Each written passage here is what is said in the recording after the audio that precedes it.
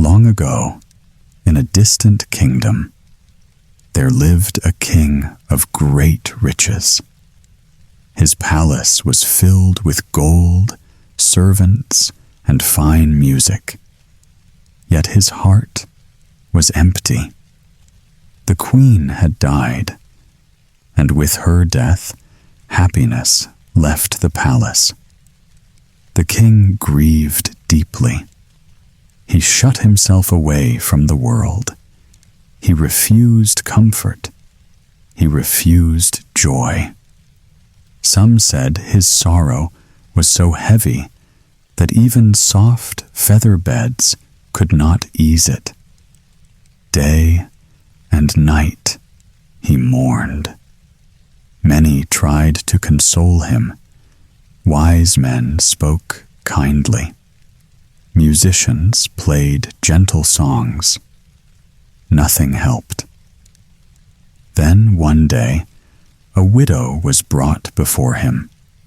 She too had lost her husband. Her eyes were tired. Her voice was quiet. They spoke of grief. They spoke of loss. And in their shared sorrow, they felt understood.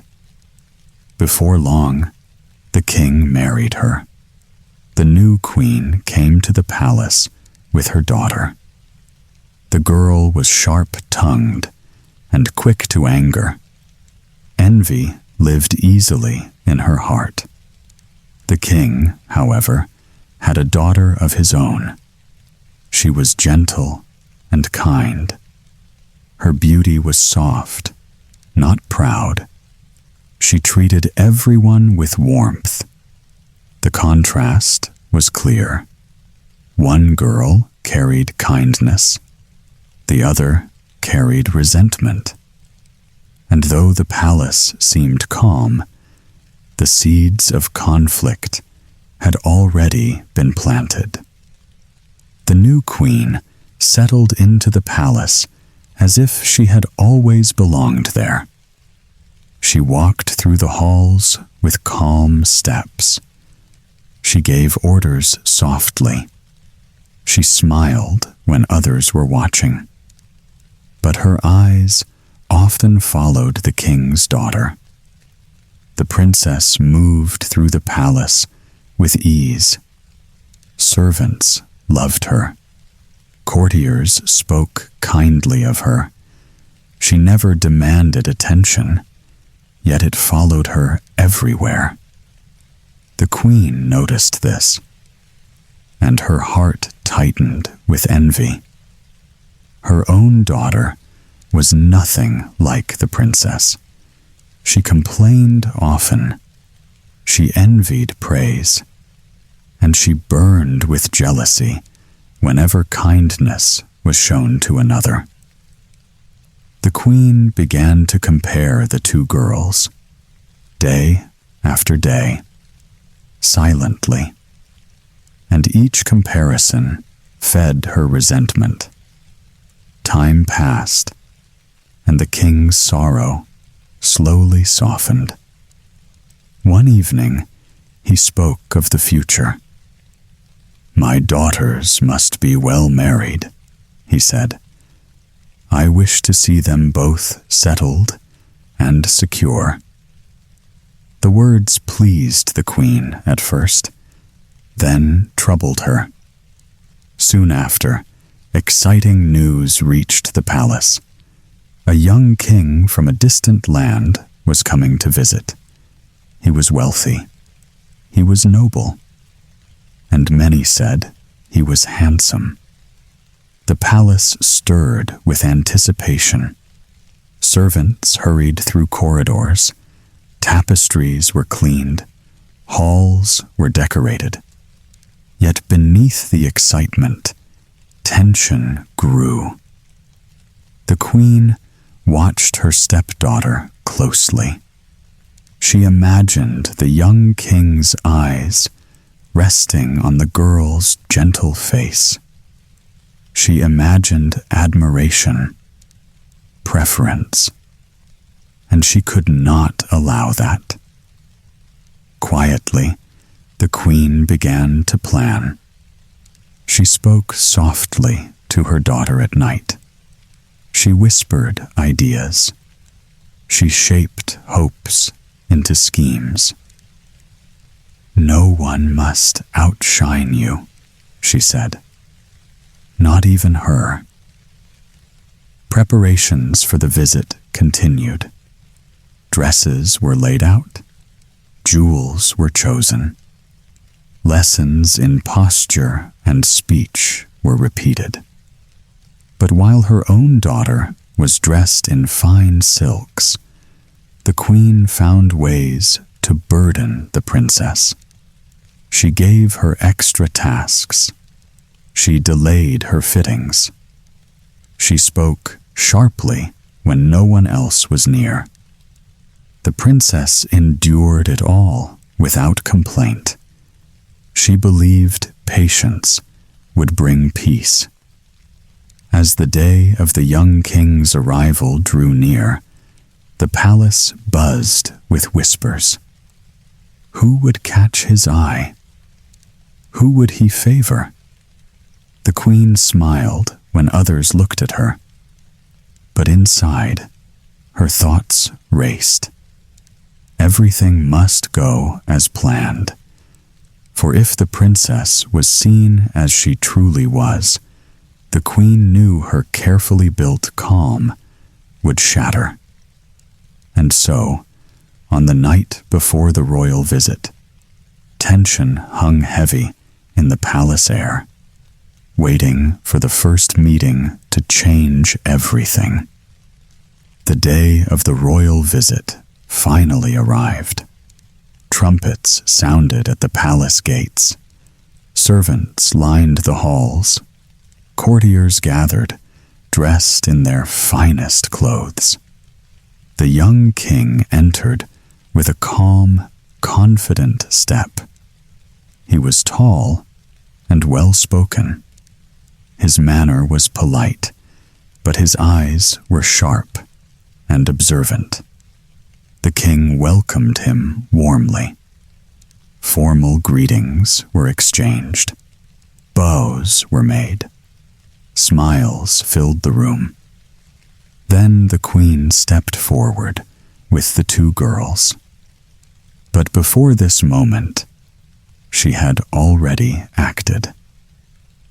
That morning, she had called the princess aside. Her voice was sweet. Her smile was false. She replaced the girl's fine dress with a plain one.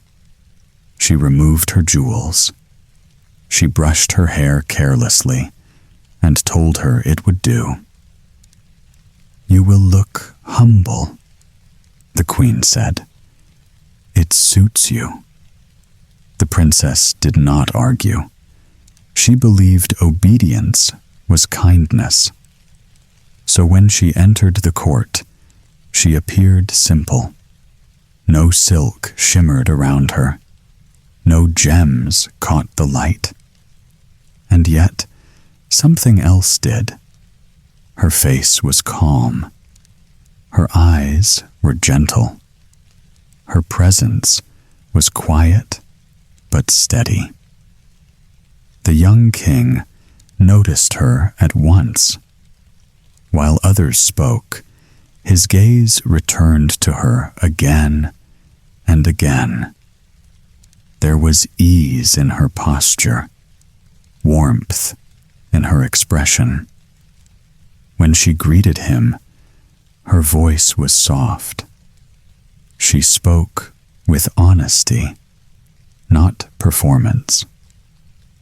The young king smiled. The queen saw it. Her daughter saw it too. The daughter's lips tightened. Her hands clenched at her sides. The young king asked questions, but his interest leaned clearly in one direction. He addressed the princess more than once. He listened closely to her answers. The difference was impossible to hide. The queen maintained her composure. She laughed lightly. She praised both girls equally. But behind her smile, anger burned. Her daughter leaned close and whispered, "Did you see how he looks at her?" The queen answered without moving her lips, "Yes, and it will end." The rest of the court noticed the preference as well. Whispers passed quietly from ear to ear. Curious glances followed the princess wherever she went. The young king asked to walk through the gardens. He hoped the princess would join. Before she could step forward, the queen intervened. "She is tired," she said gently. "The journey has worn her." The princess lowered her eyes. She obeyed. The young king accepted the excuse, but confusion touched his face. As the evening continued, the queen stayed close. She guided conversations. She controlled movements. Every moment, she watched. When the gathering ended, the queen returned to her chambers with her daughter. The door closed behind them. Their calm vanished. "She cannot be seen again," the daughter said sharply. "She will ruin everything." The queen nodded. "She must be removed from sight," she replied, "before this grows worse." And in that decision, the first true move against the princess was made. The princess was taken from her room before dawn. No one spoke a word. No one saw where she was going. She was led to the tallest tower of the palace. The stairs were narrow and steep. The walls were cold and rough. A tiny window let in only a sliver of light. From here, the world seemed far away. The queen smiled quietly. She sent whispers through the halls. "Do not trust her," she said. "She is sly and proud," she told the servants. Soon, rumors began to spread. Servants repeated her words. The court started to doubt the princess. The young king, however, could not forget her. He remembered her gentle voice, her quiet kindness, her warm smile. The lies confused him, but he could not stop thinking about her. He wanted to see the truth for himself. He made a plan. At midnight, when the palace slept, he would go to the tower. The shadows would hide him. The corridors would be empty. Every step had to be careful. Every sound could give him away. The queen, however, had her own plan. Her daughter would take the princess's place. She would meet the young king instead. The princess would remain trapped. The night arrived. The young king moved quietly. He reached the tower. He knocked softly. A figure appeared in the window. He could not see clearly in the darkness. He thought it was the princess. A ring was slipped onto his finger. A promise was made. A vow whispered under the moonlight. The young king smiled. He thought everything was as it should be. Far below, the real princess paced. She did not know what was happening. She could not see the ring. She could not hear the promise. The queen's plan was working. The young king returned to his chambers. He felt happy, but also confused. He could not shake the feeling that something was wrong. Still, the night had brought hope, and in the shadows, the princess waited, unaware. The palace was quiet again. The queen's laughter was soft, but certain. For now, her deception had succeeded. But the story was far from over. The truth would find a way. And in the tower, the princess looked at the tiny window. She wondered what the world beyond it was doing. She hoped, quietly, that her prince would remember her. The princess slept lightly that night. She dreamed of the garden and the singing birds. But outside, shadows moved quietly. The impostor princess crept toward her chamber. She smiled. She thought her plan had worked. But the real princess woke suddenly. She did not understand at first. Something felt wrong. A soft glow filled the room. It shimmered in the corners. A gentle, magical presence. An unseen hand guided her steps. She climbed the tower stairs quietly. The night seemed to bend around her. Below, the young king had returned. He looked for his promised bride, but the figure before him was not the princess. He frowned. He touched the ring on his finger. It felt wrong. His heart knew the truth. "I will not marry you," he said firmly. The impostor faltered. Her eyes widened with fear. Her mother whispered from the shadows, "Force him. Trick him." Suddenly, a bright light flashed. An enchantress appeared, tall and stern. Her robes shimmered like the stars. Her voice rang clear. "You dare deceive him?" she asked. The queen and her daughter trembled. The enchantress raised her hand. A sharp, cold wind swept the room. The impostor's laughter froze. And then she changed. Feathers replaced hair. Wings sprouted from her back. Her cries turned to chirps. She was no longer human. The enchantress spoke again.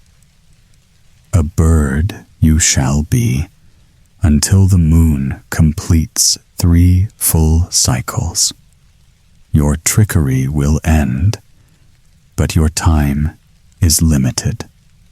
Learn humility, or your flight shall remain forever."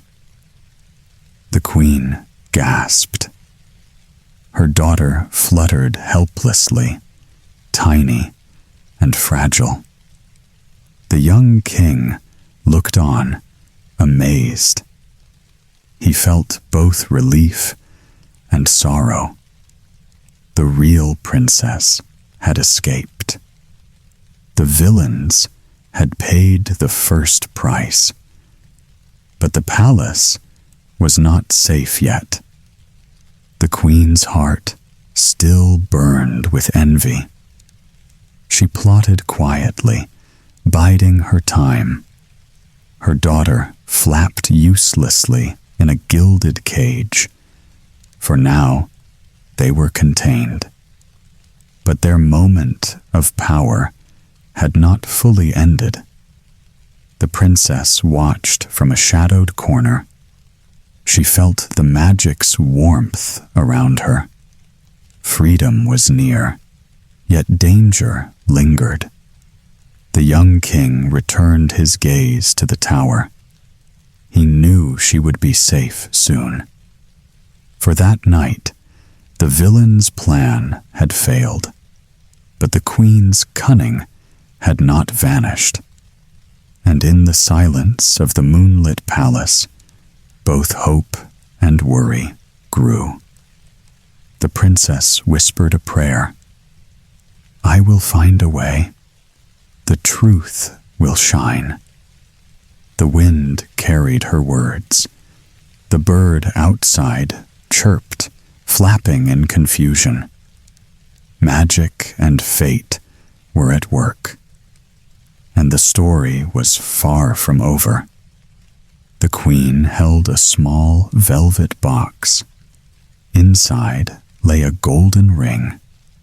She stepped into the tower chamber. Her eyes gleamed with cruel delight. "Look at this," she said. The princess stared, confused.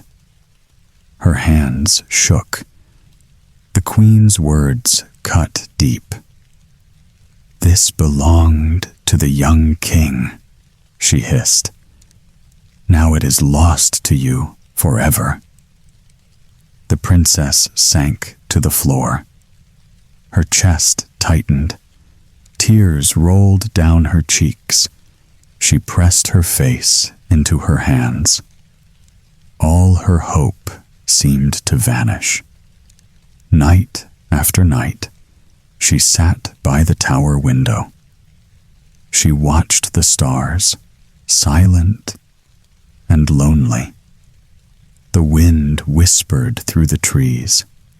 The moonlight kissed the stone walls. Her heart ached for the young king, for the world she had lost.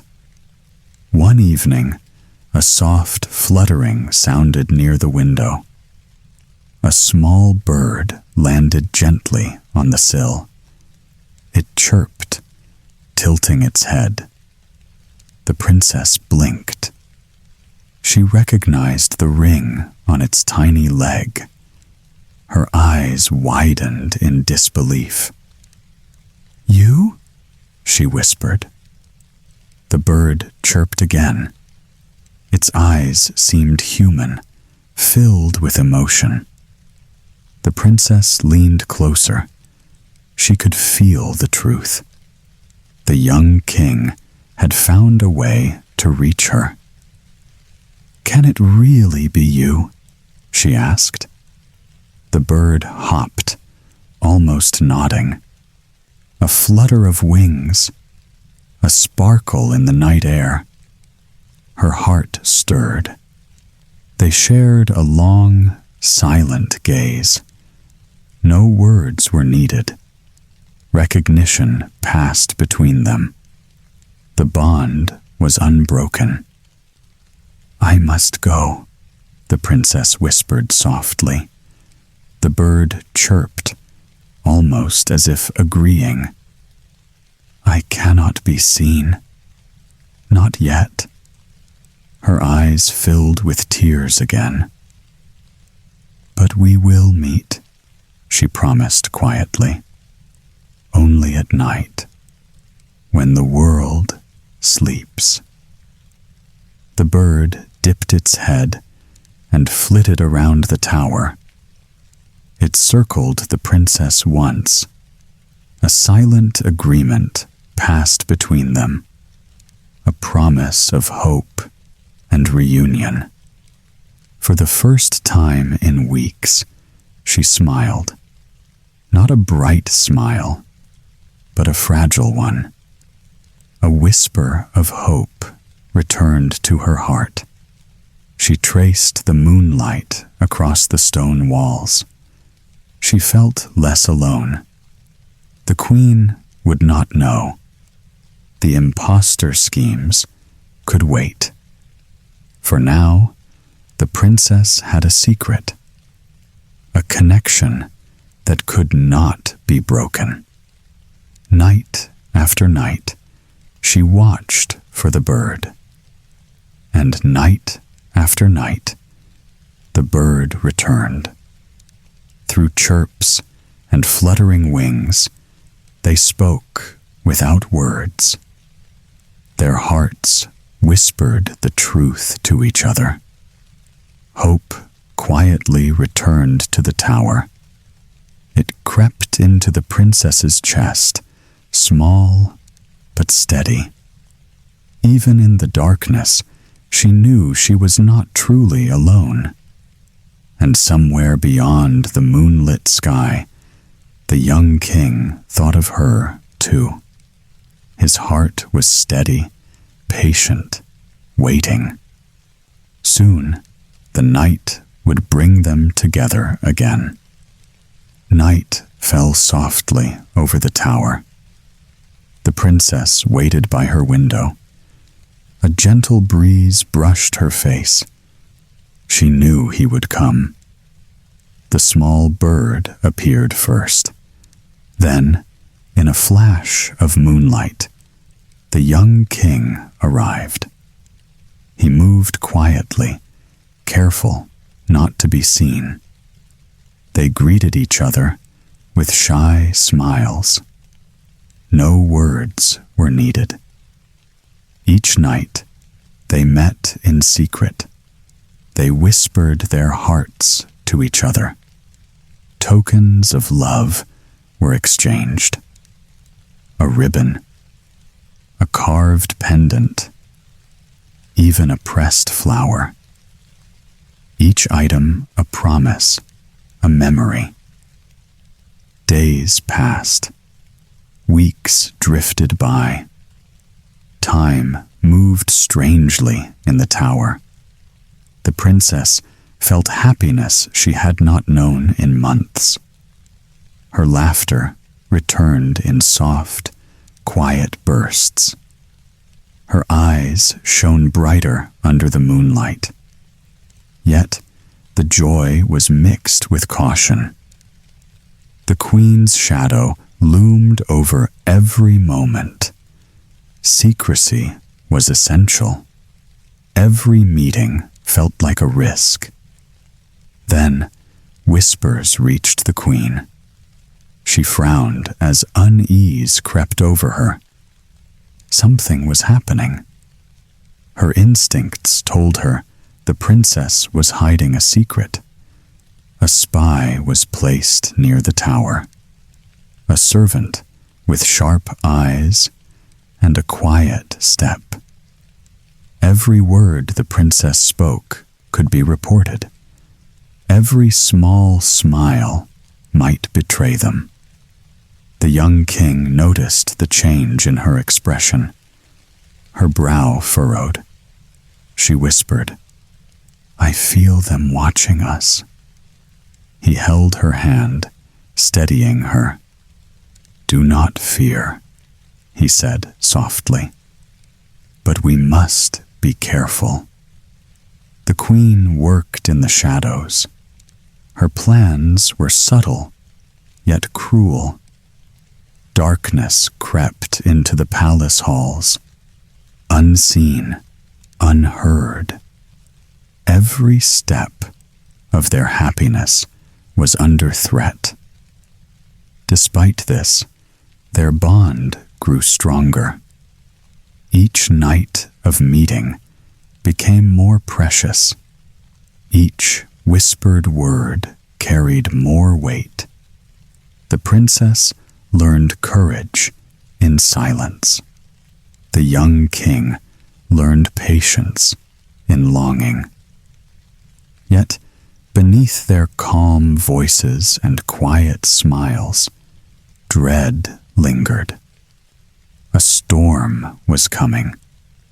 They could feel it in the still air. Every laugh, every touch was shadowed by danger. The bird flitted around them like a silent warning. Even in happiness, fear whispered. They clung to each other more tightly. The stolen nights were bittersweet.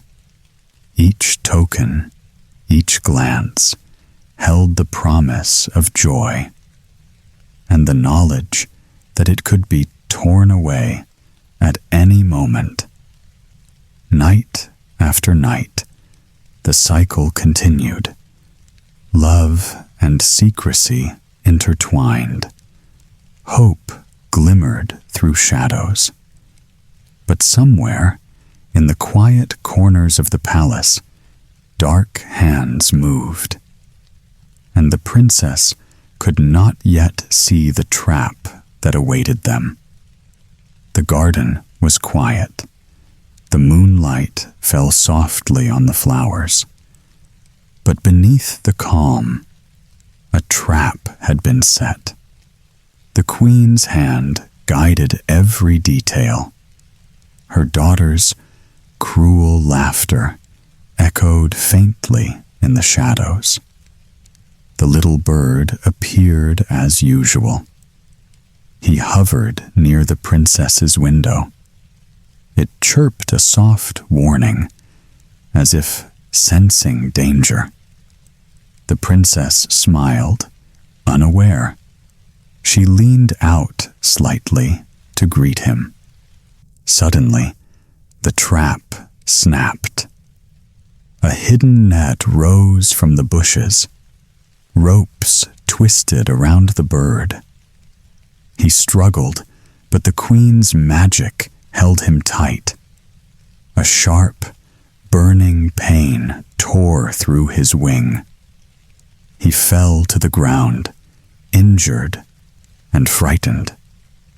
The bird struggled to fly, but could not. Every beat of his wing brought new pain. He remembered the princess's touch, her gentle words. Yet in that moment, confusion clouded him. Had she sent him here to be caught? Had she betrayed him? His heart, so loyal and brave, felt heavy. Anger mixed with sorrow.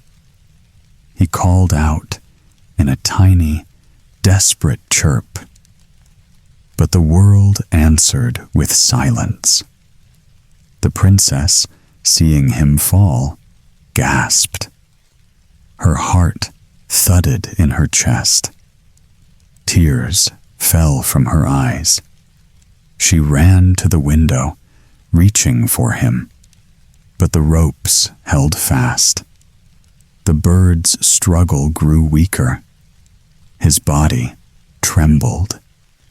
Pain overtook his strength. For a moment, it seemed the cruel trap would win. He collapsed onto the soft grass. His small body lay still. The princess screamed. From the shadows, a familiar glow appeared. The magical ally arrived. A flicker of light, a swirl of gentle power. With a whispered word, the ropes loosened. The bird was lifted from the ground. He was alive, though battered and weak. The princess hurried into the garden. She held him close. His eyes opened briefly. Recognition flickered in their depths. They shared a silent promise.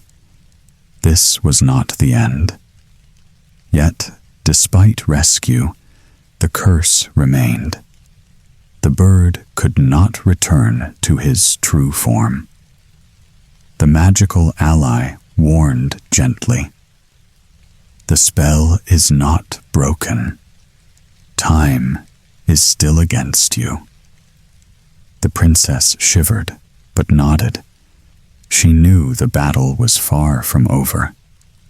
The queen and her daughter, hidden in shadows, watched with grim satisfaction. They had caused pain and fear and doubt. But the young king and princess would endure. The bird, injured and imprisoned, was a symbol of their perseverance. Night deepened in the garden. The air was heavy with sorrow and tension. The princess whispered to her feathered friend, "I will not let them win." The bird chirped faintly, a small sound of hope. And though the curse remained, their bond held firm, unbroken. The news came at dawn. The heroine's father had passed away. The palace was quiet. Mourning hung over every hall. The kingdom, once orderly, fell into confusion. Ministers argued. Soldiers marched in disorder. The people, unsure of their future, grew restless. They demanded a ruler, someone strong, someone just. The heroine, though grieving, stepped forward. Her gentle eyes held determination. Her voice was calm, yet firm. "I will serve my people," she said, "and restore peace to this land."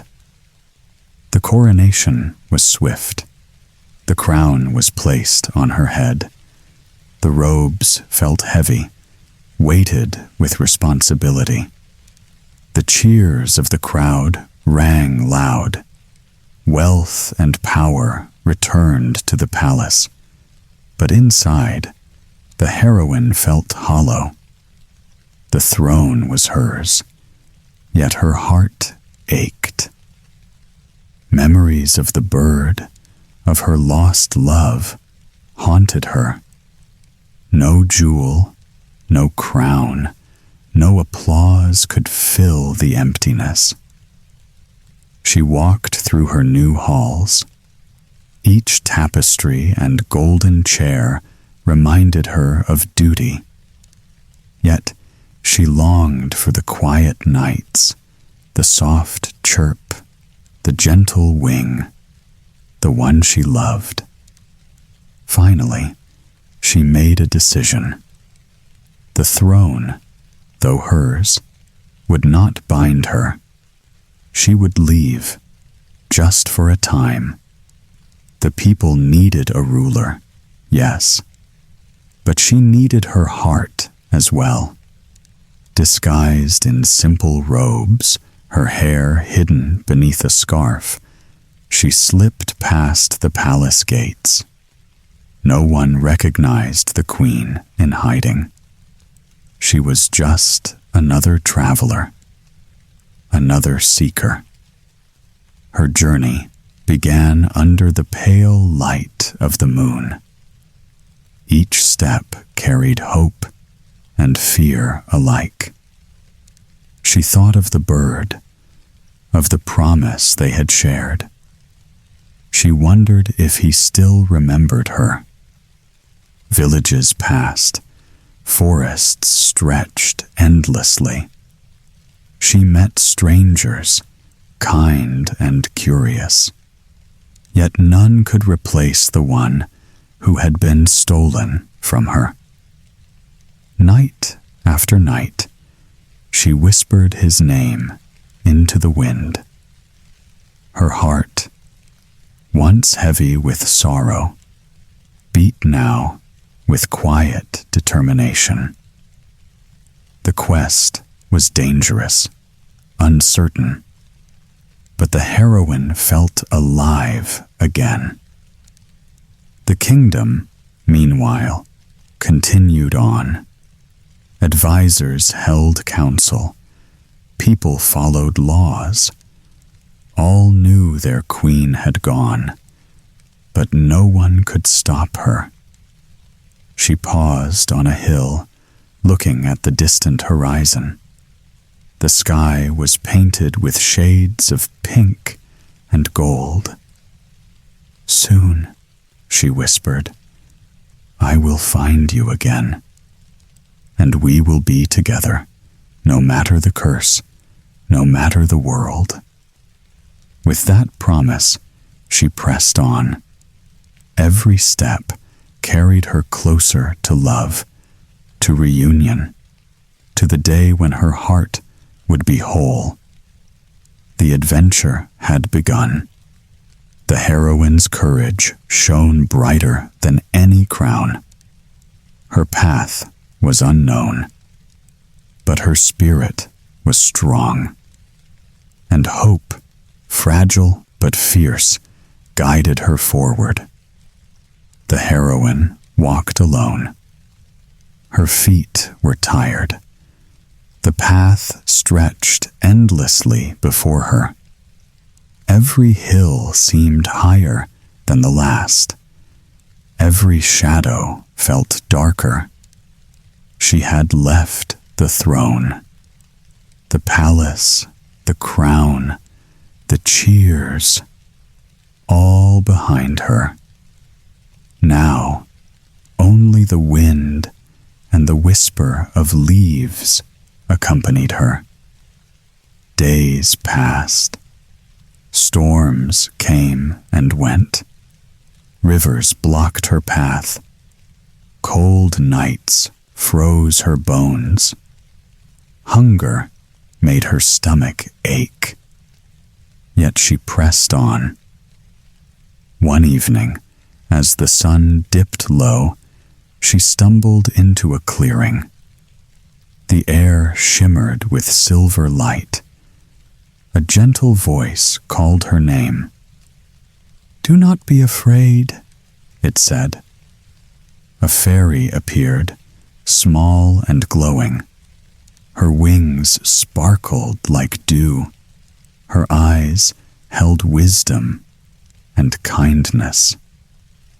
"I can help you find him," the fairy said. The heroine's heart leapt. "Who? How?" she asked, voice trembling. The fairy smiled. "But help comes with conditions," she warned. "You must follow my instructions exactly." The heroine nodded. Anything was better than wandering alone. She would take any risk. The fairy waved her hand. 4 objects appeared on a stone: a golden key, a silver mirror, a tiny bell, a crystal vial filled with glowing water. "These will guide you," the fairy said, "but the way is not easy. Use them wisely." The instructions were vague. "Listen to the wind," the fairy said. "Follow the shadow of the moon.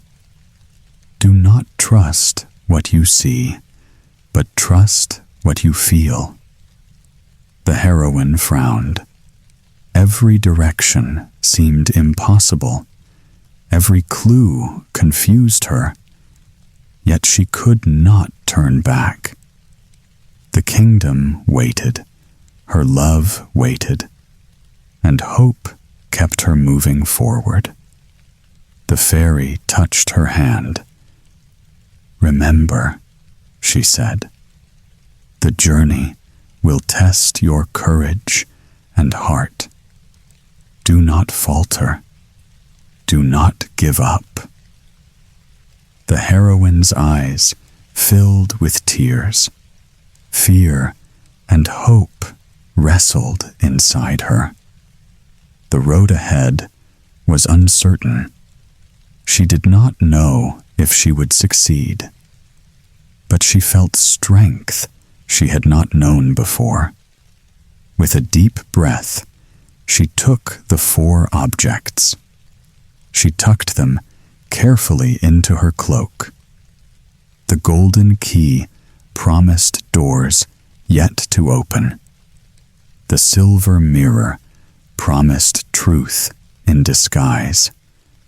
The tiny bell promised a warning and a call. The crystal vial promised life and light. She thanked the fairy. "I will not fail," she whispered.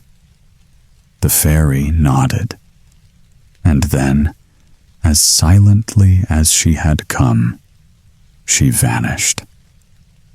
The heroine set off again. The forest loomed ahead. The mountains rose in the distance. Every step was heavy with uncertainty. Yet every step was driven by hope. She knew the path would be long. She knew danger waited around every turn. But she carried courage, love, and the magical gifts. Her journey had truly begun, and she would face whatever came next. The heroine walked deeper into the forest. The trees grew taller, darker. The air was thick with mist. Every sound echoed strangely. Ahead, a massive chasm appeared. The river below roared angrily. The bridge had collapsed. No path could be seen. She stopped. Her heart pounded. She remembered the golden key. But a key alone could not open a river. She held it tightly. She closed her eyes. A soft voice whispered in her mind, "Look for what is hidden, not what is seen." The heroine opened her eyes. She noticed a narrow ledge along the cliff. It was almost invisible. She felt the key hum in her hand. She stepped carefully. The ledge shook, but it held. Step by step, she moved. The key glowed brighter. It pointed the way forward. The wind whispered encouragement. Finally, she reached solid ground. Her knees trembled. Her chest heaved. She had passed the first impossible obstacle. Confidence warmed her heart. Perhaps she could do this. No sooner had she caught her breath than the next challenge appeared. A wall of thick, twisting vines blocked the path. They pulsed as if alive. Every attempt to push through failed. The vines seemed to tighten, resisting her. She remembered the silver mirror. She held it up. The reflection shimmered, twisting the vine's image. Suddenly, the vines recoiled from their own shadow. A narrow passage opened.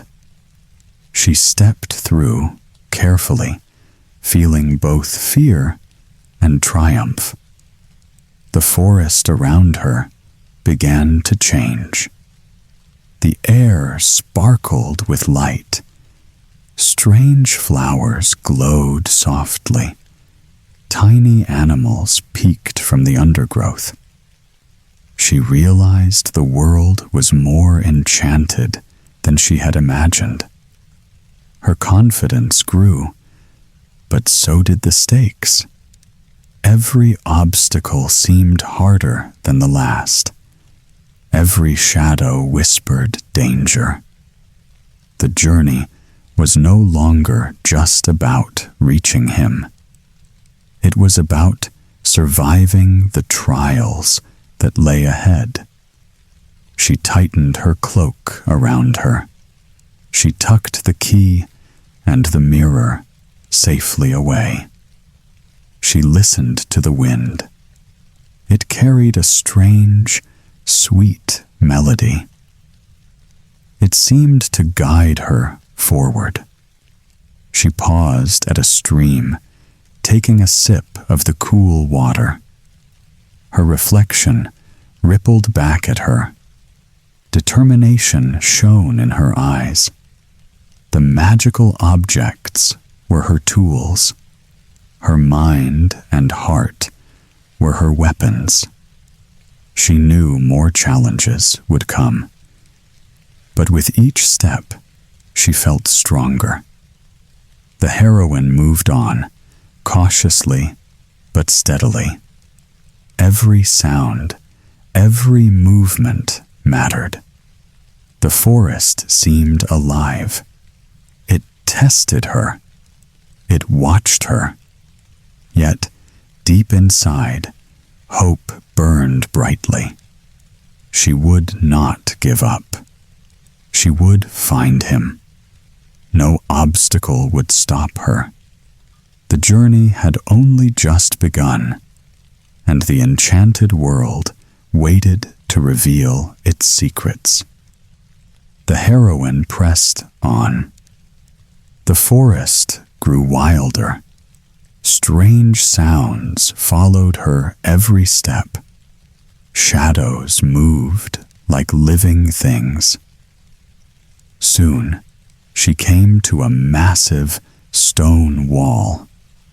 It towered above her, smooth and cold. There was no door, no crack, nothing to climb. She remembered the third magical object, the silver feather.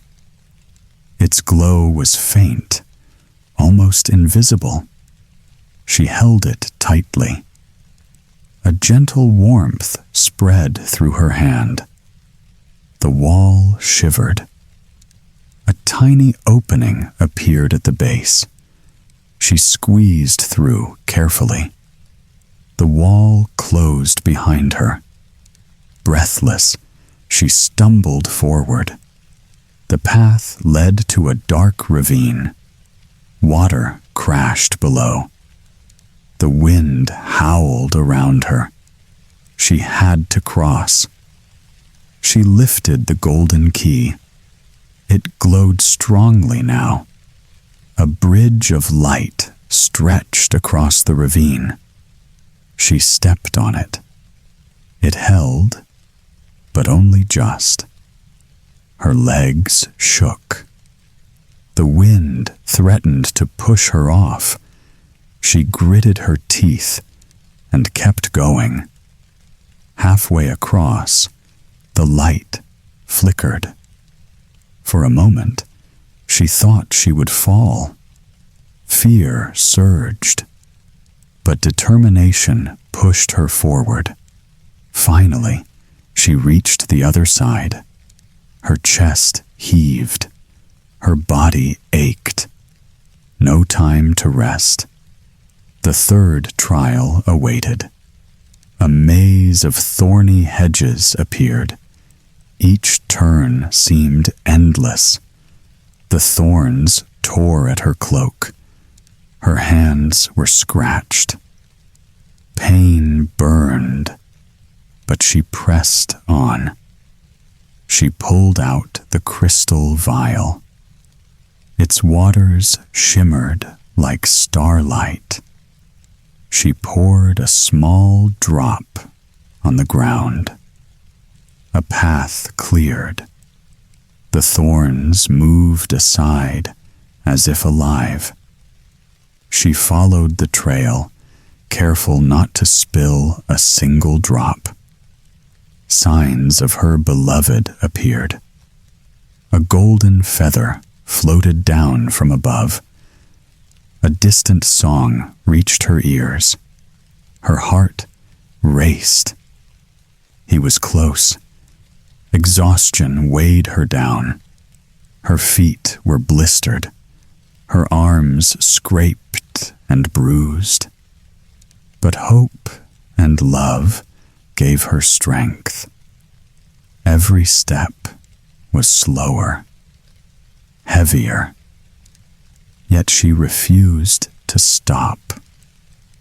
Finally, she reached a clearing. A soft glow filled the air. She clutched the final object, the enchanted pendant. Its light was pure and steady. She knew she had to keep it safe. It would be the key to finding him. She paused. The wind carried his voice. Her pulse quickened. The end of the journey felt near. But she could not rush. The pendant had to remain unharmed. She set the pendant close to her heart. Every other object had been used. The last one was hers to protect. Her eyes scanned the clearing. The forest seemed quieter now. Even the shadows held their breath. The heroine took a deep breath. Exhausted but determined, she whispered, "I will find you, no matter what." Her steps quickened. The final trial awaited. The heart of the enchanted forest. The clearing glowed. The heroine felt the pendant pulse softly. She knew she was close. Suddenly, a figure appeared. A familiar one. The bird. But now, he was human again. Tall, regal, but with eyes full of sorrow. He bowed before a golden carriage. Servants hustled. Flowers were arranged. A wedding was being prepared. Her heart sank. He had been pressured into this marriage by the queen's remaining influence, by threats she could not resist. He looked lost, trapped in duty. His eyes met hers briefly. Sadness and longing danced there. The heroine ran. She had to reach him. Every step felt like fire under her feet. The palace walls rose before her. Guards moved briskly, unaware of her presence. Inside, the preparations were meticulous. A massive hall glittered with gold. The floral arch smelled of roses and lilies. Musicians tuned their instruments. The king-to-be's expression was tense. The heroine's heart ached to see him like this. She lifted the enchanted pendant. Its power hummed in her hand. She whispered a spell. Her voice rang clear. It echoed through the hall. A soft wind moved through the candles. The bird-turned-prince faltered. He stopped in his tracks.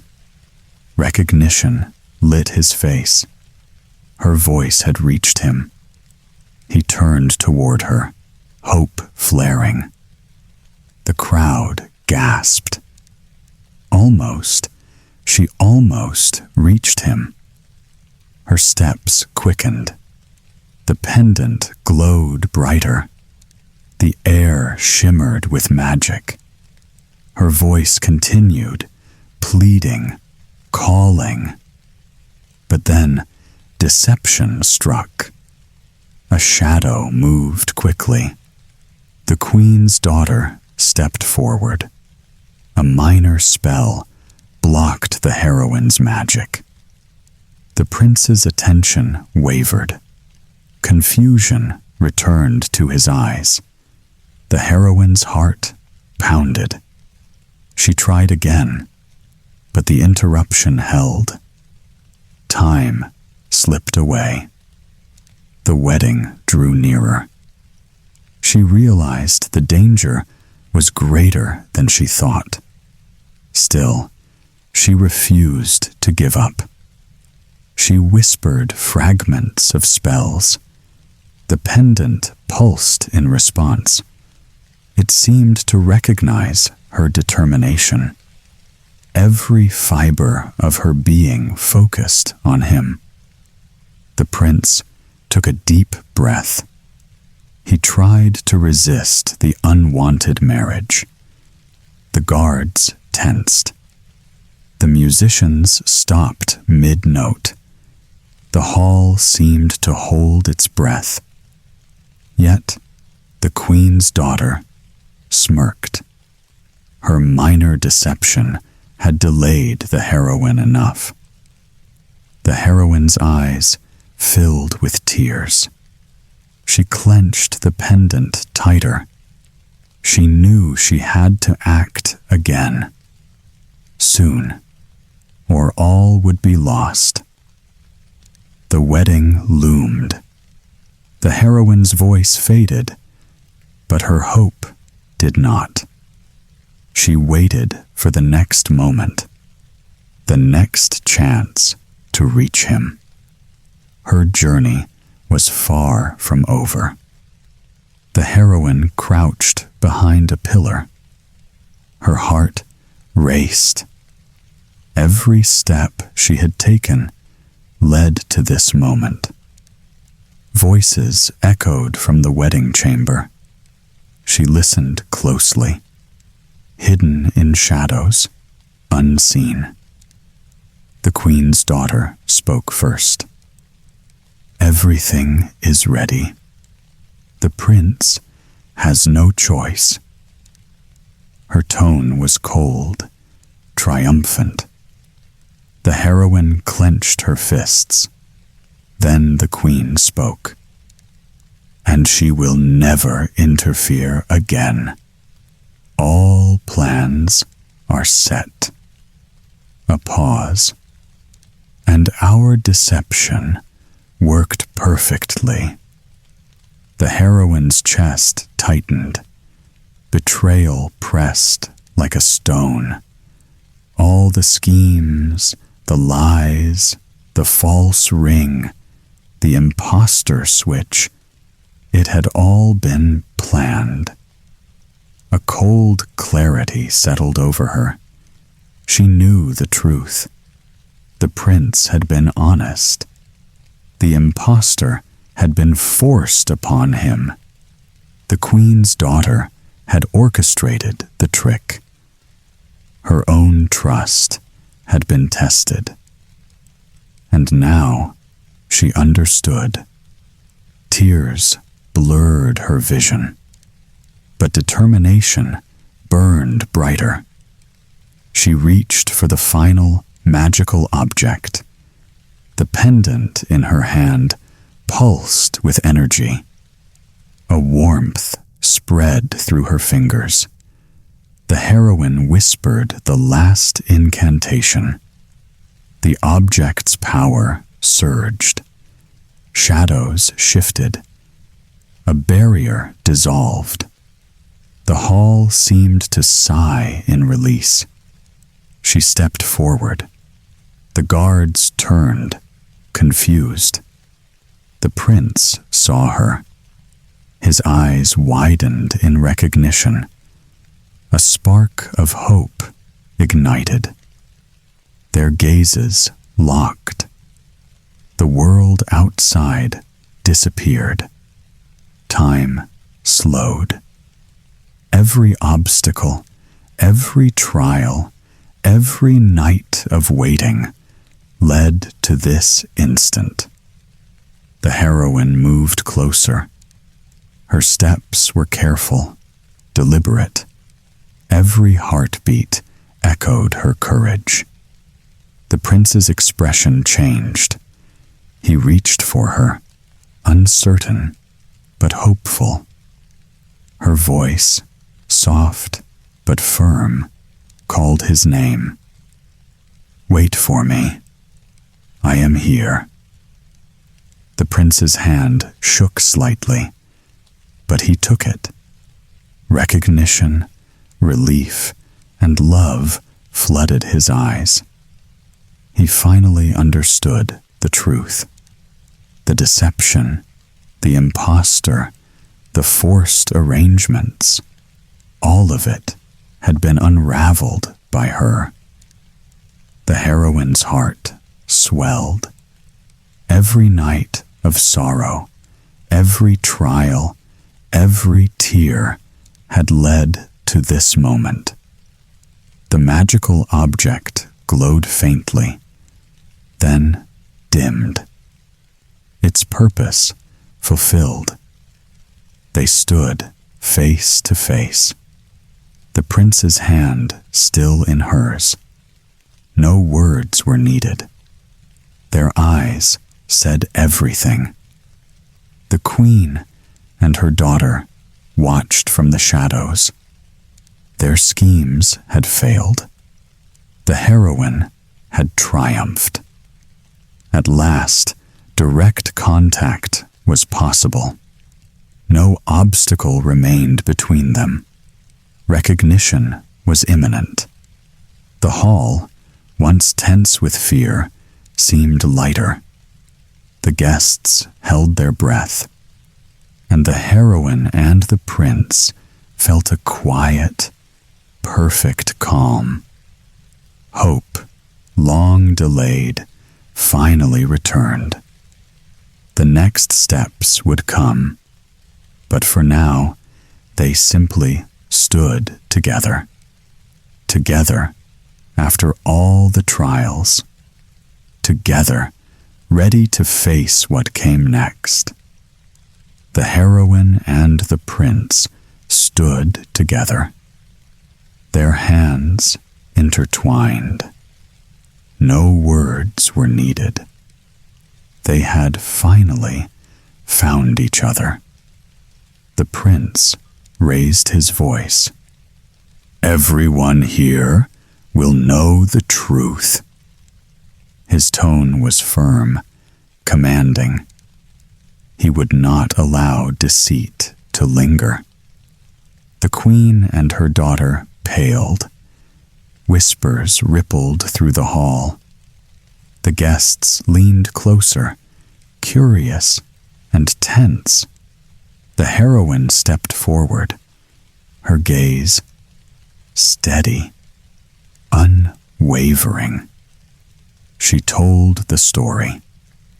Every lie, every trap, every stolen night.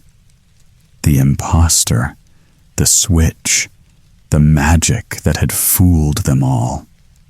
Gasps filled the room. People whispered in shock. The villains tried to protest.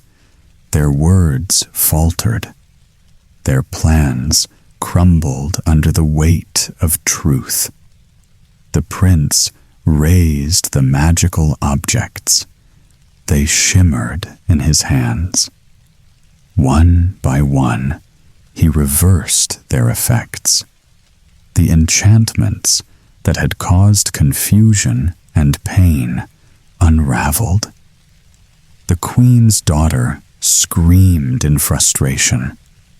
The power she had sought vanished. The false pride and control dissolved. The people saw the true villainy clearly now. The heroine felt a weight lift from her shoulders. The curse that had bound the prince, that had trapped her in sorrow, faded completely. he transformed fully back into himself, strong, free, whole. Tears streamed down both their faces. Joy, relief, and love poured through them. Years of longing and fear melted in a single moment. The palace echoed with murmurs of admiration. Justice had been done. The people cheered for the rightful pair. The villains were left shamed and powerless. The heroine and the prince embraced. Finally, without deception or fear, they could hold each other. The magic that had tormented them no longer mattered. Their hearts were light. They laughed softly, quietly, with tears of happiness. Every trial, every midnight meeting, every sorrowful night had led to this release. The birds outside sang freely.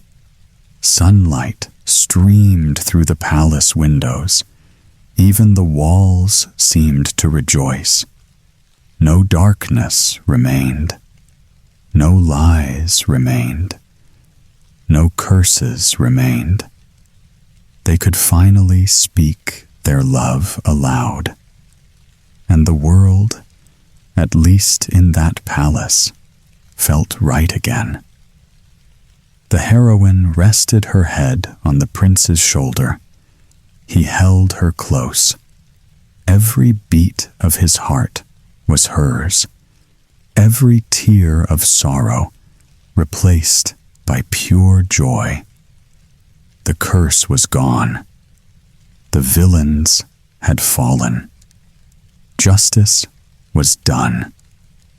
And love, at last, ruled supreme. Hope, long tested and nearly lost, had returned in full.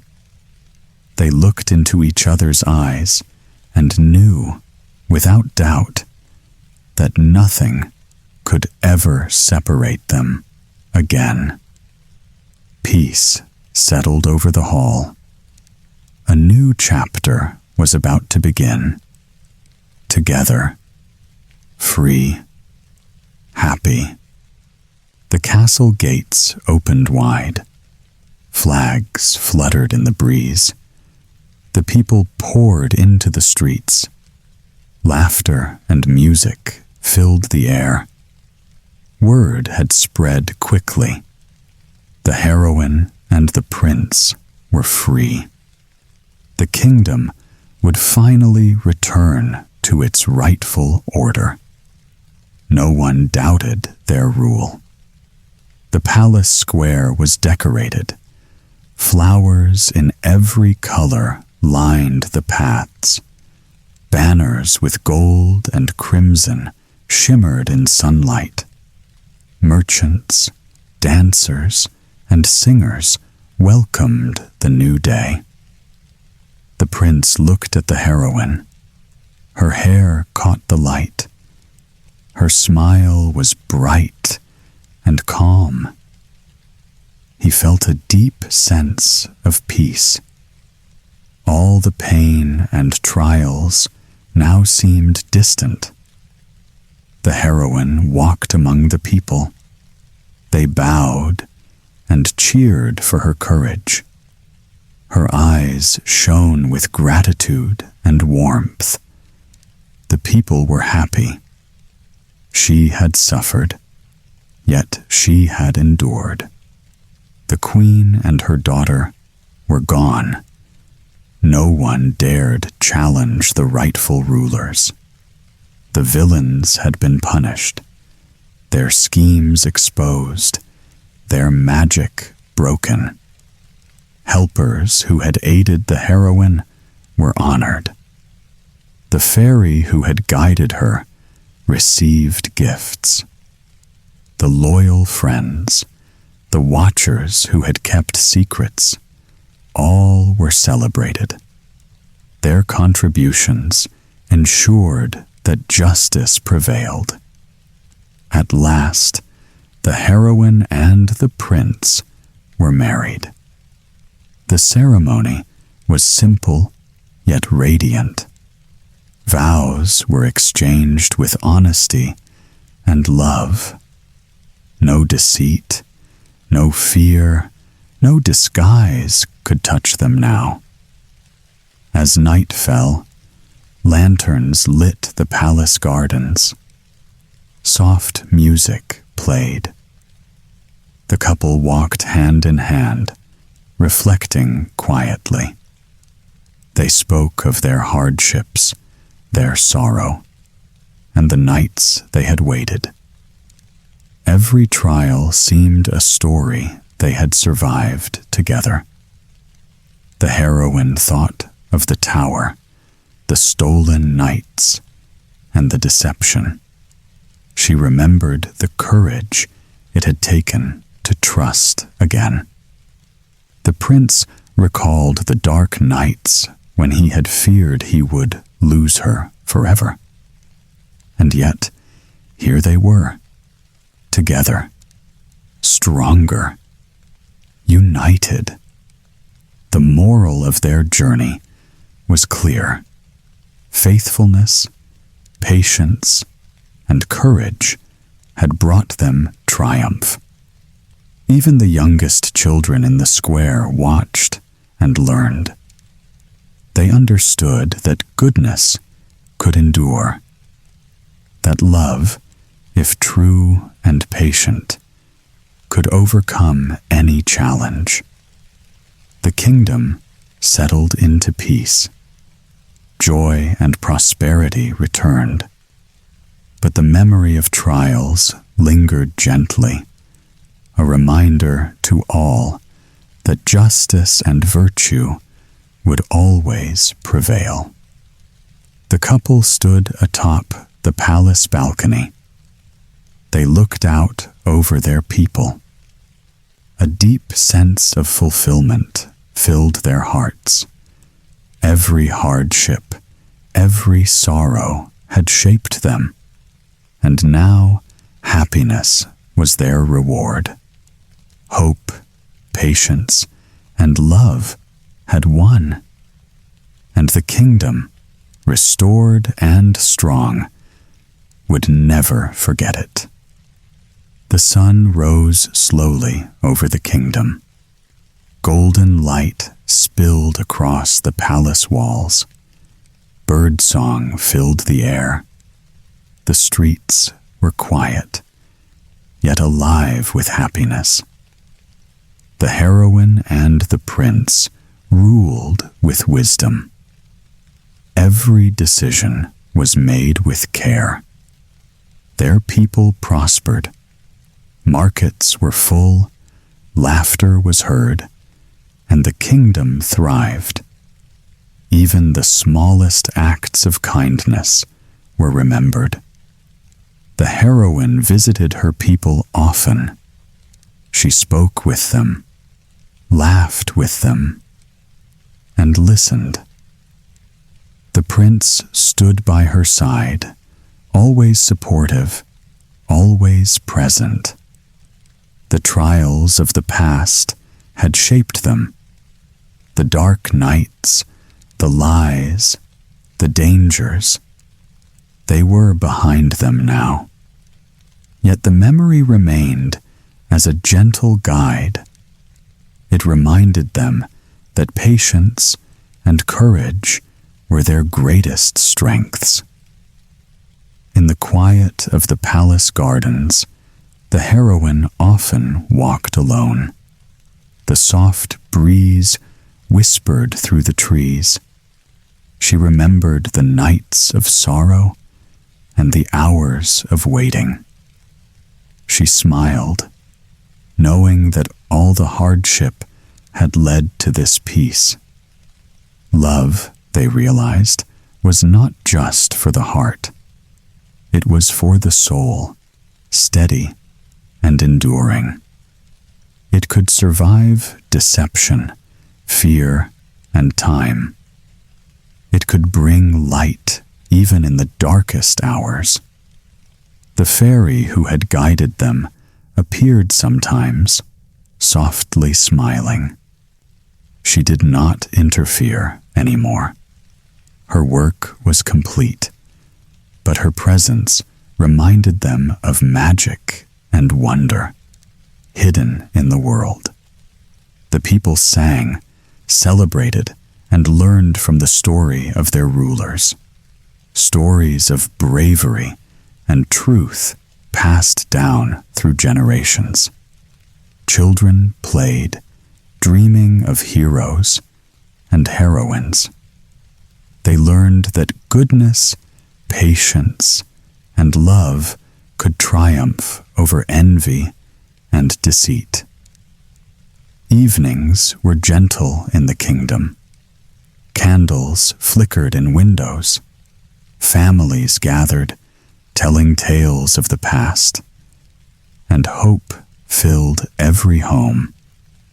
The heroine and her prince often sat together by the window.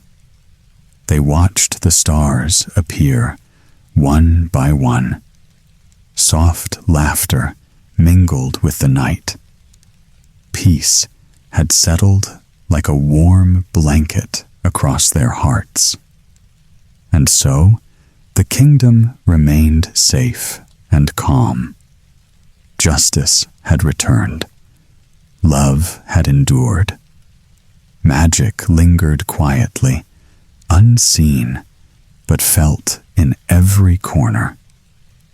Sleep came gently to the kingdom. The people rested, content and protected. The heroine and the prince held each other close, knowing that every trial had brought them here, to safety, to love, to peace. And the story, dear listener, ends not with sorrow, but with hope. For courage, patience, and true love will always find a way. And so, in this kingdom, happily ever after was not just a dream. It was a promise kept, softly, tenderly, forever.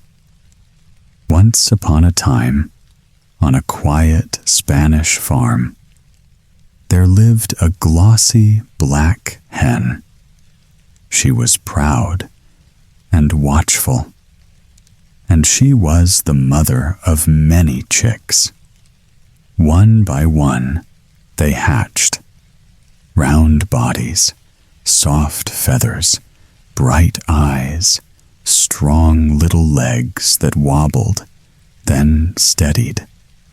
All of them were healthy. All of them, except the youngest. When the last shell cracked, the hen froze. She blinked. Then she leaned closer. This chick was different. Not small, not weak, but unfinished. He had only one leg, one wing, one eye, half a head, half a beak. It was as if nature itself had stopped midway. The mother's heart tightened. She lowered her head and sighed. "My poor little one," she murmured. She gave him a name that meant exactly what he was. Medio Polito, the half-chick. She watched her other chicks grow and imagined their futures. They would roam far. They would rule busy poultry yards of their own. But for this child, she saw a different life. A life close to home, safe beneath her wing, dependent, protected, always. And so, with love mixed with worry, the hen gathered her chicks, unaware that this smallest one would soon dream of something far greater. As days passed, the difference became clear. The other chicks were gentle. They stayed close to their mother. At her soft cluck, they hurried back to her side. But the half-chick was not the same. He liked to wander. Hop by hop, he moved away from the coop, into tall grass, behind rows of corn. "Come back," his mother called. He did not answer. Later, he claimed he had not heard her. After all, he said, he had only one ear. Many times, his brothers and sisters searched for him. They chirped in fear. Their mother paced the yard, anxious and tired. As he grew, his temper grew too. He became sharp with his words, rough with his manners, and impatient with everyone around him. One evening, after returning from a long absence, he hopped up before his mother. He lifted his head and spoke boldly. "I am tired of this dull farm," he said. "Nothing changes here. I am going to Madrid. I want to see the king." His mother gasped.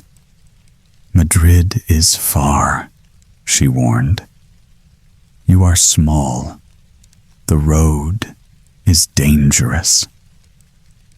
His brothers and sisters gathered close. They begged him to stay, but he laughed. "One day," he said proudly, "I will have a fine place of my own at the palace." Then he turned away, without waiting, without looking back, and down the long road, the half-chick began his journey. The road stretched wide and dusty. Fields opened on both sides. The half-chick hopped forward. Tap, thump, tap, keeping time with his single leg. He felt important. He felt free. Soon, he reached a narrow stream. Its water barely moved. Weeds and plants clogged its path. "Little traveler," the stream whispered, "please help me. Clear the weeds so I may flow again." The half-chick stopped. He tilted his head. "Help you?" he said. "I have no time for such things. Help yourself." He puffed out his chest. "I am going to Madrid," he declared. "I am going to see the king." And without another glance, he hopped on. The road carried him farther. The sun dipped low. Shadows grew long. In a quiet wood, he saw a small fire. Its flames were weak. Its light was fading. "Please," the fire crackled softly, "bring me dry sticks. I am dying." The half-chick laughed. "Why should I stop?" he replied. "Find fuel on your own." Then, once more, those proud words. I am going to Madrid. I am going to see the king. Tap, thump, tap. Away he went. Behind him, the stream stayed blocked. The fire burned lower. Ahead of him, the road waited. By morning, the air felt different. The road grew busier. The half-chick knew he was close. As he crossed a grassy field, a great chestnut tree rose before him. Its branches twisted and tangled. The wind was caught there. It struggled and sighed. Little traveler, the wind called, help me break free. Shake the branches just a little. The half-chick stopped. He looked up. That is your problem, he said. I cannot waste my time. He lifted his beak proudly. I am going to Madrid, he repeated. I am going to see the king. And once again, tap, thump, tap, he moved on. Then he saw them. Tall towers, red roofs, stone walls shining in the light. Madrid. His heart beat faster. He forgot the road behind him. He forgot the voices he had ignored. With every hop, his excitement grew. Soon, he reached the edge of the city. The streets were wide. The houses stood close together. And there, rising above them all, stood a grand palace. Soldiers guarded its gates. Windows gleamed high above the ground. This is it, the half-chick thought. This is where my new life begins. Without fear, without doubt, he hopped forward into the city, never guessing what waited just ahead. The palace was grand and bustling. Soldiers stood at attention. Windows glimmered in the sunlight. The streets smelled of bread and smoke. Through a back window, the cook spotted him. There, he exclaimed, just what I need for the king's dinner. Before the half-chick could react, a hand reached out. In a flash, he was grabbed and lifted. The world spun as he was carried inside. Then, with a splash, he was plunged into a pot of hot broth. Water rushed over his feathers. They clung to his side. Steam swirled around him. Oh, water, he cried, struggling to rise. Have mercy. Do not soak me like this. A soft voice, almost from the pot itself, seemed to answer. You refused to help when I was trapped and struggling, it said. You ignored my pleas. Now you must learn what it means to suffer. The half-chick flapped wildly, hopping from one side to the other. Fear and pain raced through him. His little heart pounded in his chest. Every moment, the water reminded him of the kindness he had denied. The moral was clear. Pride and selfishness could bring consequences, even for a half-formed little chick. And yet, there was more to come. The water sizzled and hissed. Then flames licked upward. The heat grew stronger. The half-chick shrieked. He hopped from side to side, feathers pressed to his small frame.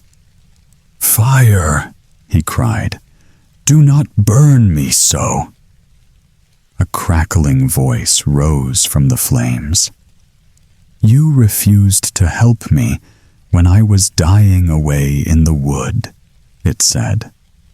"Now you feel what it means to be ignored." The half-chick flapped harder. He tried to escape. He jumped. He kicked. But the heat pressed on. Pain raced through his body. His one leg trembled. His one wing flailed. Every shout echoed in the kitchen. The cook leaned over the pot. He peered inside. "This chicken will not do," he muttered. "Burnt to a cinder. Useless for the king's meal." With a swift motion, the cook lifted him out. The little chick tumbled through the air. Hot, frightened, and dizzy, he landed in the street below. The wind rushed past his feathers. His heart pounded. And still, the lesson lingered. Every pain, every heat was the mirror of every plea he had ignored. Pride had its price. Selfishness had its consequence. And above him, the city of Madrid spread wide, unaware of the tiny, struggling chick that fate had humbled. A sudden gust lifted the half-chick from the street. Feathers ruffled. Legs flailed. He gasped for breath as the wind carried him high above the rooftops. "Please, wait!" he cried, his single eye wide with fear. "Just a moment to rest." The wind's voice was firm, almost stern. "You ignored me when I was trapped," it said. "Now you must ride the skies until the lesson is learned." Hopping and flapping could not slow him. Buildings rushed past in a blur. Every frantic beat of his heart echoed in the empty air. Higher and higher, the wind spun him over towers and chimneys. The city below grew smaller. The streets, the palace, the bustling market, all disappeared beneath him. Finally, the gust released him. He landed with a careful balance atop the highest church steeple. One leg tucked beneath him, one wing drooping, one eye gazing across the city with a new, quiet sorrow. He stayed there, still and small, a lone figure against the sky. To this day, the people of Madrid say, if you look up at the tallest steeple, you will see Mediopolito, watching silently. A tiny chick, proud yet humbled. A story frozen in time. A reminder that pride, selfishness, and cruelty can lift you high, but only to leave you alone. And so, the tale ends. Silent, solemn, haunting in its quiet truth. In the great palace of Baghdad, The Caliph rested during his favorite hour of the day. The afternoon sun was soft. The air was quiet. Nothing demanded haste. He lay back on his cushions, calm and untroubled. A servant stood nearby, ready at a sign. Another poured dark coffee into a small cup. From time to time, the Caliph lifted it slowly. After each sip, his hand moved to his beard. He stroked it with satisfaction. Anyone who knew the ways of the court could see it at once. The Caliph was in a pleasant mood. His thoughts were light. His temper was kind. This was the moment when requests were granted and worries were forgotten. Those who served him understood this well. They knew which hours were safe. They knew which hours were dangerous. And this hour, above all others, was the best. That was why the Grand Vizier chose it for his daily visit. He entered as he always did, respectful and silent. Yet something was different. His steps were slower. His face was drawn. Concern sat plainly in his eyes. The Caliph noticed at once. He lowered his cup. His calm gaze rested on his minister. "Why?" he asked gently. "Do you look so troubled today?" The vizier hesitated. Outside, the palace remained peaceful. Inside, unseen threads were already beginning to shift. Neither of them knew it yet. But this quiet afternoon was standing at the edge of a very strange tale. The Grand Vizier lowered his voice. He spoke of a peddler waiting below in the palace court.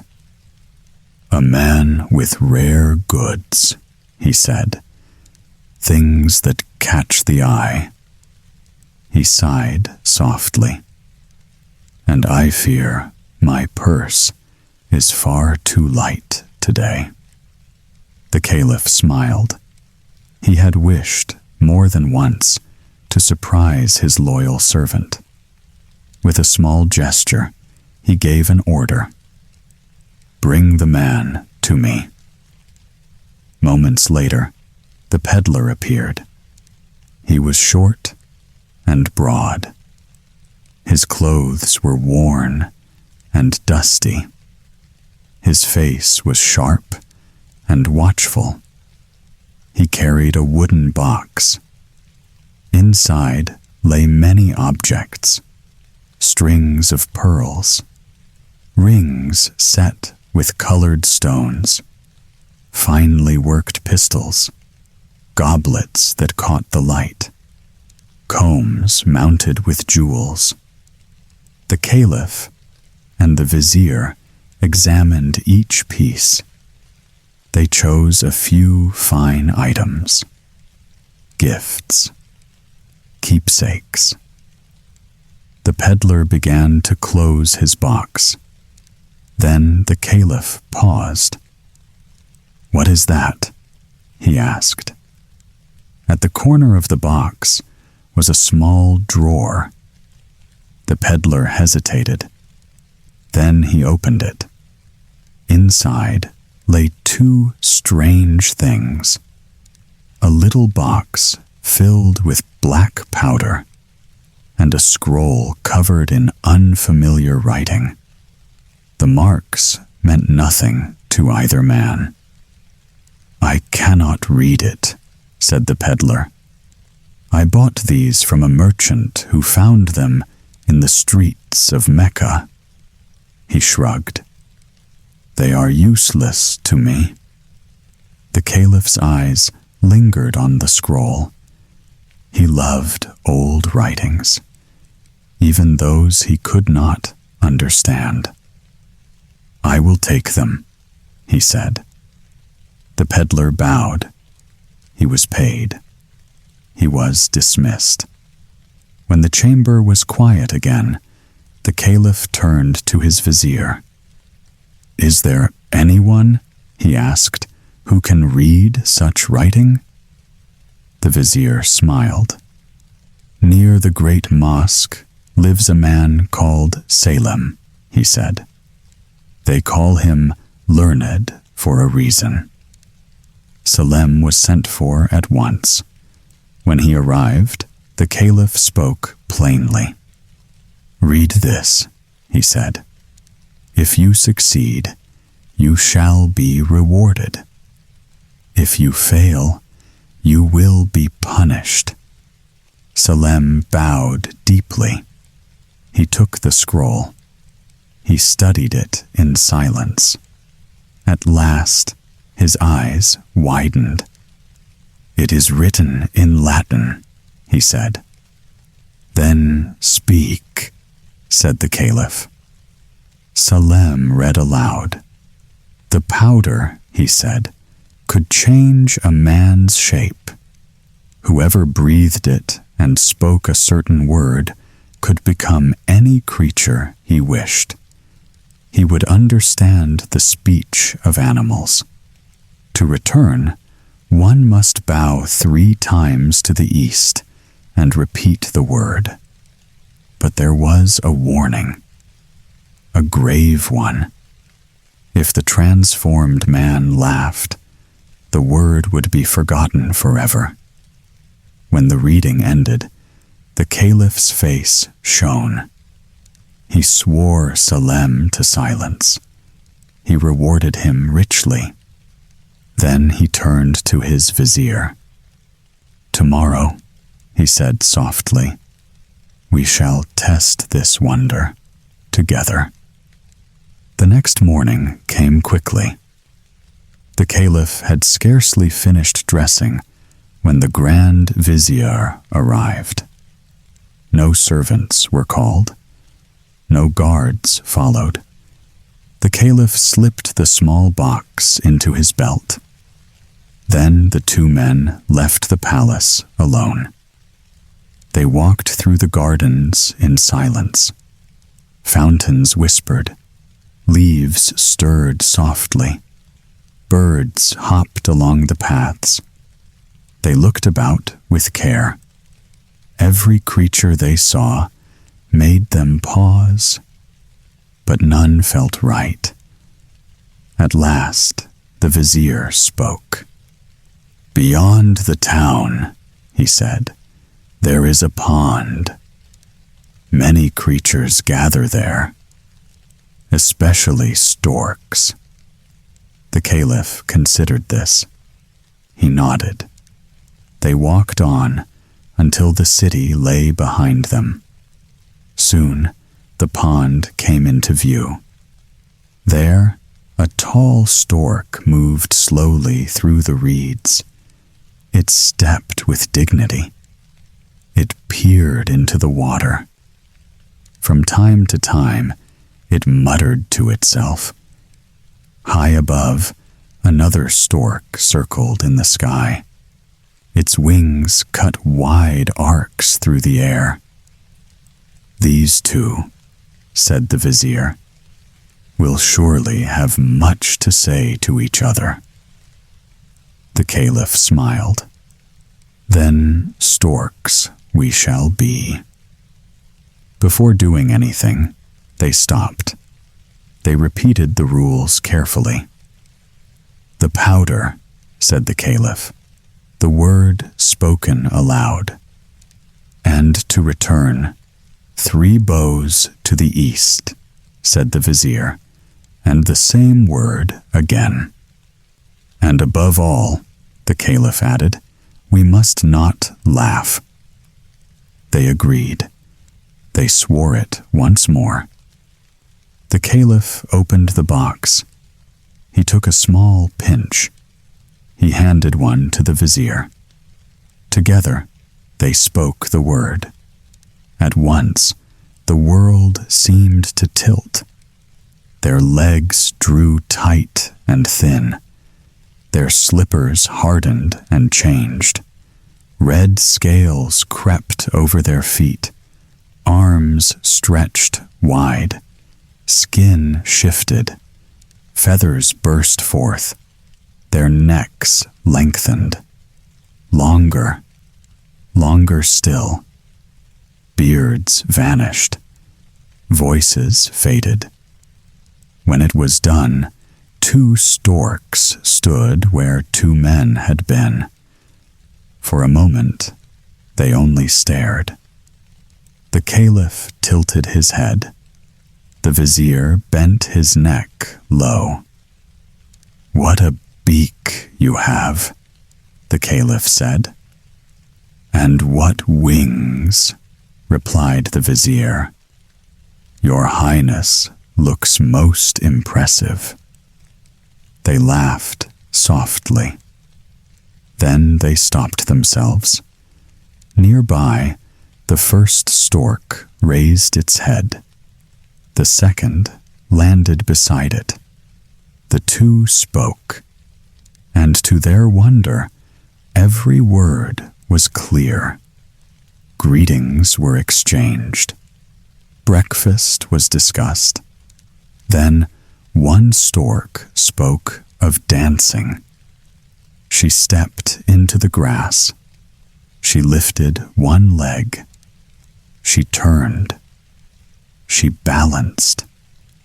Her wings rose and fell in perfect time. The sight was too much. A sharp sound burst from the caliph's bill. Another followed from the vizier. They laughed. They laughed again. Then silence fell. The caliph froze.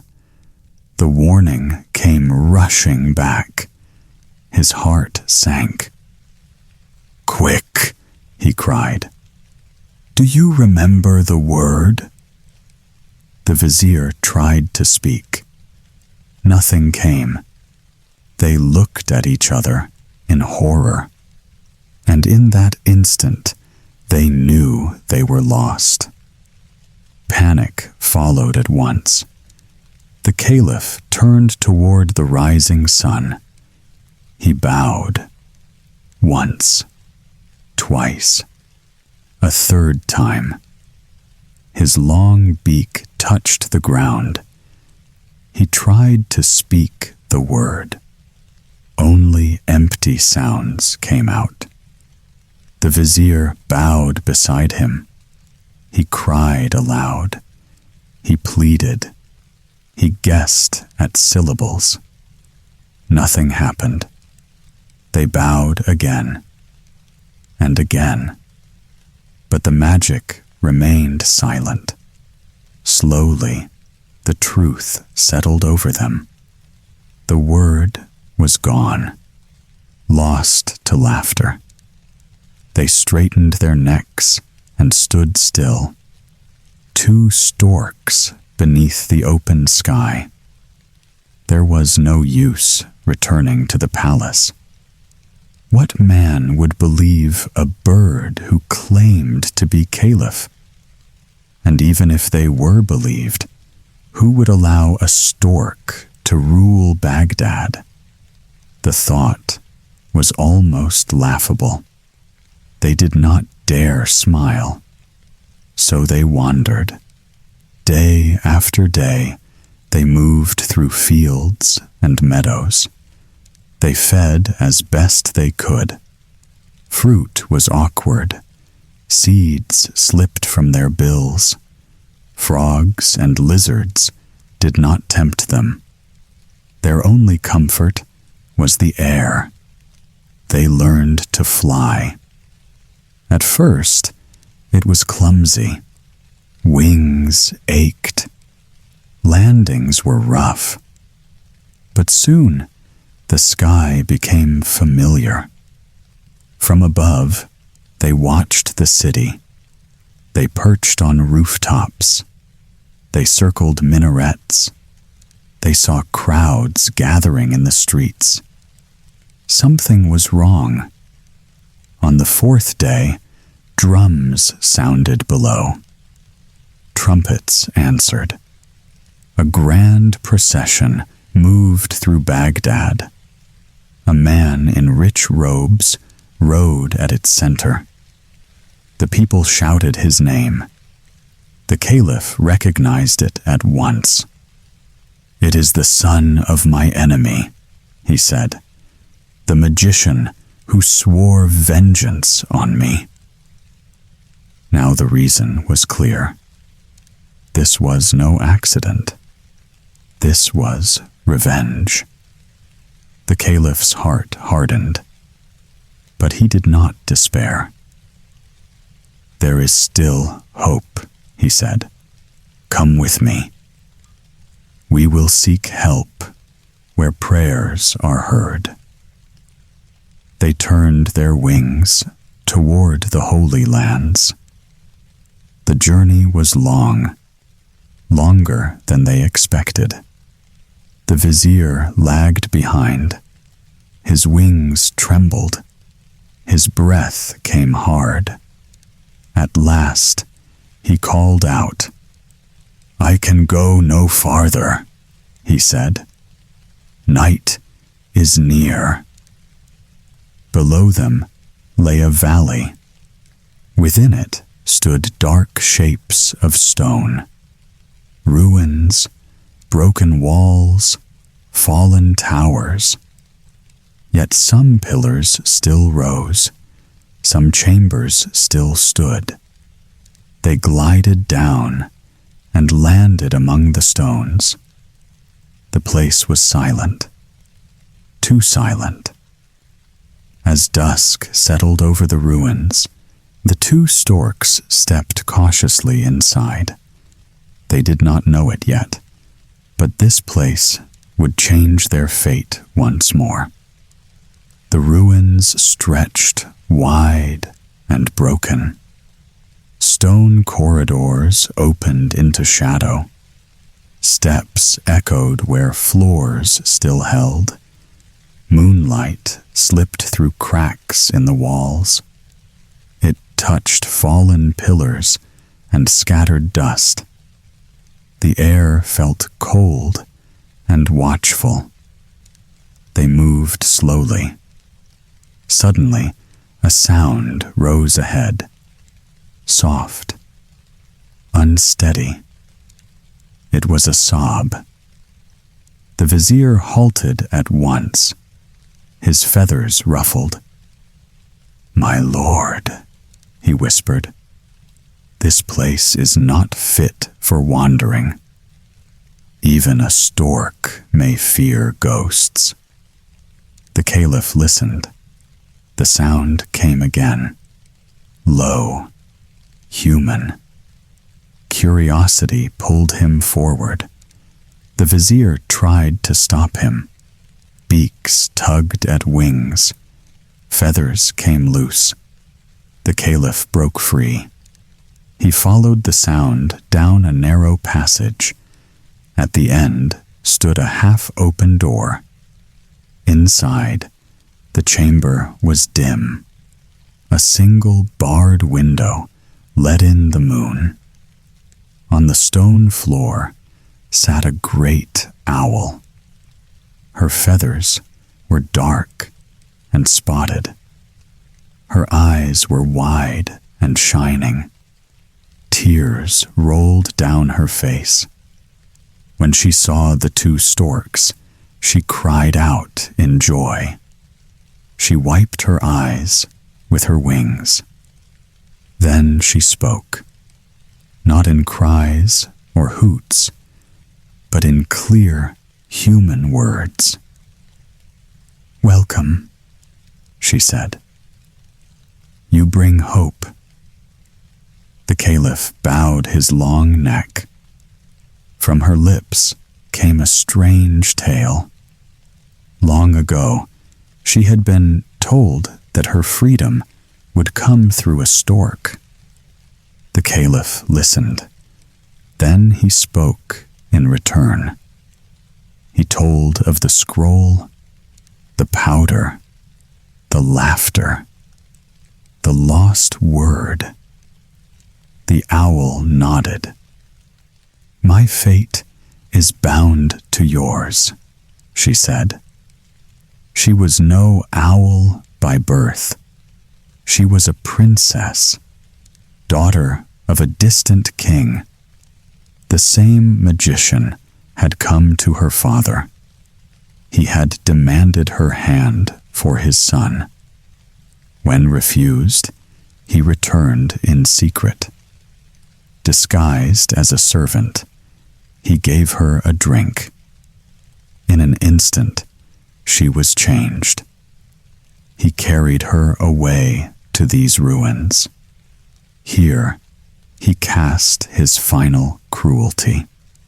She would remain in this form, alone and despised, until someone freely asked her to be his wife. Since then, she had lived in darkness.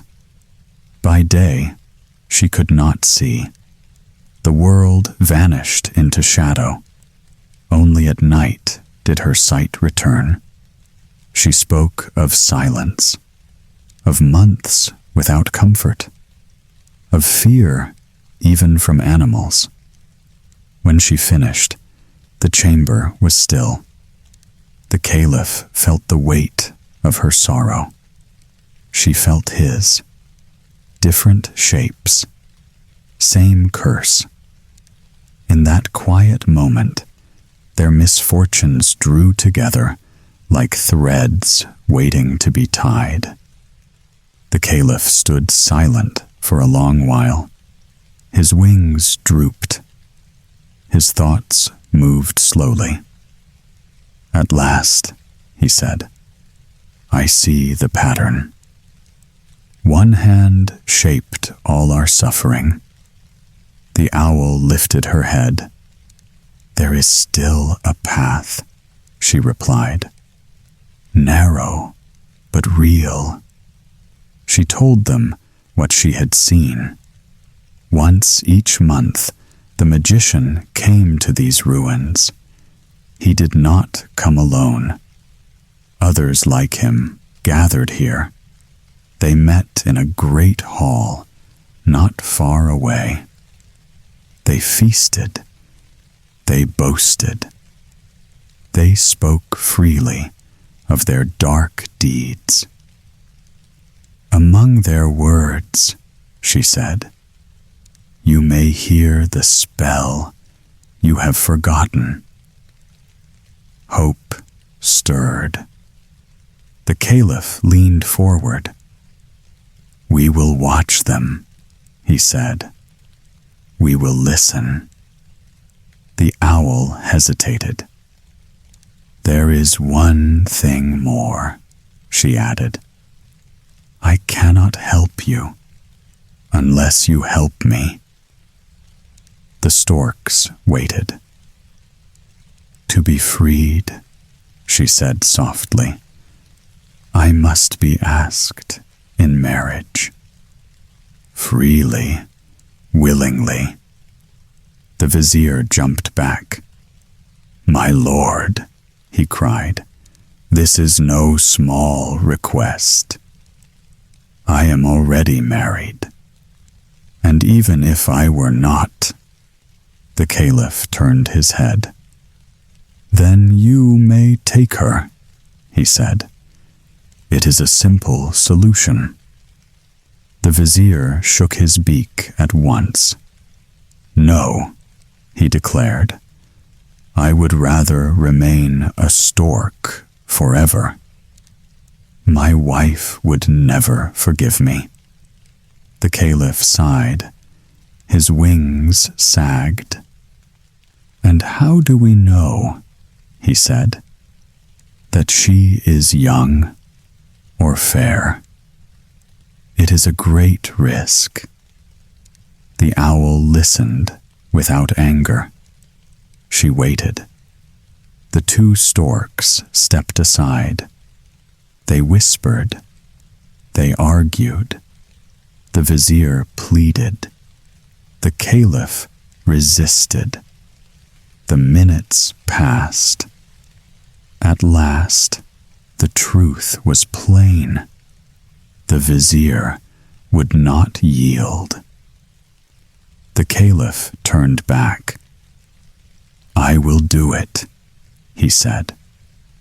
The owl's eyes shone. Joy lifted her wings. "You have chosen well," she said. "The time could not be better." She moved closer. "They come tonight," she whispered, "before the moon has crossed the sky." There was no time to waste. The ruins seemed to breathe around them. Darkness gathered. For the first time since their curse began, hope stood near. But it came at a price. The owl led them through the ruins. They moved without sound. Stone pressed cold beneath their feet. A narrow passage opened ahead. Light spilled through a broken wall. Voices echoed beyond it. They crept closer. Inside lay a vast hall. Tall pillars rose from the floor, carved long ago. Colored lamps hung between them, glowing like trapped stars. Their light replaced the sun. At the center stood a round table. It was heavy with dishes, rich food, dark wine. The air smelled of smoke and spice. 8 men sat upon low cushions. Their faces were hard, their laughter sharp. The caliph's eyes narrowed. Among them sat a familiar figure, the peddler. His ragged clothes were gone. Fine robes now covered him. The men spoke freely. They mocked kings. They praised their own cunning. One leaned forward. "Tell us," he said, "what mischief you have done of late." The peddler smiled. He spoke of Baghdad, of a ruler too curious for his own good. The caliph listened, frozen. The story was his own. The powder, the scroll, the experiment. "And what spell did you give them?" asked another. The peddler laughed. "A clever one," he replied. "A word not easily remembered." He paused. He lifted his cup. "Mutabor," he said. The sound struck like thunder. The caliph's heart leapt. His wings trembled. The vizier bent low. Joy burned in his eyes. They dared not speak. They dared not move. The sorcerers returned to their feast. They did not notice the shadows. Slowly, carefully, the 2 storks drew back. The owl followed close behind. Stone scraped softly beneath their claws. The light faded. Once outside the hall, the caliph could hold himself no longer. He lifted his wings in triumph, then stopped. Silence. They hurried through the ruins. Steps quickened. breath came fast. At the great door, they paused. The owl looked at the Caliph. Her eyes were full of trust. The night was still. The moon hung low. They had what they needed. The word was theirs again. Now, only courage remained. They stopped in the open courtyard of the ruins. The night air felt different now. Lighter. Almost kind. The Caliph turned to the owl. He bent his long neck with care. "Deliverer of my friend and myself," he said, "accept my thanks and accept my word. I will keep my promise." The owl stepped forward. Moonlight touched her feathers. "I accept," she said softly. The vizier watched in silence. Hope and fear moved together in his chest. The Caliph lifted his head. He faced the east. The mountains lay dark against the sky. The first hint of dawn rested on their edges. "This time," he said, "we will not forget." They stood still. They gathered their courage. Then they bowed. Once, their long necks dipped low. Twice, feathers brushed the stone. A third time, their beaks touched the ground. The Caliph drew a breath. "Mutabor," he said. The vizier echoed the word. At once, the air seemed to ripple. Feathers loosened. They fell away like leaves. Wings shortened. Bones shifted. Long necks drew back into shoulders. Beaks softened. Bills vanished. Legs changed shape. Scales faded. Feet became human once more. In a heartbeat, it was over. Two men stood where two storks had been. The Caliph swayed. The vizier caught him. They laughed. They wept. They embraced. For a moment, no words were needed. Then a sound behind them made them turn. Where the owl had stood, a woman now appeared. She was tall and graceful. Her hair fell dark upon her shoulders. Her eyes shone with quiet strength. Her garments were simple, yet she seemed wrapped in light. She smiled. "Do you still recognize me?" she asked. The Caliph stared in wonder. His breath caught. "You were never an owl," he said. "You were a princess." She inclined her head. "The spell is broken," she replied. Joy filled the courtyard. The vizier stepped back, amazed. "So this," he said, "is what we were afraid of?" They laughed again. The sky brightened. Morning was near. "There is much to be done," the Caliph said at last.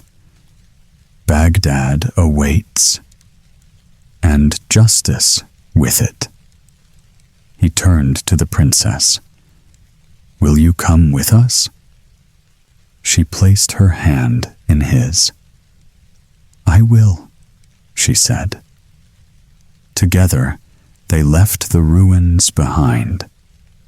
the road stretched eastward, and for the first time since the strange adventure began, they walked it as free people. They did not delay their return. Fresh horses were prepared at dawn. Clothes were borrowed. Food was gathered for the road. The Caliph rode at the front, the princess beside him. The vizier followed, still glancing at his hands, as if afraid feathers might return. By the third day, the walls of Baghdad rose before them. The city stirred. People stopped in the streets. They stared. They whispered. Then a cry went up. "The Caliph! The Caliph has returned!" Joy swept through the crowd like wind. Men bowed. Women wept. Children ran beside the horses. At the palace gates, guards fell to their knees. The false ruler was seized at once. He protested. He shouted. But his power was gone. The magician was dragged before the throne. The Caliph did not shout. He did not rage. "You gave me the form of a bird," he said calmly. "Now you shall keep it." The powder was brought. The word was spoken. Before the court, the sorcerer shrank and twisted. His arms became wings. His voice broke into harsh cries. A stork stood where he had been. Gasps filled the hall. The Caliph turned to the magician's son. The young man trembled. "You were taught evil," the Caliph said, "but you chose it as well." He was spared death, yet his power was taken. He was sent away to live far from the city he had tried to steal. Order returned to Baghdad. The Caliph took his seat once more. Justice was restored. Peace followed. Soon after, the palace filled with music. The Caliph married the princess. The city celebrated for days. She ruled with wisdom, with kindness, with strength earned through suffering. The vizier came each afternoon as before. He still chose the best hour. Sometimes, when the mood was light, he would lift one leg. He would stretch his neck. He would bow deeply. "Once," he would say, "I did this far too often." The Caliph would laugh. The queen would smile. And when night fell, and lamps were dimmed, and stories were told to sleepy children, people spoke of magic and caution.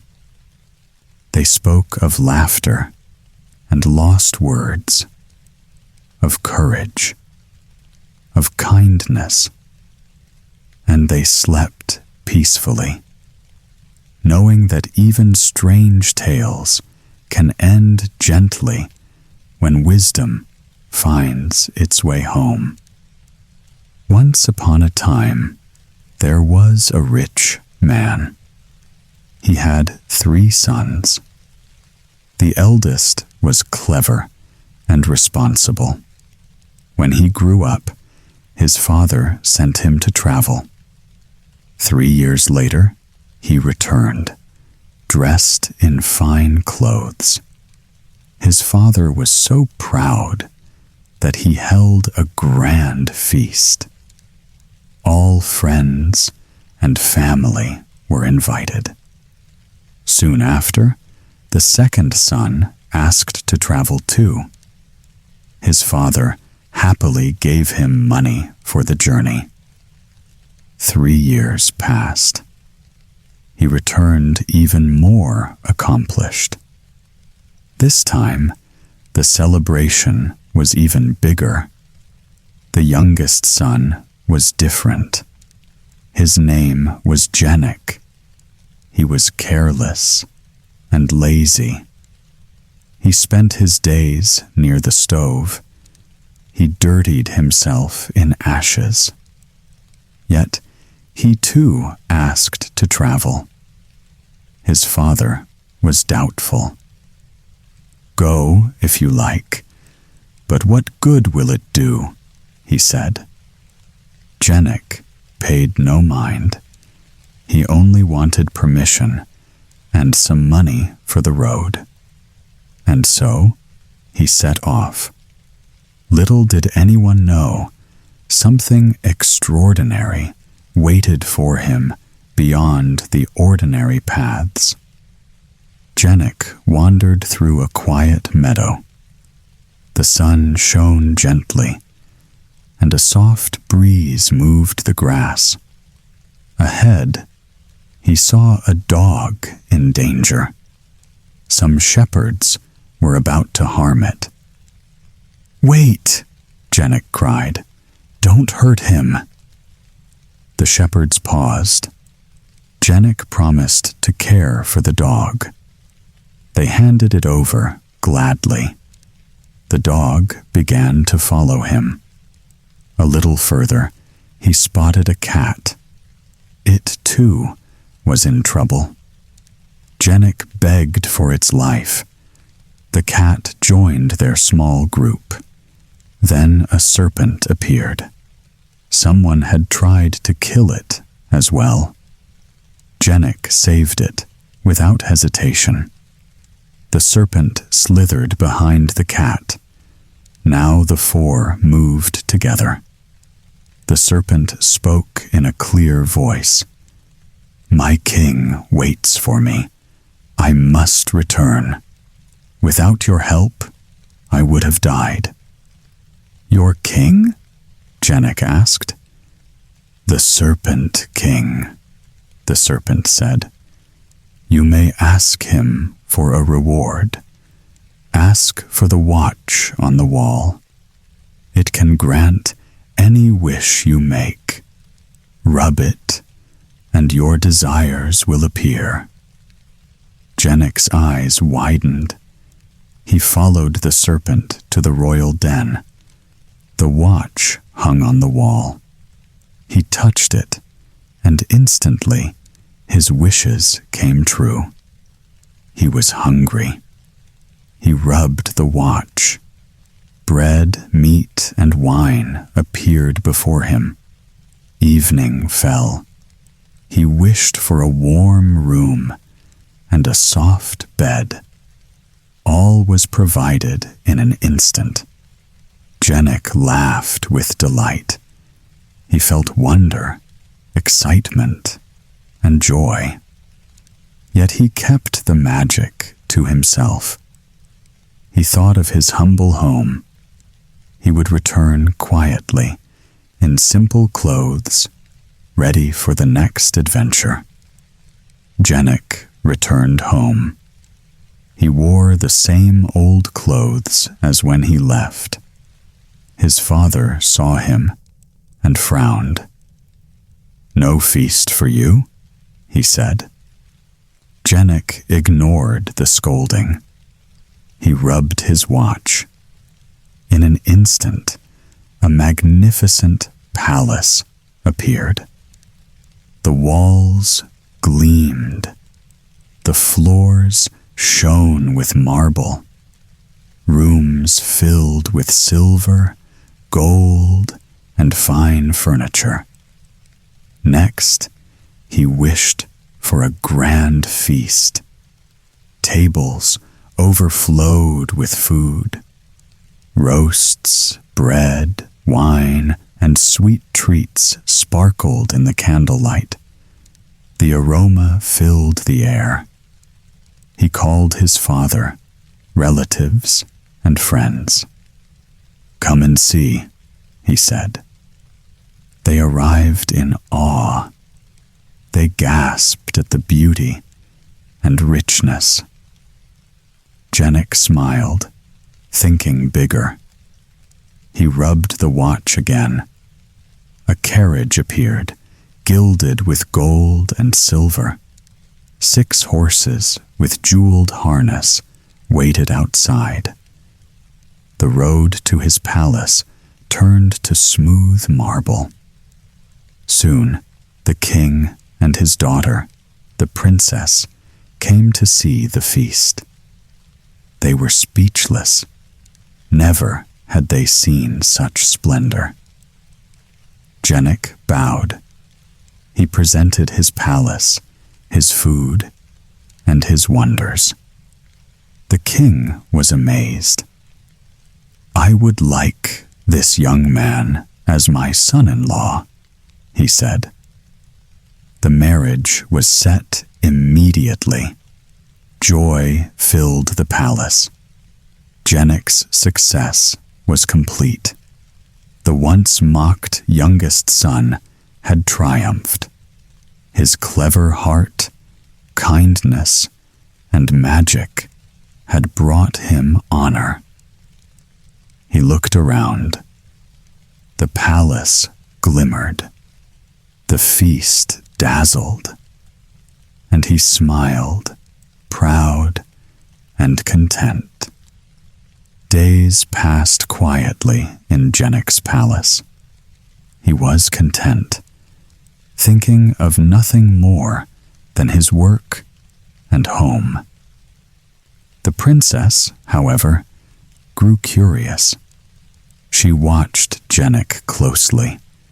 She asked questions he barely answered.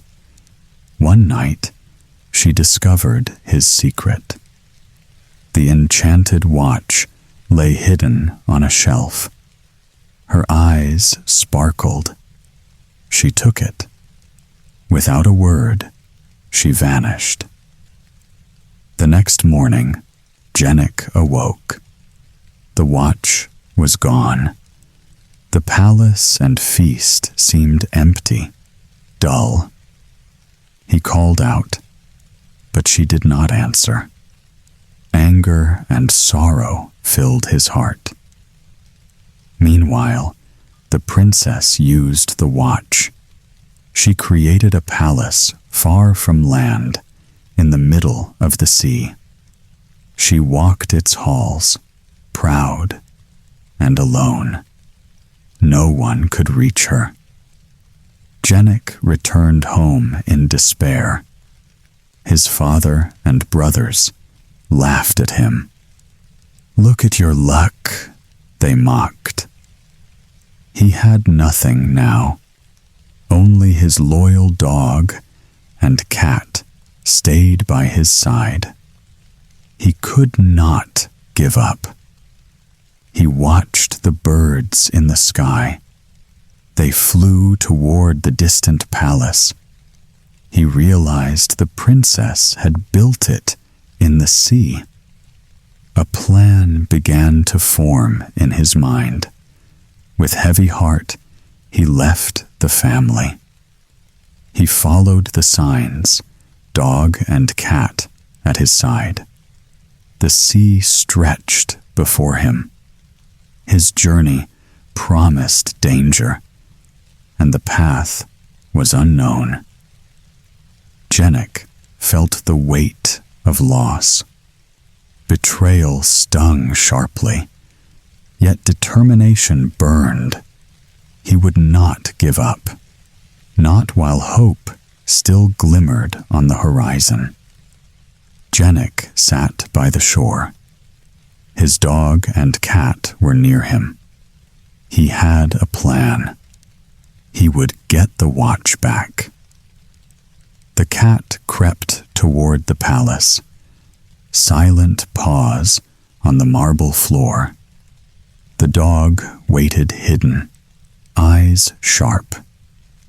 The princess had been gone too long. The watch lay in the sea now. Jenik felt a pang of worry. He could not lose it forever. The cat found the cellar. A box held the magical watch. It was small, but its power immense. Carefully, the cat gripped it with teeth. Nearby, sea creatures watched. A fish appeared, curious and clever. It helped carry the watch to the shore. Jenik caught it. His heart raced with joy. Immediately, the magic faded. The palace in the sea vanished. The princess disappeared with it. Jenik felt empty, yet relieved. He petted the cat. He hugged the dog. "Thank you," he whispered. They had been loyal through everything. Finally, Jenik smiled. The watch was back. He had used his mind. He had trusted his friends. Wit and loyalty had won the day. The shore was calm. The sea no longer threatened him. All was quiet. All was ready for what came next. The sun rose as Jenik stepped onto the familiar path. The dog trotted happily by his side. The cat pranced lightly, ears twitching. The magical watch rested safely in his hand. He paused at the shore. With a thought, the distant palace vanished. The sea was calm again. The princess and her magic no longer caused trouble. Peace returned to the waters. Jenik walked toward home. Each step felt lighter. The air smelled of flowers and fresh bread. The birds sang, as if welcoming him back. His family was near the stove, as always. This time, their eyes were wide with surprise. No laughter, no mockery. They had seen his courage and cleverness. They embraced him warmly, at last understanding his worth.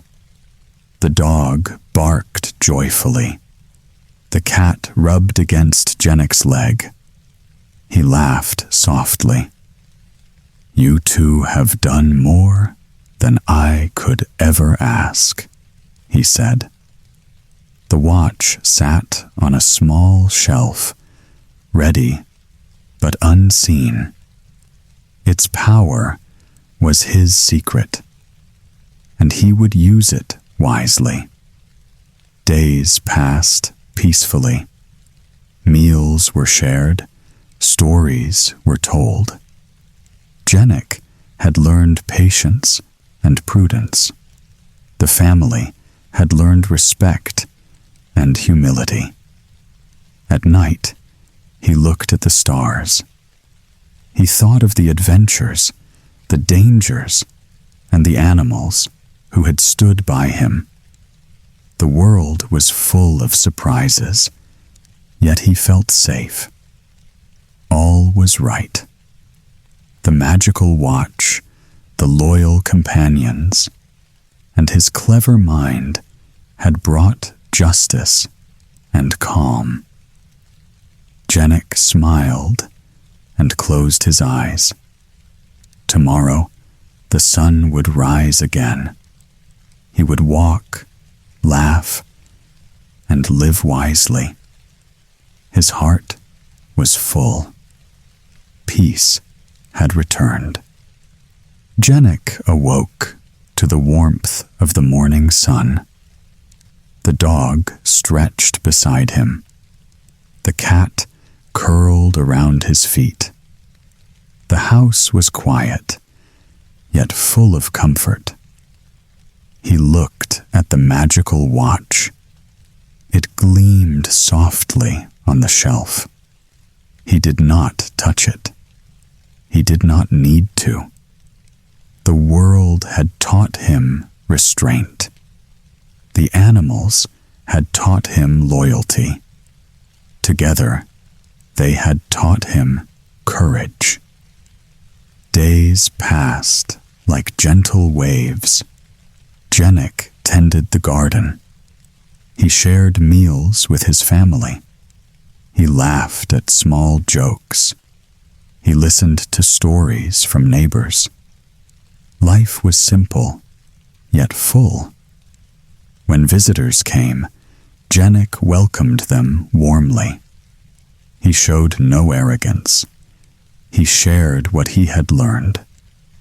The watch remained his secret. The animals never left his side. In the evenings, he watched the sunset. The sky turned gold and pink. The cat purred softly. The dog rested its head on his knee. Jenik felt a deep, quiet happiness. The family had forgiven, learned, and grown. Jenik's cleverness, kindness, and patience had restored harmony. The watch was no longer a temptation, but a reminder of adventure, of lessons learned, and of true friendship. As night fell, the house glowed with soft candlelight. Jenik smiled. He whispered a quiet thanks to the world, the animals, and the magic that had once guided him. He knew that true riches were not in gold or palaces, but in courage, loyalty, and love. The dog barked softly. The cat purred. Jenik closed his eyes. The stars twinkled outside. And in that gentle, peaceful night, the story ended. All was right. All was well. Everyone knows the fairies live for hundreds of years. Their lives are long, quiet, almost endless. Still, they are not completely safe. Once every week, each fairy must change form. For one single day, she becomes an animal. On that day, she can be hurt.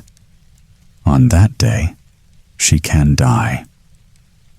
Long ago, this fate reached the Fairy Queen. Her death shook the fairy realm. Without a ruler, nothing felt settled. Nothing felt sure. So a great assembly was called. The oldest fairies gathered. They spoke for many hours. They argued. They weighed every claim. At last, only two names remained: Celandine, clever and bright, quick of thought, skilled in charm, and Paradami, quiet and patient, deep and mysterious, careful with her power. Neither could be chosen without unfairness. So a challenge was declared. No common magic was allowed. No sudden wonders. No easy tricks. Each fairy must create a human marvel. Celandine chose to shape a prince who could never stay faithful. Paridami chose to shape a princess no one could ever resist. And so, the contest began. There once lived a wise king and a gentle queen. Their kingdom was calm. Their court was orderly. And their hearts were in perfect harmony. They had one child, a little daughter. They named her Rosanella. On her white throat was a tiny pink mark. It looked like a rose, soft, delicate. From her earliest days, she showed a rare brightness. She noticed everything. She understood more than most children ever could. One night, the queen woke with a cry. Her dream still clung to her. In it, she held her baby close. Suddenly, Rosanella changed. She became a bouquet of roses, bright and living. Then a great bird swept down. It seized the flowers and vanished into the sky. Shaking, the queen called for her attendants. "Go," she said. "Check the child at once." They ran. Moments later, their screams echoed through the halls. The cradle was empty. Servants searched every chamber, every corridor, every garden path. But Rosanella was gone. The queen's sorrow knew no rest. The king grieved just as deeply, though he spoke less. At last, he led her away from the capital. They withdrew to a quiet palace in the countryside. He hoped silence might soften her pain. One evening, as they sat on a shaded lawn, something strange occurred.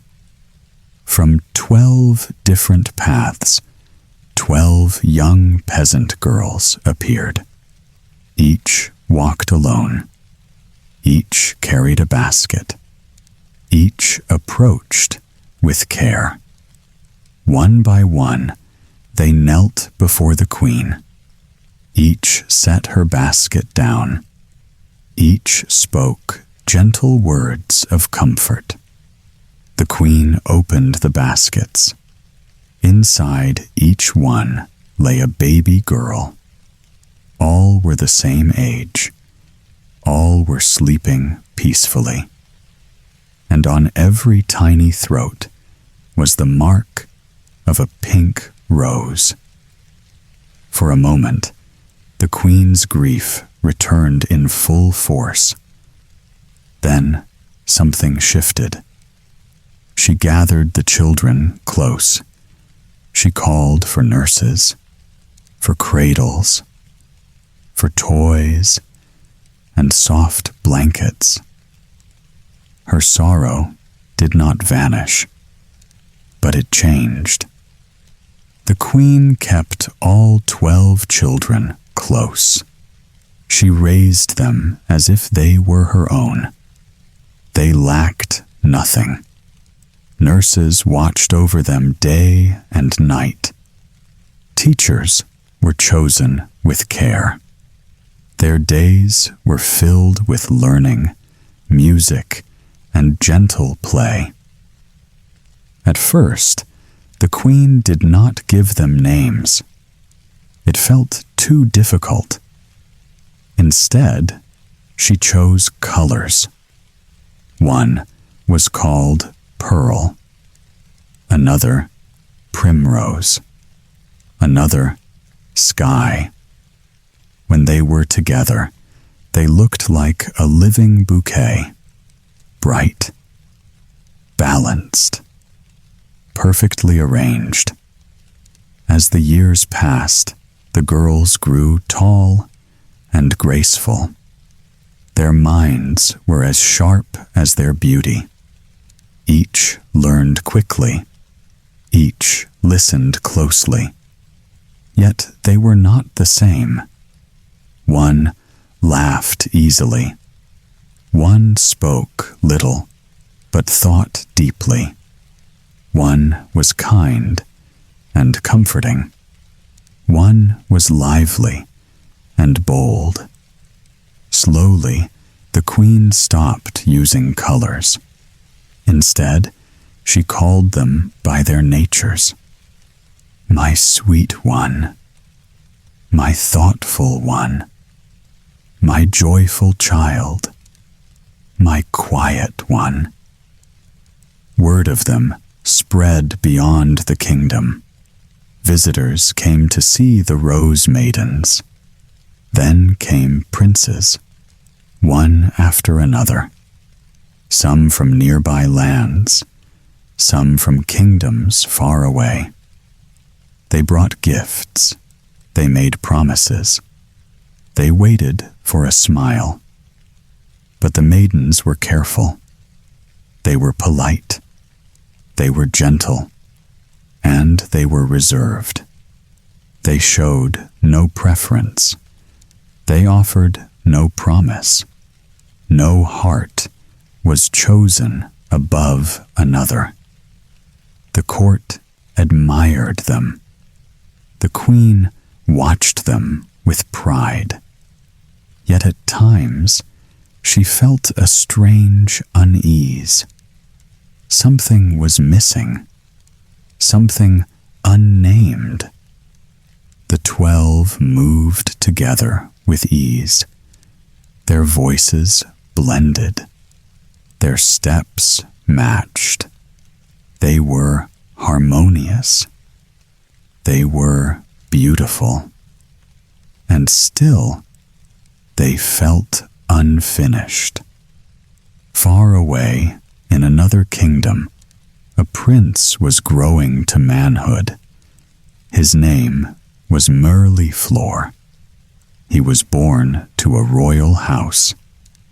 From the moment he could walk, all eyes turned toward him. He was handsome, graceful, quick of mind.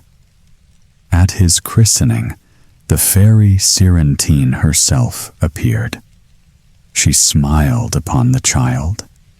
She gave him every gift a prince might desire: a sharp intellect, a kind heart, a charming manner. Only one thing she withheld: constancy. As Mirliflor grew, this absence became clear. He was warm and sincere. He truly liked the people he met, but he was easily drawn in. And just as easily, he lost interest. A new face delighted him. A new voice held his attention. Yet the feeling never stayed. By the time he reached adulthood, his name was known everywhere. He had won every heart in his father's court. Not through cruelty, not through deceit, but through charm. And still, he was restless. There was no thrill left in pursuit, no joy left in victory. Every smile felt familiar. Every affection felt thin. Then an invitation arrived. His father's cousin had opened his court for a season. Celebrations were planned. Guests were welcome. Mirliflor agreed to go. When he arrived, he was led at once into a bright hall. There, he saw them. 12 young maidens stood together. Each was lovely. Each was different. Yet all were bound by the same quiet grace. He felt his breath leave him. As he spoke with them, his confusion grew. He laughed with one, listened deeply to another, walked beneath the trees with a third. Soon, he could not bear to be without them. Not one, but all. For the first time in his life, he felt content, whole, at peace. From afar, Celandine watched. She smiled to herself. Surely, she believed, the contest was won. The queen decided to hold a great gathering in the gardens. Music drifted through the air. Soft laughter followed the paths. Guests moved easily beneath the trees. For a while, sorrow seemed far away. Prince Mirliflor walked among the 12 maidens. As always, his attention flowed gently between them. A word here, a smile there. He felt calm. He felt safe. Then a sound rose above the music. A low buzzing. At first, it seemed harmless, almost distant. The maidens froze. Their faces changed. Fear flickered in their eyes. They stepped back together, away from the guests, away from the sound. The buzzing grew louder. Suddenly, dark shapes rushed through the air. Bees, huge and gleaming, far larger than any creature should be. Before anyone could cry out, they struck. Each bee seized a maiden, one by one, lifted high into the sky. There was no struggle, no time to react. In a single moment, they were gone. The air closed behind them. The buzzing faded. A terrible silence followed. The garden stood still. Guests stared upward in horror. The queen's knees gave way. The court fell into confusion and grief. Mirliflor cried out. His voice broke. He ran forward, then stopped, helpless. At first, his pain was wild. He wept openly. He refused food. He spoke their names again and again. Then, slowly, something darker settled in. He withdrew from everyone. He wandered alone. He sat for hours without speaking. Celandine hurried to him. She brought painted portraits, faces of beautiful princesses. She spoke of marriages and futures. He turned away from them all. He would not look. He would not listen. Nothing touched him. Nothing stirred his heart. The joy he had found was gone, and without it, he began to fade. Prince Mirliflor wandered the palace grounds alone. He walked without purpose. His eyes were lowered. His thoughts were heavy. Suddenly, voices rose behind him. Shouts, gasps. cries of wonder. He looked up. The crowd was pointing toward the sky.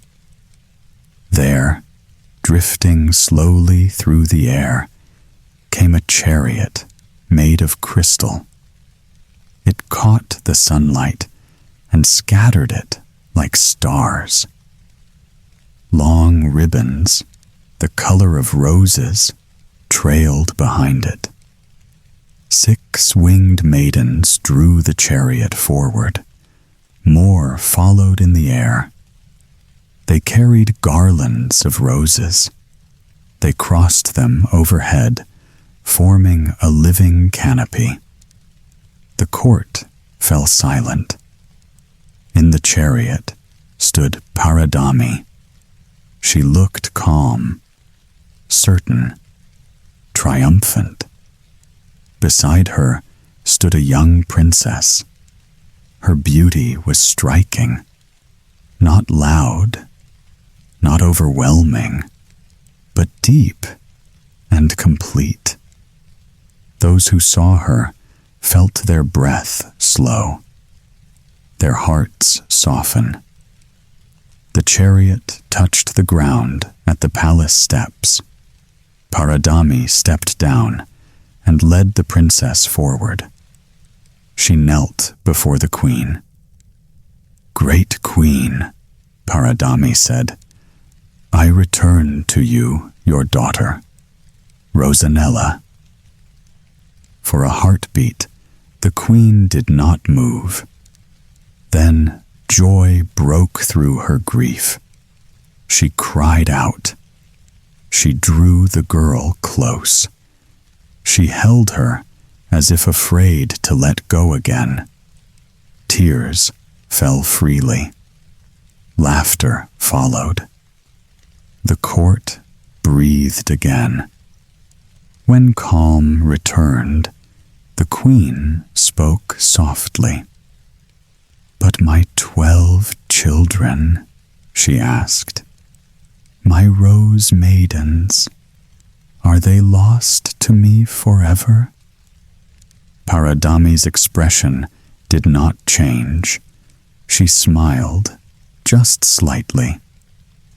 "Very soon," she said, "you will no longer miss them."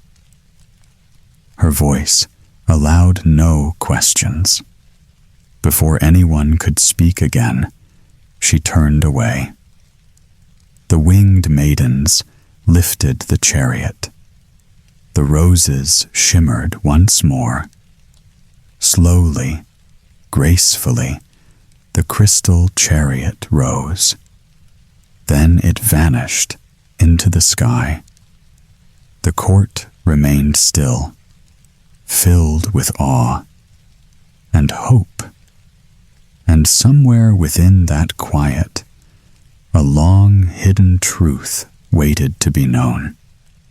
News of the princess's return reached Prince Mirliflor quickly. Yet he did not hurry to see her. His heart was tired. Hope felt dangerous. At last, duty required his presence. He entered the chamber quietly. Rosanella stood near the window. Light rested on her face. She turned as he approached. For a moment, he hesitated. Something about her felt familiar, and yet entirely new. As she spoke, his breath caught. In her voice, he heard kindness. In her smile, warmth. In her gaze, depth and joy. One by one, memories stirred. Laughter beneath trees, quiet talks in the shade, gentle comfort, bright delight. All of it lived in her, not divided, not scattered, whole. Understanding washed over him. His restlessness fell away. At last, his heart knew where to rest. He stepped forward, took her hand. "I have searched without knowing," he said, "and now I see." Without delay, without doubt, he asked her to be his wife. Rosanella answered with a smile, clear, certain. At that moment, the air shimmered. Paridamie appeared before the gathered court. Around her stood the fairies of the realm. The contest was ended. She spoke calmly. She told how Rosanella had been taken from her cradle, how her nature had been divided into 12 living parts, each part shaped to awaken love, together meant to cure a wandering heart. Now reunited, the spell was complete. The assembly bowed. Paridamie was crowned Queen of the Fairies. Soon after, a wedding was held. Guests arrived from many lands. Even Celandine came. She brought a gift, and no bitterness. Prince and princess were joined in joy. Mirliflor never wavered again. His love remained steady, his heart at peace. Rosanella loved him deeply, with a love both gentle and strong. Together, they ruled wisely. Their days were long, their kingdom calm. And so the tale ended, not with excess, but with unity. Long ago, there was a quiet village. It lay between green fields and soft hills. Life there moved slowly. Days were simple. Nights were peaceful. In this village lived 2 children, a boy named Sylvain and a girl named Jocosa. People often noticed them, not only for their beauty, but for their gentle hearts. They spoke kindly, they listened well, and they cared for others. Their families, however, were not at peace. An old quarrel stood between them. No one remembered how it began, or why it still mattered. Yet the parents held on to it, out of habit more than anger. Sylvain and Jocosa did not share this feeling. They felt no bitterness at all. When they were apart, they were unhappy. When they were together, they felt complete. Each day, they walked to the fields. They watched over their sheep side by side. They played in the sun. They rested in the shade. Sometimes they spoke. Sometimes they were silent. Their bond was quiet, but it was deep. And even then, it was something rare. One gentle morning, as the grass shimmered with dew, the fairy of the meadows passed quietly by. She saw the 2 children together. She watched them walk. She watched them speak. And she paused. There was something about them. Their faces were calm. Their manners were soft. Their affection was natural and unforced. The fairy felt drawn to them at once. From that day on, she kept them in her care. Though they never saw her, she was often near. She followed them through the fields. She lingered by the shaded banks where they rested. She listened when they laughed. She watched when they were silent. As the years passed, her fondness grew. At first, she showed her care in small ways. She left little gifts where they often went. A sweet cake beneath a tree. A bright ribbon caught in the grass. A piece of fruit, fresh and ripe, beside the path. The children were always surprised. They never asked where the gifts came from. Yet, what pleased the fairy most was what happened next. Sylvain would smile and think, "This will make Jocosa happy." And Jocosa would do the same. What will delight Sylvain? She wondered. They never kept the gifts for themselves. They always shared them, or offered them first to the other. The fairy watched this with joy. She loved their simple kindness. She delighted in their innocent pleasure. Each smile warmed her heart. Seasons changed. Spring followed winter. Summer followed spring. The children grew taller. Their voices changed.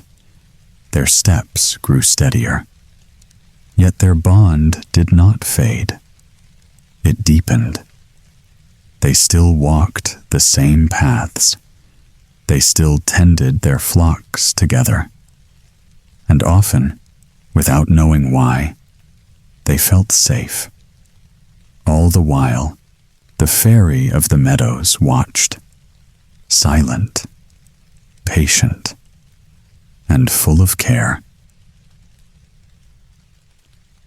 One warm day, near the middle of summer, Sylvain and Jocosa rested from the heat.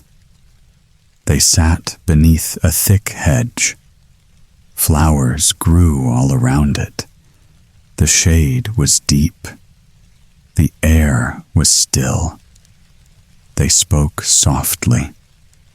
Then they fell quiet. Suddenly, the light seemed to change. Before them stood a tall, slender lady. Her dress was green, like new leaves. Flowers crowned her hair. She seemed to rise from the meadow itself. The children started in surprise. Their hearts beat fast. They rose to their feet. But the lady smiled. Her voice was gentle, and fear faded at once. "Do not be afraid," she said. "I have long watched over you." She told them how she had followed them since childhood, how she had seen their kindness, their faithfulness, their care for one another. She spoke of the gifts they had often found, the sweets, the small treasures, the pleasant surprises. "It was I," she said, "who placed them in your path."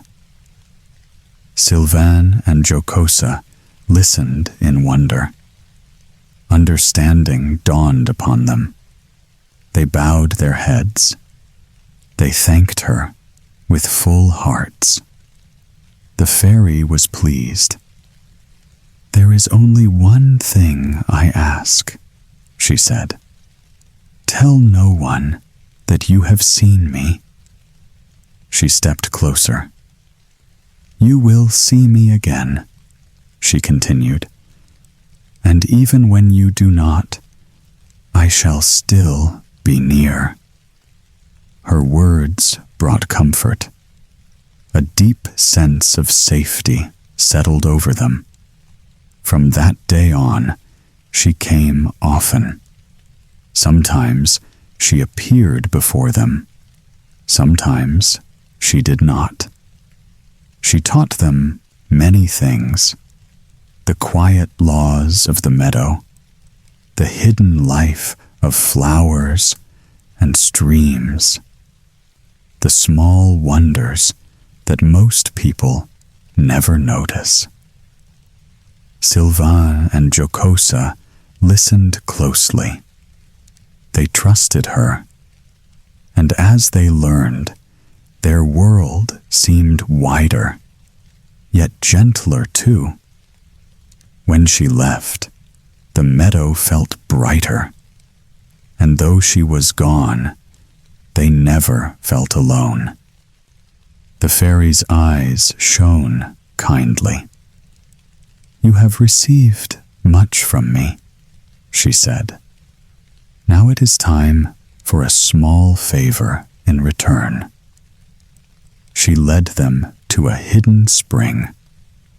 The water was clear, like silver in the morning light. Rocks and moss lined its edges. "It is my favorite fountain," she explained. "I treasure its purity." Every morning, before the sun appears, she said, "You must visit this fountain. Clear away every stone that blocks the flow. Pick up every fallen leaf. Remove broken twigs. Keep the waters bright and free." Sylvain and Jocosa listened carefully. The task seemed simple, but they understood its meaning. The fountain's purity would keep them together. As long as the water ran clear at dawn, they would never be parted. At first, it was a small effort. They moved stones and leaves with care. The cool water ran over their hands. They smiled at each other as they worked. Day after day, it became a habit. They rose before the sun, hurrying along soft paths to the spring. Every morning, the fountain gleamed. Its surface sparkled with light. The air smelled of fresh grass and flowers. They grew used to the rhythm. Together, they cleared stones and twigs. Together, they watched the water shine. The meadow seemed alive around them. The sun rose slowly, touching each flower and leaf. And always, the fountain stayed pure. The fairy often watched quietly. She delighted in their care, in the way they thought of each other first. Their bond grew stronger with each passing day. The task was small.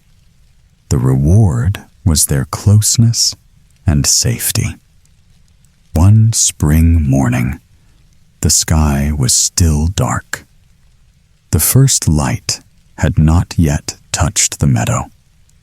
Sylvain and Jocosa hurried toward the fountain. They came from opposite sides. Bright flowers lined their paths. Reds, yellows, and purples glimmered in the morning dew. Each child paused. The blooms were too tempting to ignore. Jocosa bent down. She picked a few flowers. "They will make Sylvain happy," she whispered. Sylvain, seeing a patch of bright blooms, knelt too. I will make a crown for Jocosa, he thought. Step by step, they wandered deeper into the meadow. They moved carefully, choosing the best flowers. The sun had not yet risen. Still, they strayed farther from the fountain than they realized. The flowers seemed endless, every patch brighter than the last. They laughed softly as they worked. Each thought only of the other. Each wanted to give joy, not trouble. Suddenly, the first rays of the sun broke over the horizon. Sylvain and Jocosa looked up in alarm. They had spent too long among the flowers. The fountain. Both ran as fast as they could. Their hearts pounded. The cool spring air rushed past them. When they reached the fountain, horror struck. The clear, gentle waters had changed. A roaring river surged violently where the calm spring had been. Waves crashed over stones. Currents twisted and churned. Sylvain froze. Jocosa gasped. The river had grown wide and swift in an instant. Each tried to reach the other. Their hands lifted, holding the flowers. But no step could close the space. The water separated them completely. Shock held them in place. Fear and disbelief filled their hearts. In one cruel moment, they were torn apart. The meadow seemed vast and empty. The flowers they had gathered lay forgotten. Only the river remained, rushing between them. They stood, powerless, staring across the violent water. Neither could imagine how they would meet again. Sylvain did not wait. He jumped into the rushing water. The current pulled at him. He struggled, kicking and grasping, but the river was too strong. Time and again, it threw him back to the bank. Jocosa tried next.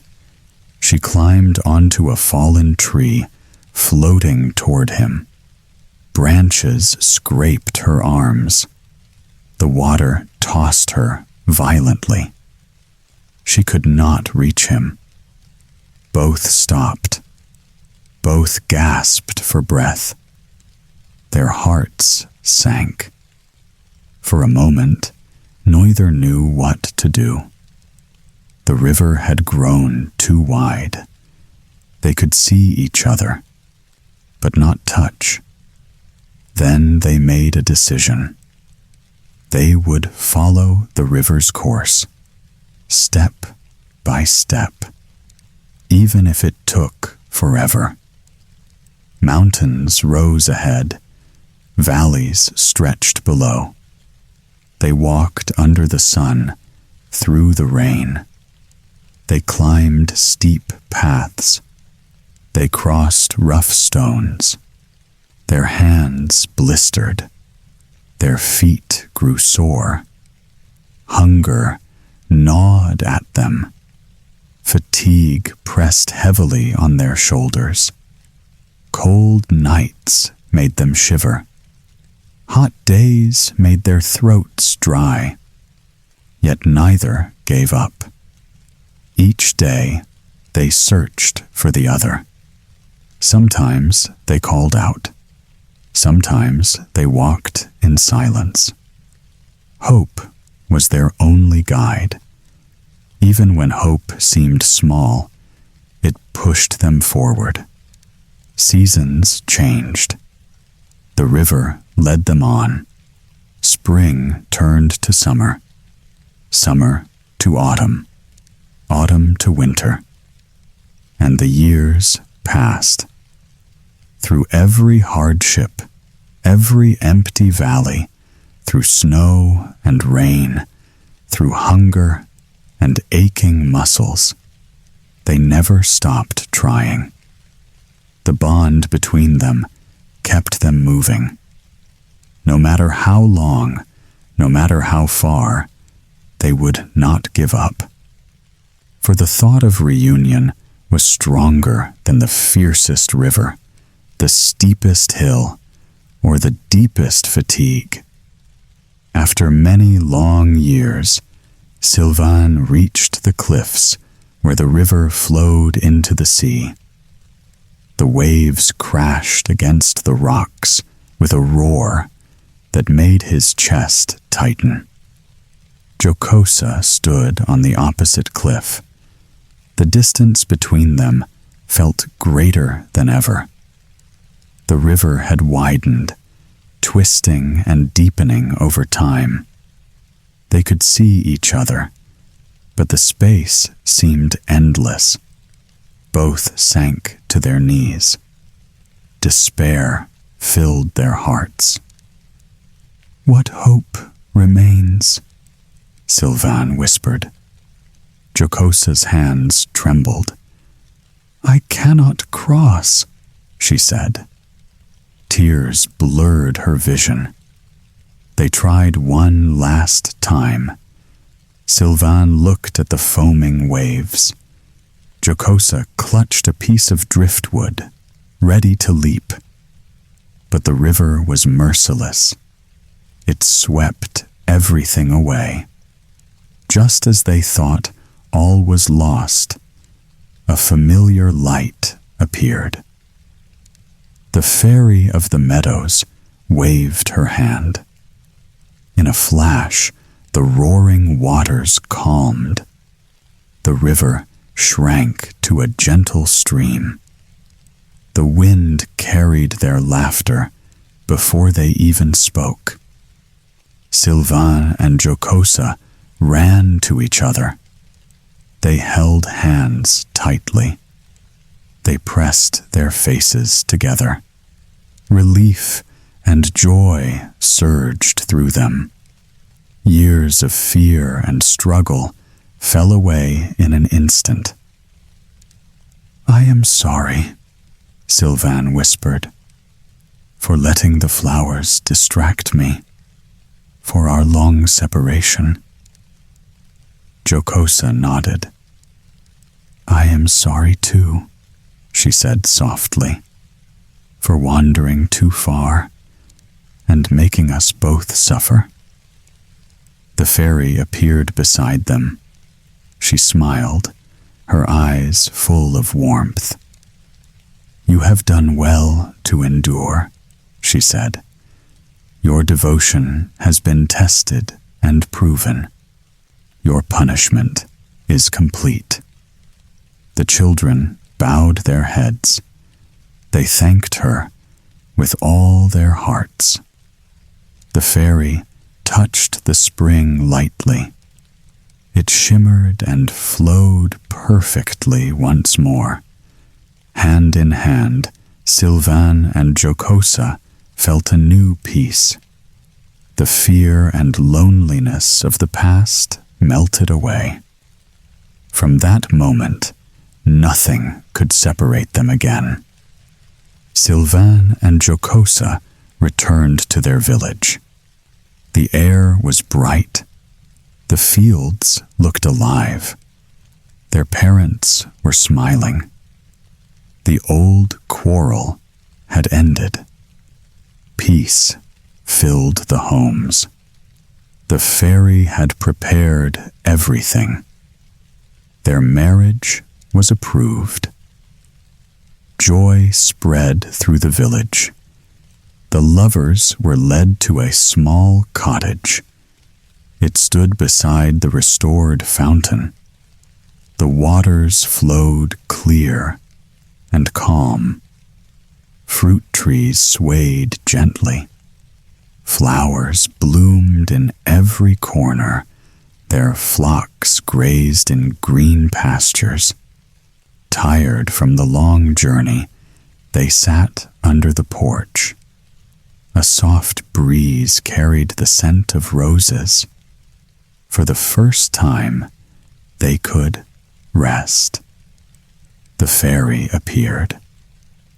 "I will tell you a story," she said. "You can listen while the wedding guests arrive." She spoke of a yellow bird. Once a fairy in trouble, it promised treasure to those who ate its head and heart. Many sought gold, but greed brought suffering. Those who acted honestly found contentment. Sylvain and Jocosa listened carefully. They understood the lesson. All the struggles they endured, the rivers crossed, the long years. It was love and care, not wealth, that had kept them safe. The fairy smiled. "True happiness grows where hearts are faithful and kind," she said. The couple held hands. They promised to remember this lesson forever. Their home, their love, and their simple life were more precious than any treasure. The fountain whispered beside them. The sun shone gently. Peace settled over the cottage, and their new life began. The fairy looked at them kindly. "Listen well," she said. "True happiness is simple. It comes from love, honesty, and care, not from riches or treasures." She pointed to the cottage and the flowing fountain. "These gifts will last," she said, "if you keep your hearts faithful and your work honest. Care for your flocks, tend your fields, live simply and kindly."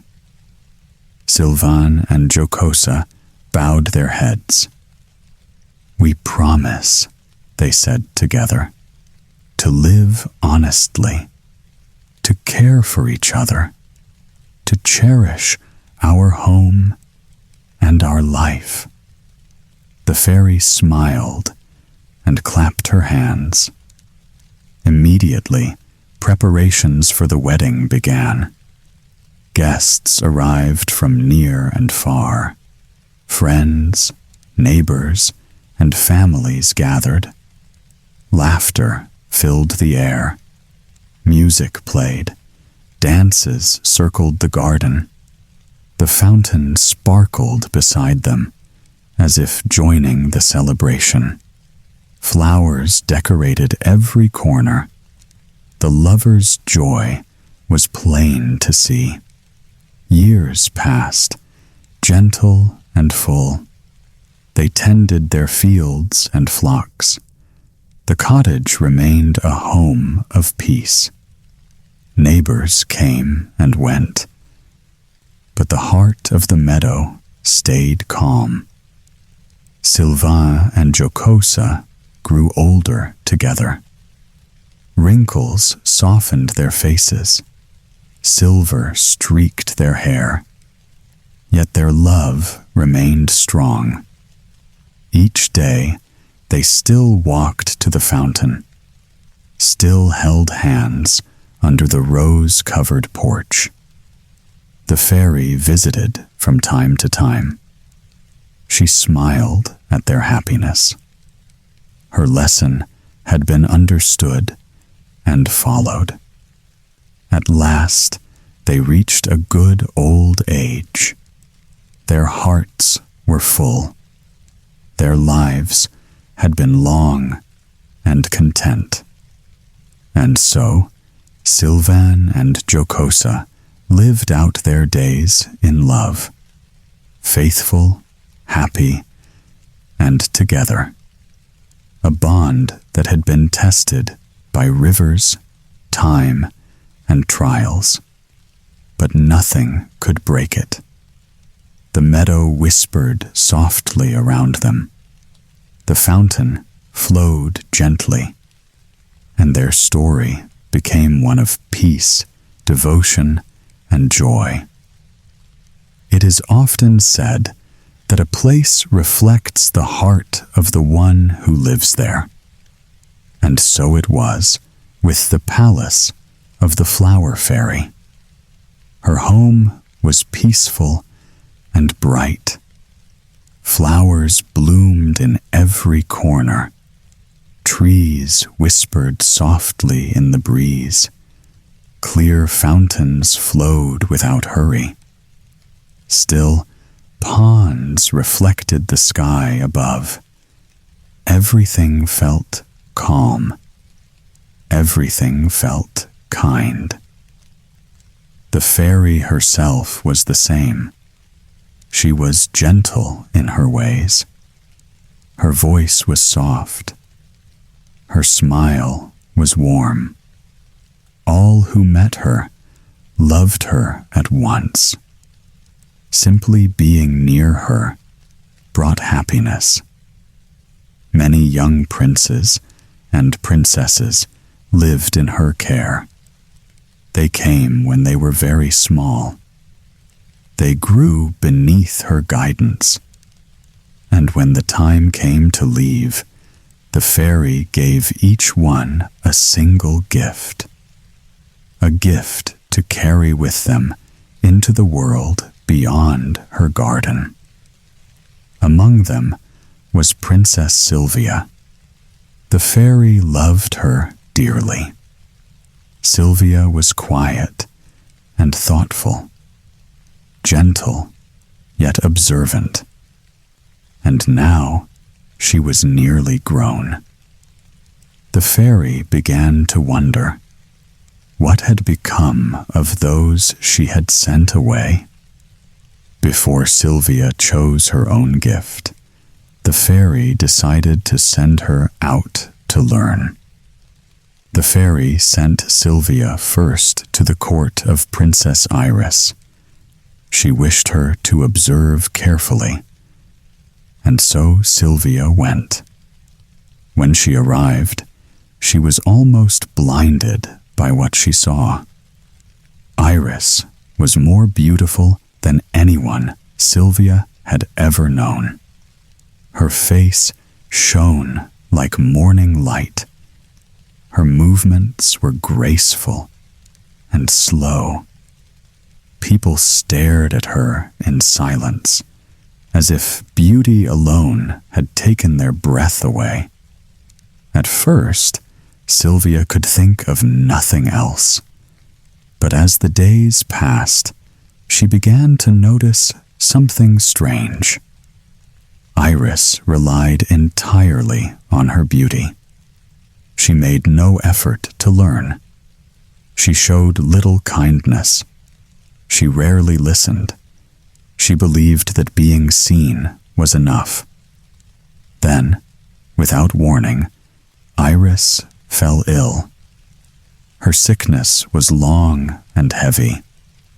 When she finally recovered, her beauty was gone. The change was cruel. Iris could not bear her own reflection. She avoided others. She wept in despair. All that had once pleased people now seemed empty and harsh. She had forgotten how to use her mind. Her confidence had vanished with her looks. In her misery, Iris begged Sylvia for help. She asked her to return to the fairy.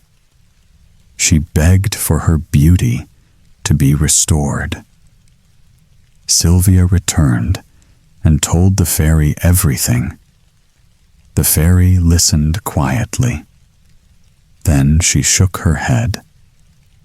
"My gifts may be given," she said softly, But once lost, they cannot be returned.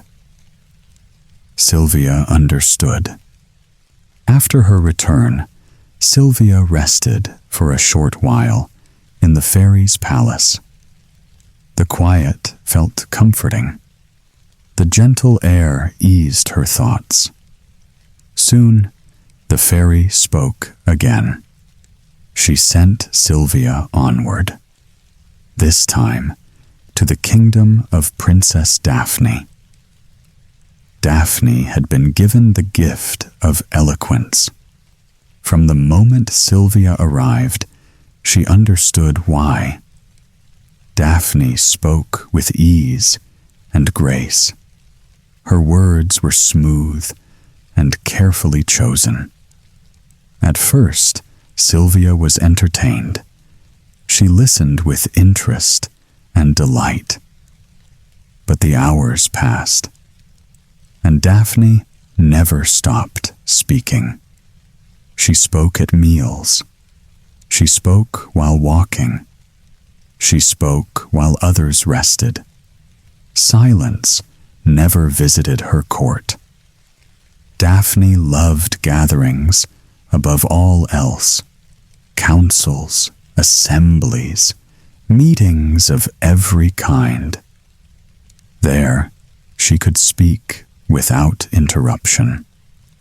And when they ended, she simply began again. What once seemed charming slowly became tiring.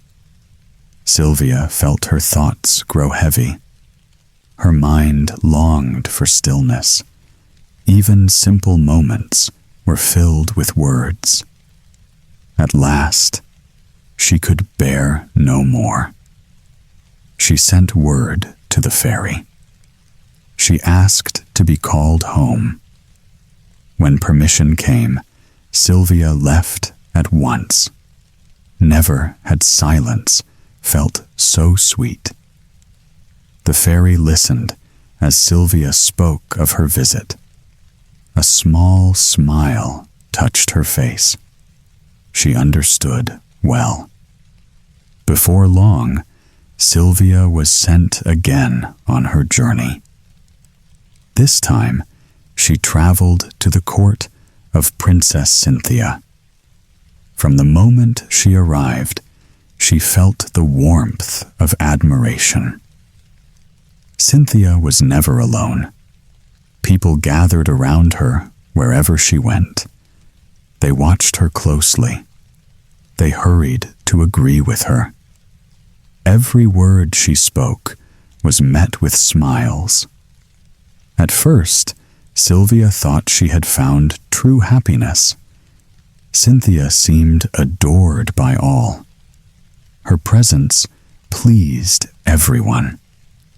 For a short while, Sylvia felt tempted. She wondered if such a gift might be worth choosing. But slowly, her thoughts changed. The longer she stayed, the more she noticed something missing.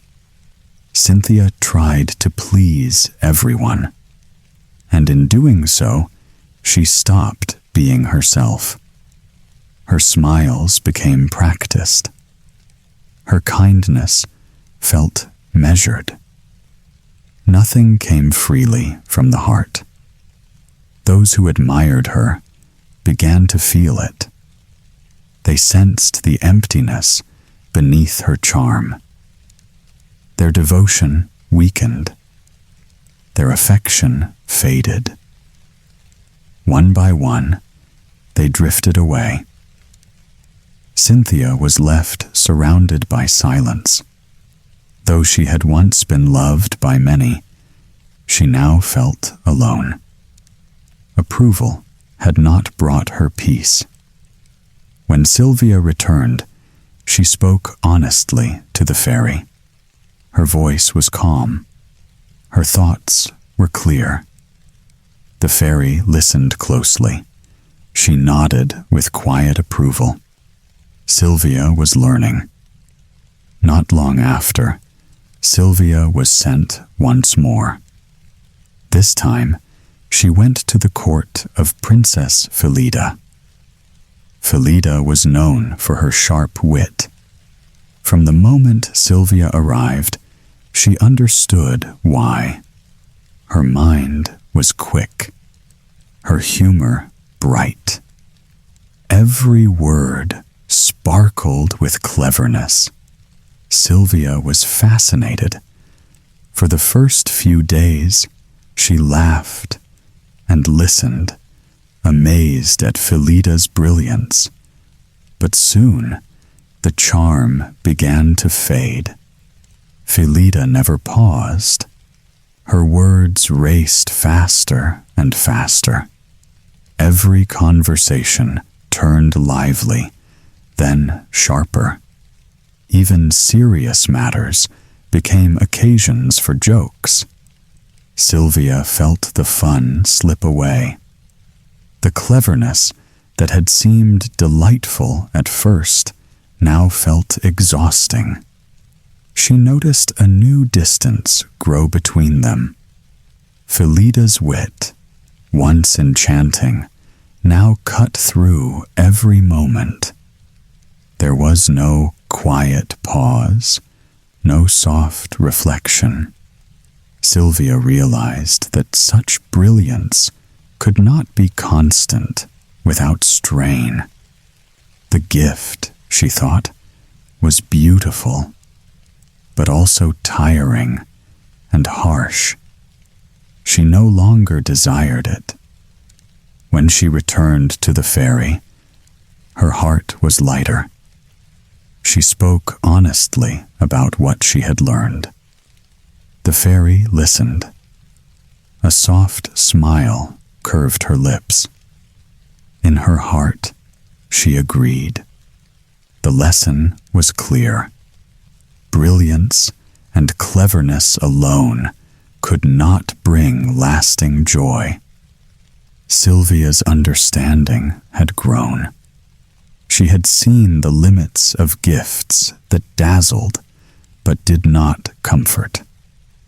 At last, the day arrived for Sylvia to receive her gift. All her companions gathered around. The palace was quiet, yet full of gentle anticipation. The fairy stood before them, calm and kind.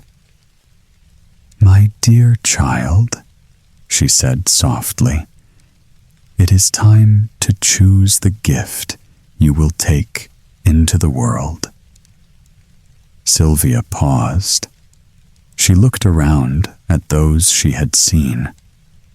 Iris, with her fleeting beauty.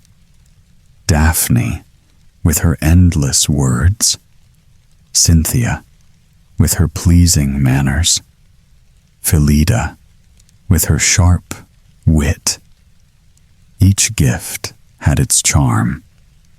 Each had its cost. Sylvia's mind traced the lessons she had learned. She remembered the weariness, the emptiness, the fleeting joys. She remembered what brought true calm. Then she spoke. "A quiet spirit," she said. "Something gentle, something steady, something that can bring peace to myself and others." The fairy smiled and nodded. "Your gift is granted," she said. A soft light shimmered around Sylvia. It was neither dazzling nor loud. It was calm, warm, and steady. A quiet joy settled over the room. Her companions looked on with gentle admiration. No applause was needed. No words could measure the happiness that came from this simple choice. It was a gift of lasting comfort, a joy that flowed quietly, like sunlight through leaves. Sylvia felt it in her heart. She understood at last the true value of a gift that could never fade. Over time, Sylvia's quiet spirit became part of her every day. It shaped the way she moved, the way she spoke, and the way she listened. Her presence was gentle. Even in sorrow, she remained calm. Her face carried a soft beauty that came not from dazzling appearances, but from kindness and peace. Those around her felt it immediately. When she entered a room, the air seemed lighter. People spoke more softly, moved more gently. Even grief and worry were eased by her calm. No one felt rushed or anxious in her presence. Her friends and companions learned from her example. They saw that happiness could be quiet, that joy did not always need to shout, and that true beauty came from patience, understanding, and a steady heart.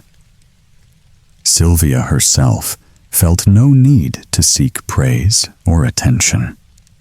Her satisfaction came from the peace she carried within. And that peace spread quietly to everyone she met. In this way, she discovered a happiness that lasted, a gift that never faded, a gentle light that warmed her life and those around her. And so the lesson was clear, though unspoken. True joy is calm. True beauty is gentle. And a quiet spirit can make the world a brighter, kinder place. The palace grew still with contentment, and as the sun set, all who saw Sylvia felt a soft, peaceful happiness, ready for sleep. Long ago, there was a kingdom that looked peaceful from afar, but it was not well ruled. The king cared little for his crown. He loved the hunt. His horses and hounds mattered more than laws or people. State papers passed through his hands, unread and unchanged. The queen cared only for herself. Once, she had been truly beautiful. She still believed she was. Her days were filled with mirrors, music, and endless amusement. She loved applause. She loved admiration. She could not bear to be ignored. They had one child, a daughter. The princess grew quickly, and with each year, her beauty became more remarkable. Her face was gentle. Her presence was warm. People smiled when she passed. At first, the queen watched with pride, then with worry, and finally with fear. What if the girl replaced her? That fear hardened the queen's heart. She decided the princess must be hidden. A small house was built beside a quiet river beyond the palace gardens. Tall walls rose around it. Guards were placed at every entrance. The princess was kept out of sight, alone, forgotten. To silence questions, the queen told lies. She said the girl was unpleasant, ugly, impossible to love. The story spread. Soon, everyone believed it. And so the kingdom remained calm on the surface, while cruelty lived quietly behind stone walls. Not far from that kingdom, in another land, there lived a young prince. His name was Narcissus. His childhood had not been an easy one. While still very young, he lost both his parents. Their crowns passed to an older heir. Narcissus was left behind, alone in the world. But he was not abandoned. A powerful fairy named Melinette took him under her care. She became his guardian, his teacher, his quiet protector. She taught him many things: how to speak kindly, how to listen carefully, how to judge others by their hearts, not by appearances. She also taught him secrets of the unseen world: old magic, gentle magic, magic meant to protect, not to harm. When the prince grew older, Melinette knew her task was nearly done. A boy could be taught in safety. A man had to learn by living.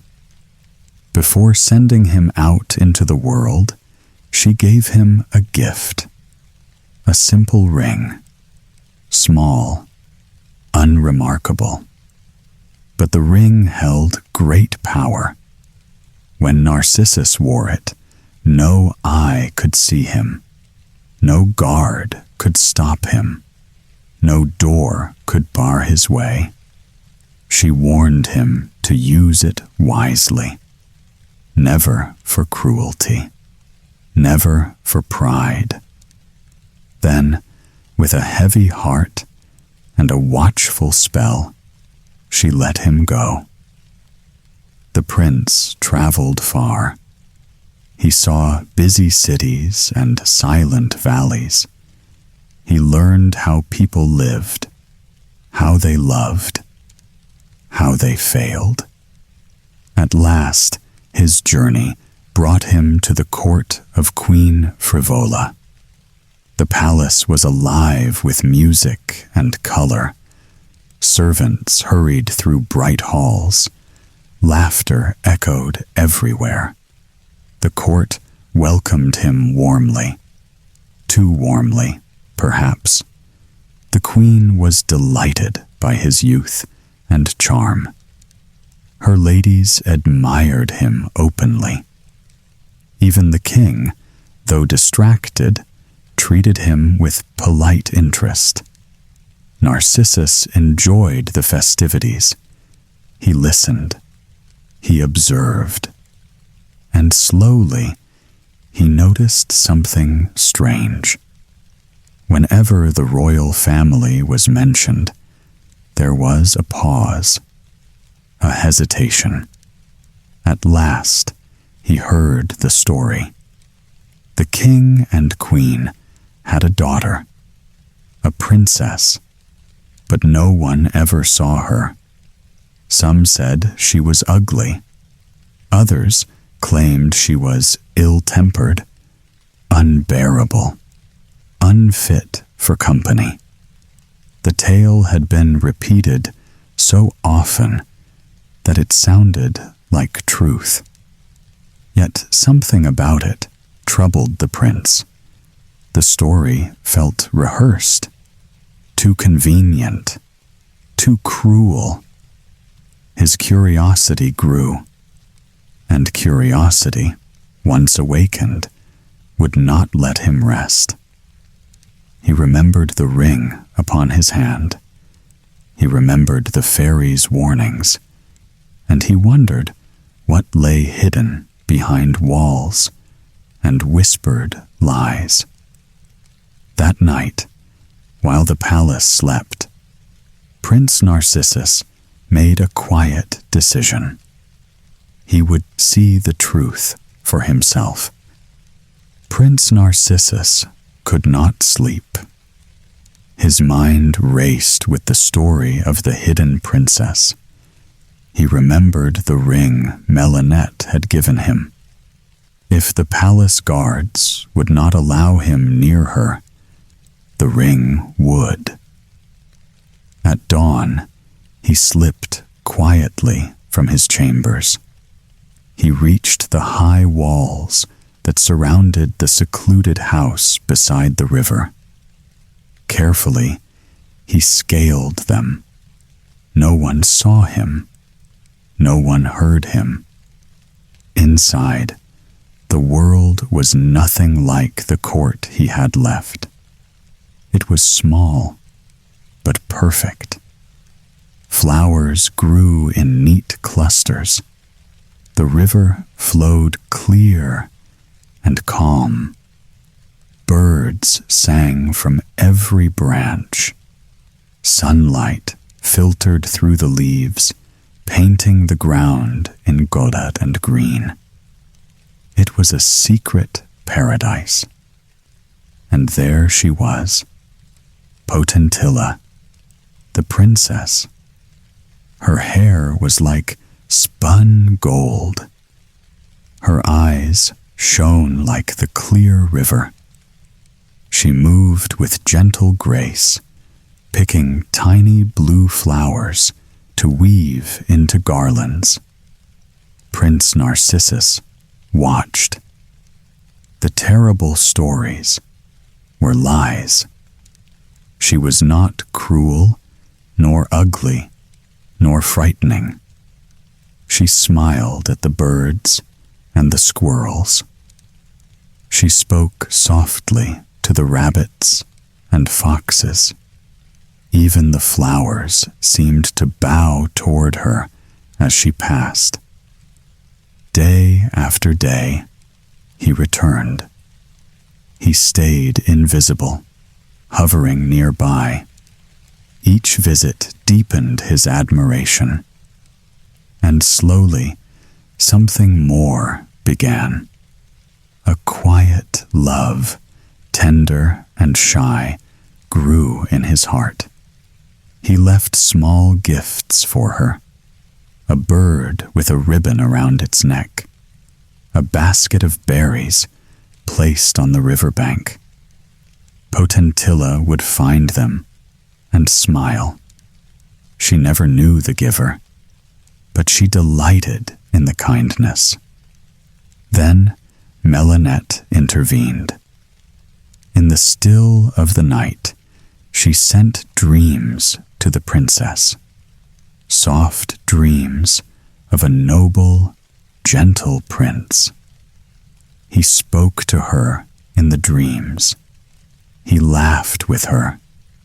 He shared her joys, her amusements, even her worries. Through the dreams, a bond formed. A friendship that felt real. A trust that neither had yet tested in the waking world. And Prince Narcissus, invisible and silent, knew that when the time came, she would recognize him as a friend. The garden became their secret world. Potentilla knew only its quiet pleasures. Narcissus knew only her goodness and grace. The court's lies, the queen's envy, the false stories, they vanished in the face of this truth. And so, the prince's love took root. Gently, slowly, tenderly. It was a love born not from beauty alone, but from character, kindness, and the quiet joy of a soul untouched by greed or vanity. He could not speak to her yet. He could not reveal himself. But every day he watched. Every night he dreamed with her. And in those small, secret ways, their hearts began to speak. The days passed in quiet wonder. Prince Narcissus could no longer resist speaking to her, even from the shadows. He whispered softly as she worked in the garden. He called to her in playful tones, hiding just beyond sight. At first, Potentilla was startled. The voice seemed to come from nowhere, yet it was kind, gentle, warm. Soon, she looked for it. She learned to answer, speaking to a friend she could not see. They shared stories, laughed together, and sometimes simply sat in companionable silence. The princess began to anticipate the unseen voice. She felt a new joy in her heart. Prince Narcissus hesitated, remembering Melinette's warnings. But the fairy, seeing how their bond had grown, whispered encouragement. "Let her know you," she advised. "Show her the truth. But first, promise her your heart." The prince approached cautiously the next morning. He made her promise one thing, that no matter what he looked like, she would still accept him. Potentilla's eyes widened with surprise, but she nodded. "I will love you," she said, "as you are, and not for anything else." With trembling hands, Narcissus removed the ring.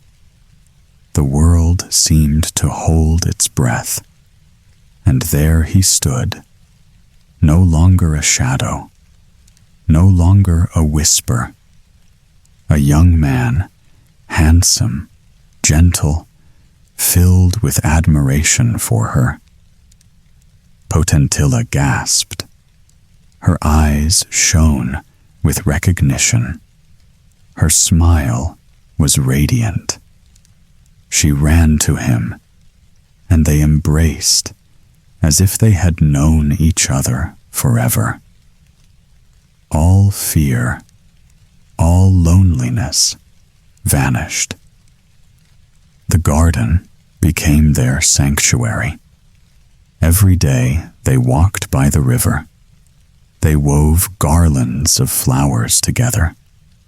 They watched the birds and animals, and the creatures seemed to recognize the prince as part of their world.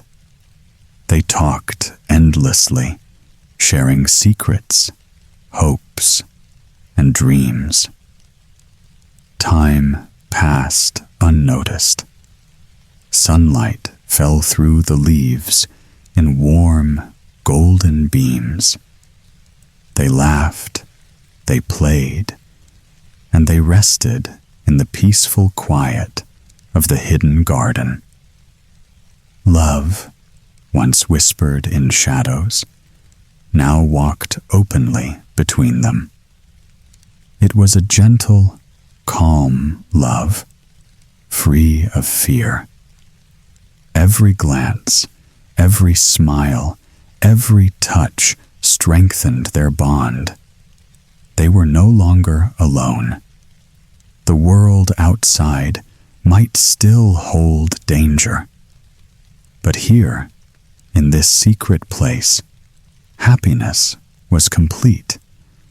And for the first time in her life, Potentilla felt entirely safe. For the first time in his life, Narcissus felt wholly fulfilled. In the hidden garden, by the quiet river, their hearts had found one another, and nothing else mattered. The sun was dipping low. The garden was quiet. Potentilla sat by the river, weaving a garland of blue flowers. Suddenly, a cloud of dust rose on the path. A large figure appeared. It was Gumadon, the enchanter. He was clumsy and towering, with a single glaring eye. His teeth were long. His voice was loud. He spotted Potentilla, her golden hair, her gentle smile. He was immediately captivated. But he misread her cry of terror. "Ah," he thought, "she is delighted by my appearance." He bowed awkwardly, striking poses that made him look even more grotesque. He spoke loudly of his own greatness. "I am powerful," he declared. "I can charm kingdoms. I have defeated giants, tamed dragons, and collected pearls from the deepest seas." Potentilla shrank back. She did not laugh. She did not admire him. She tried to move away, but he blocked her path with exaggerated gestures. "I have brought treasures for you," he boasted. He waved his wand, and flowers, jewels, and strange trinkets appeared at her feet. Potentilla looked at them coldly. "These are not the kind I like," she said. Gumadon chuckled nervously. He believed this was playful teasing. "Ah, a witty maiden," he said. "My charm is irresistible. Soon you will adore me." But Melinette appeared. The fairy glided silently on a glowing cloud. Her eyes sparkled with authority. "Stay, Gumadon," she said firmly. "This princess is under my protection." Gumadon's grin faltered. He had never been told no. "Protection?" he muttered. "Why? Surely a prince or enchanter may woo her as he sees fit." Melinette shook her head. "No tricks, no coercion, no force. Only genuine affection may win her heart. If you break this rule, punishment will be severe." Gumadon scowled. He wanted to defy her. He wanted to impress Potentilla with power. But he recognized the strength in Melinette's voice. "Very well," he said reluctantly. "I will behave. For now." Potentilla felt a mixture of fear and relief. The enchanter still loomed, still unpredictable. But she was safe, for Melinette had set the rules. Gumadon began awkward attempts at courtship. He boasted, performed strange feats, and summoned animals and treasures. Every gesture was meant to impress. Every word was meant to charm. Yet Potentilla remained unmoved. She admired the birds, the flowers, and the gentle world she had built. The enchanter's showy displays felt loud and clumsy. She could not, would not, return his affection. And so the stage was set. Love stood quietly in the hidden garden, patient and gentle. Power arrived, loud and unrefined, seeking control. The contrast could not have been clearer. Gumadon's pride would not allow him to retreat. Potentilla's goodness would not allow her to yield. And the struggle between them had only just begun.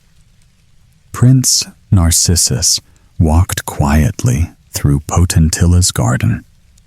The sun shone softly on the flowers. Birds sang her name in delicate trills. He left tiny gifts along the paths. A small garland here, a shiny pebble there. Everything was gentle, thoughtful. Potentilla noticed. She smiled, unsure why her heart felt so light. She didn't see him, yet she felt him near. Then came Gumadon. He stomped into the garden with a roar. Frogs croaked loudly. Smoke swirled around the trees. "Behold my power!" he shouted. Pearls tumbled at Potentilla's feet. She jumped back in fright. The sound was harsh. The sight was overwhelming. The prince stayed invisible. He whispered through the birds. He left tiny lamps glowing softly at night. The birds traced her name in the dark. Potentilla clapped her hands with delight.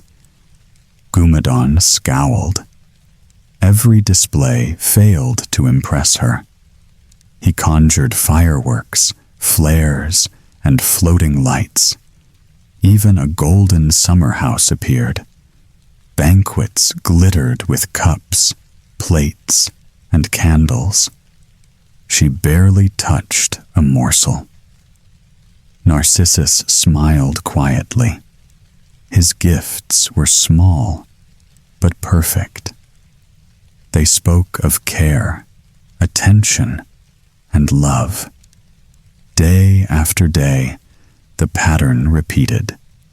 Gumadon shouted, waved, and bragged. Narcissus left gentle signs and soft songs. Potentilla's heart began to speak. She felt drawn to the one who understood her, the one who saw her joy, the one who never scared her. Gumadon's pride burned. He demanded attention. He forced spectacles. The louder he got, the more she shrank away.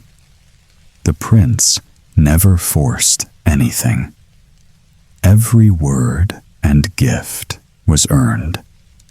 Every action showed respect.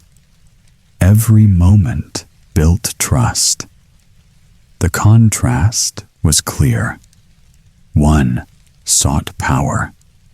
One sought connection. Potentilla's choice became quiet but certain. Her eyes followed the small, kind gestures. Her heart noticed patience and care. Gumadon's temper flared. He tried louder spells. He tried more extreme tricks. Nothing pleased her. The prince's love only grew stronger. He stayed patient. He stayed attentive. He stayed true. By the week's end, Potentilla knew. Her heart belonged to the one who loved her gently, the one who never sought to frighten her. Gumadon realized he was losing. His pride was wounded deeply. He fumed and fumed. But the princess's favor had already chosen another. The garden returned to calm. Soft music floated from the birds. Tiny lights danced in the dark. Potentilla smiled, safe and happy. The prince watched silently, knowing his patience had won. Gumadon scowled in his dark tower. The princess laughed at Narcissus's gentle gifts. His pride burned. He would not lose so easily. "I'll show them both," he muttered, "even if I must pretend to leave." He vanished in a cloud of smoke. Potentilla exhaled a sigh of relief. At last, peace. Her heart fluttered with quiet joy. Meanwhile, Narcissus crept closer. Invisible as always, he smiled at her. "You feared him," he whispered. "I am here, and all will be well." Potentilla felt the warmth. Her smile grew. "I know," she said softly. "Every moment with you is a treasure." They walked among the flowers. They laughed at small jokes. They shared stories of the day. The world felt safe and gentle. But Gumadon had not gone far.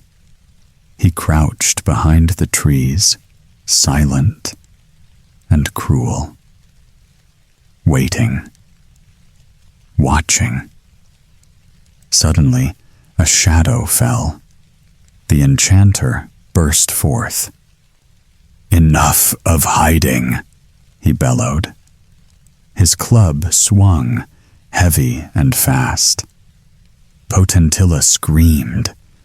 Narcissus reached for her, but it was too late.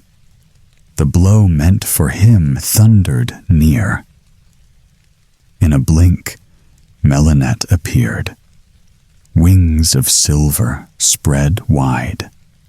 She seized Narcissus in her arms and lifted him high, away from harm.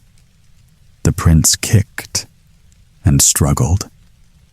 But the fairy's magic was stronger. She carried him to her castle in the clouds. Safe, but distant. Potentilla sank to the ground. Her heart raced. She reached out. Her hands found only empty air. "Prince!" she cried. Her voice trembled. The garden felt cold and empty. She fell backward. Darkness swept over her eyes. She thought him gone, forever. Her hands still clutched at the fading flowers. Gumadon stood, fuming, at the edge of the garden. He had missed his chance, but he smiled cruelly. "This is only the beginning," he hissed. The princess shivered. Her knees were weak. Her chest tightened with fear. She could not see Narcissus. Melinette hovered nearby. Her soft voice reassured. "He is safe. I promise." But Potentilla could not hear. She only felt the emptiness where he had been. The birds stilled their songs. The lamps went dim. Even the breeze seemed heavy. Hours passed like years. The princess remained on the soft grass. Her mind swirled with dread. She could not imagine life without him. Narcissus looked down from the cloud castle. His heart ached to see her fear. He longed to reassure her. But the fairy kept him safe, invisible to all but magic.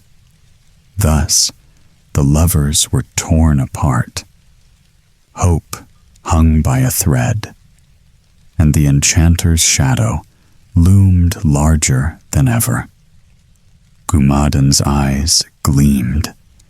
The princess cowered before him. "Your days of choosing are over," he said. "I will decide your fate." Potentilla shook her head. "You cannot make me marry you," she cried. But he only chuckled. "You will," he insisted. "And soon." With a wave of his hand, a soft mist swirled around her. Her eyelids grew heavy. No matter how she struggled, sleep pulled her under. She sank into an enchanted slumber. The enchanter smiled. "Now the world will bend to me," he whispered. He lifted her gently, placing her on his broad shoulders. His lion padded beside him. He marched toward his golden chariot. The wheels gleamed like the sun. The shafts were thick as oak trunks. He drove with power and pride. Villagers and guards fell back in awe. Nothing dared block his way. At the palace gates, the king frowned. "Who dares disturb my mourning?" he demanded. Gumadan laughed, booming, "I do, and I bring your daughter." The queen peeked from behind her curtains. She clutched her fan nervously. The enchanter bowed grandly. "My power is unmatched," he declared. "Yet beauty like hers deserves admiration and possession." He set the princess down gently. Still, she slept. The king stepped forward, wary. "Why bring her here?" he asked. "I intend to marry her," Gumadan said, "and I am prepared to show you why this is wise." With a flick, gold coins rained from the sky. Gems spilled into the courtyard. Fountains of sparkling water leapt high. The palace gleamed in unimaginable splendor. Servants and soldiers could only stare. The queen's eyes widened. "Oh, such wealth," she murmured. Her vanity stirred. She wondered if she might gain from this union. The king's brows furrowed. "This is no ordinary visitor," he said. "I must protect my daughter." Gumadan laughed softly. "Ordinary? Indeed not. I am the most powerful enchanter alive. All I ask is obedience, or you will regret it." The queen's fingers trembled. She saw gold, jewels, and a chance for favor. She said nothing. A part of her wished to bend to his will. Another part feared for Potentilla. The king shook his head. "I cannot." Gumadon stepped closer, still towering over the sleeping princess. "I will take her, with or without your blessing," he said. "My power surpasses all your defenses." He waved his wand again. The walls shimmered. Doors locked themselves. Guards froze in place. The palace seemed under a spell. Potentilla remained unconscious, unaware, yet central to the enchanter's plan. All around, the palace trembled under his display of dominance. And so, the stage was set.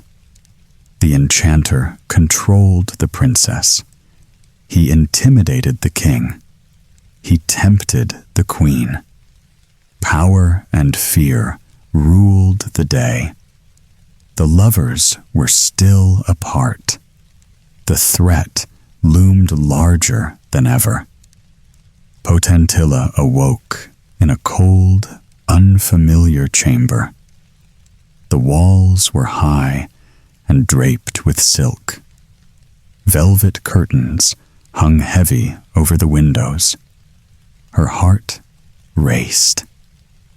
Queen Frivola appeared, her face calm. But Potentilla could see the false sweetness in her eyes. "You must rest, my dear," said the queen.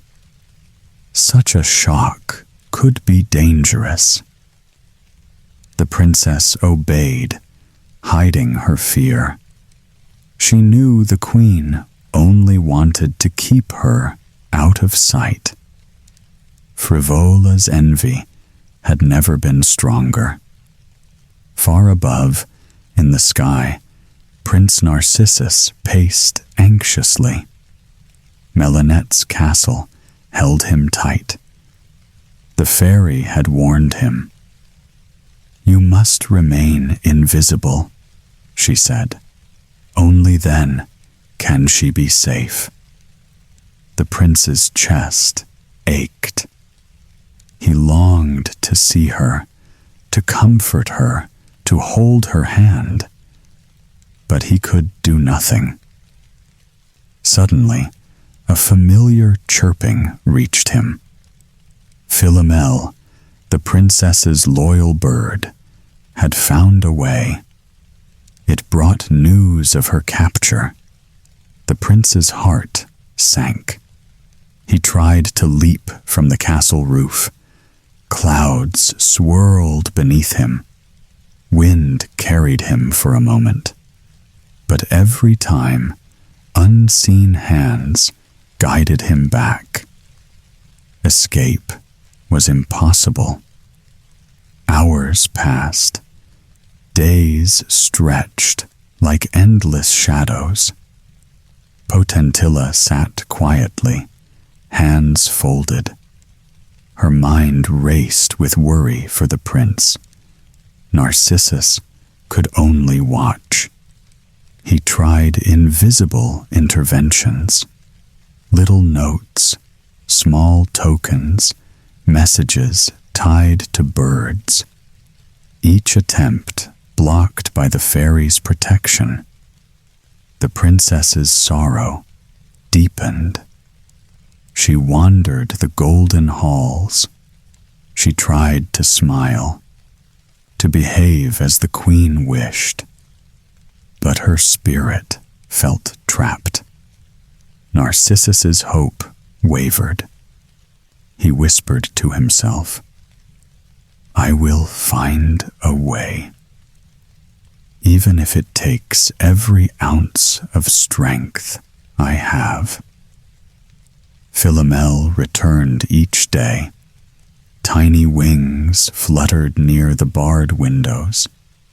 He brought news, sometimes small comforts, sometimes only warnings. Potentilla learned patience and courage. She endured the queen's cunning gestures, pretended calm, while inside her heart longed for freedom. The prince, in the airy castle, planned tirelessly. Every leap, every trick, ended the same. He could not reach her. The fairy's protection was unyielding. Yet hope did not die. Small messages from friends kept it alive. The bond between them strengthened, though distance remained. Time pressed heavily. Suffering mirrored suffering. Both prince and princess longed to act, to reunite. But every moment increased urgency. The stage was set for action. The princess imprisoned. The prince trapped, yet desperate. Enemies near. Allies watching. The struggle had only begun. The great hall buzzed with preparation. Golden banners hung from the ceiling.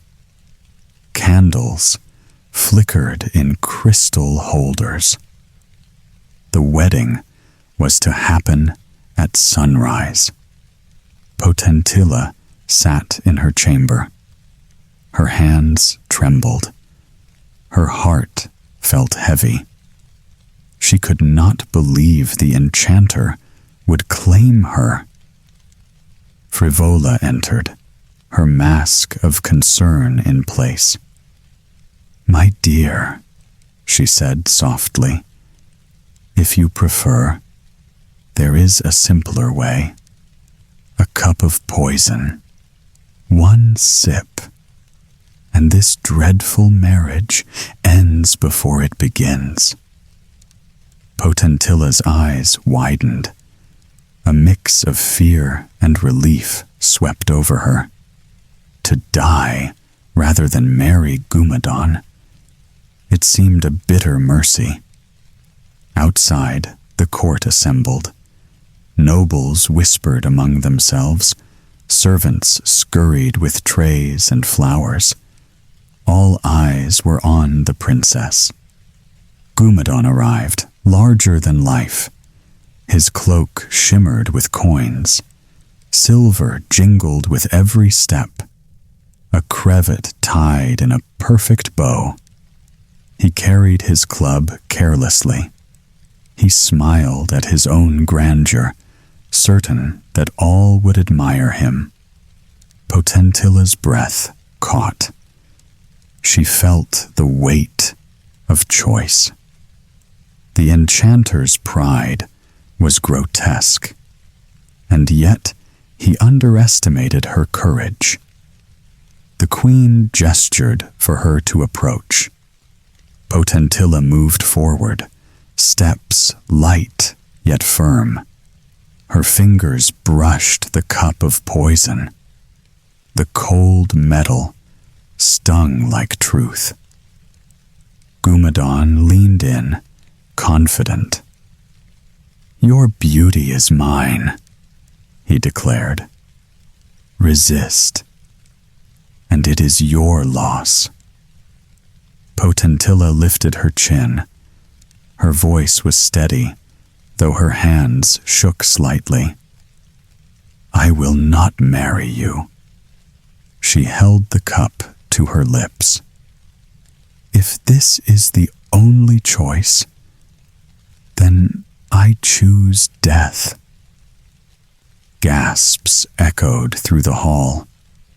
The nobles froze. Even the queen's face paled. Frivola tried to hide her envy with a faint smile. She never expected such resolve. Gumadon's mouth fell open. He waved his hands, as if his magic could twist fate itself. But Potentilla's eyes were firm. Not a flicker of doubt remained. Time seemed to pause. The court waited. A moment stretched like a lifetime. Then, a soft glow appeared at the window. The fairy Melinette hovered, radiant. Her presence shifted the air. Hope sparked like a candle in darkness. Potentilla lowered the cup slightly, but her gaze never left the enchanter. "I will not bend," she said. "Your threats cannot sway me."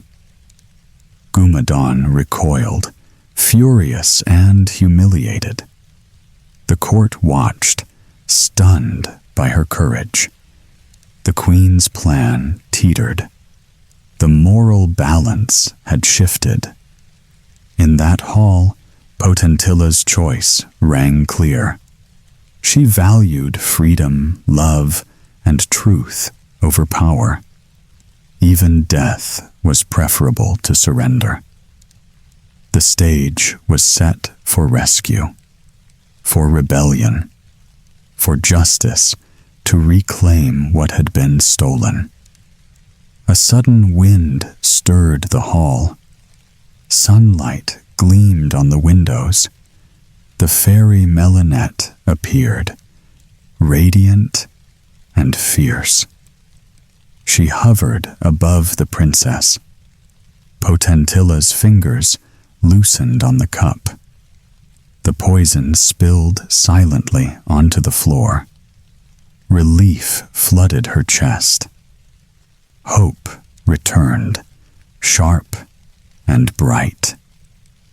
Behind the fairy, Prince Narcissus descended. His cloak fluttered, eyes fixed on the enchanter. He had come at last. Gumadon's mouth opened in a roar. He swung his club, but Melinette moved faster. With a flash of light, she caught him. He kicked and shouted, but it was useless.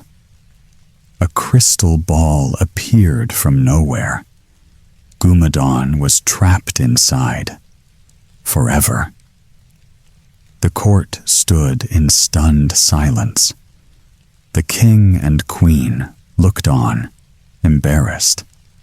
Their power had vanished. They were relieved of the kingdom. No longer could they scheme or deceive. Narcissus took Potentilla's hand. She smiled, a soft, trembling joy. The court gasped at their beauty and composure. The fairy nodded approvingly. Their hearts were true. Their love had endured. Together, the prince and princess were crowned. Golden crowns rested lightly on their heads. The people cheered. Justice had returned to the land. Melinette spoke gently. Rule with kindness, with wisdom, with fairness. Your hearts will guide you. Narcissus and Potentilla promised. They would care for their people. They would uphold what was right. No injustice would pass in their reign. The court relaxed. Peace filled the palace. The rivers glimmered in sunlight. Birds sang from every branch. Even the animals in Potentilla's garden seemed to smile. The king and queen, though humbled, were provided for. They had learned the cost of vanity and jealousy. Gumadon remained imprisoned. No one dared defy the new order. The lovers walked together, through gardens, along the riverbanks. The sun warmed their faces. Their laughter echoed softly in the halls. Potentilla turned to Narcissus. "Our hearts are free," she said, "and our kingdom, too." Narcissus squeezed her hand. "Yes," he said, "love has triumphed, and so will justice." The people cheered once more. The palace glowed with harmony. The fairy watched from above, smiling. All was right in the world again. And so, Prince Narcissus and Princess Potentilla ruled wisely, long and happily, beloved by all. The kingdom flourished, and the lessons of courage, love, and fairness lived on forever. Long ago, there lived a king and a queen. They were known as the kindest rulers anyone had ever seen. They loved their people. They trusted them. They could not bear to see anyone suffer. If a child was hungry, they shared their bread.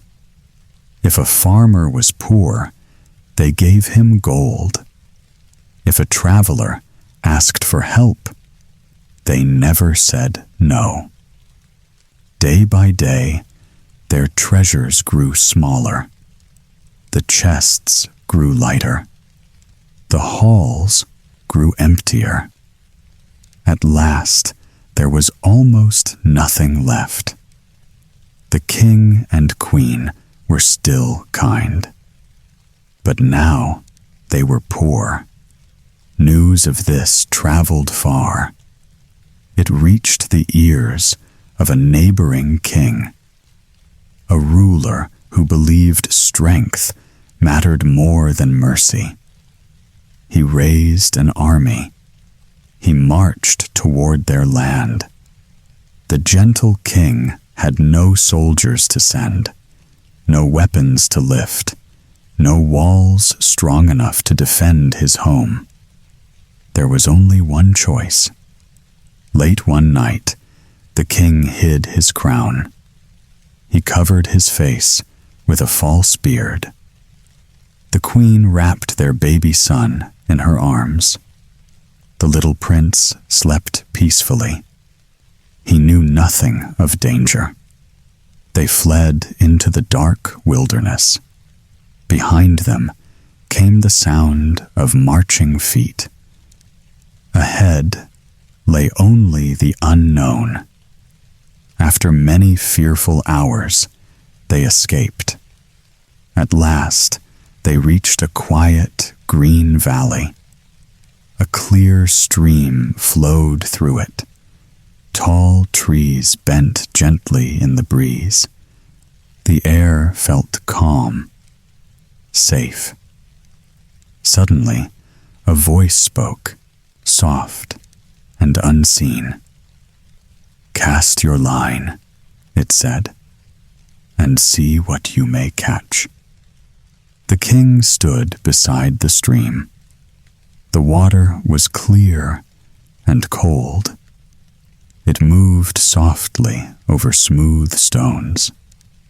He reached into his pocket. There, as always, was a small fishhook. He tied it to a strip of cloth the queen gave him. He cast the line. It had barely touched the water when it tugged hard. The king pulled. A large fish flashed in the sunlight. Its scales shimmered with many colors. Soon there were more, one after another, enough to feed them all. They cooked the fish by the stream. It was the first good meal they had eaten in days. They were grateful. and very tired. "This place will shelter us," the queen said. "For now." The king gathered branches. He worked quietly. By nightfall, a simple shelter stood among the trees. It was not a palace, but it was warm, and it was safe. The queen smiled.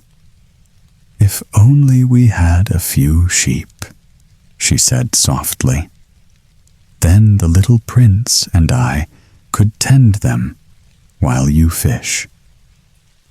So their days found a gentle rhythm. Each morning, the king went to the stream.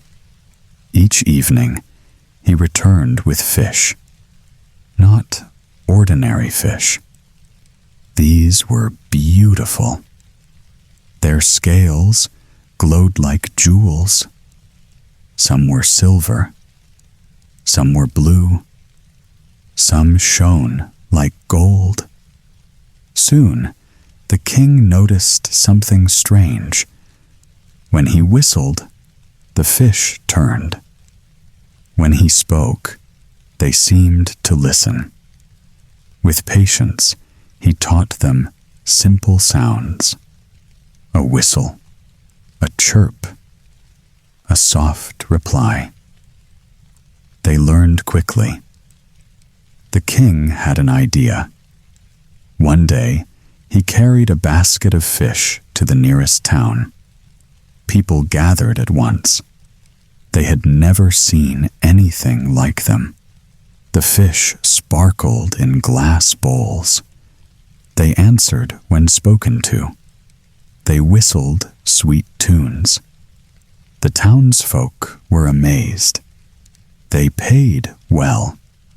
Soon, homes across the town held crystal bowls, each filled with living color and gentle sound.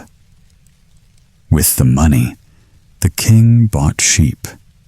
He bought bread. He bought small comforts. The queen's wish was granted. She walked the hills with the little prince. The sheep followed calmly. The child laughed. They did not miss their old kingdom. Not once.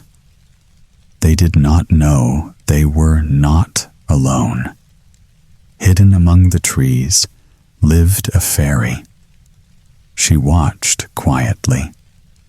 She had guided the king's hand to the fish. She had whispered to the stream. She did this out of pity. And something more. She loved children. And the small prince, who rarely cried and grew more beautiful each day, had captured her heart.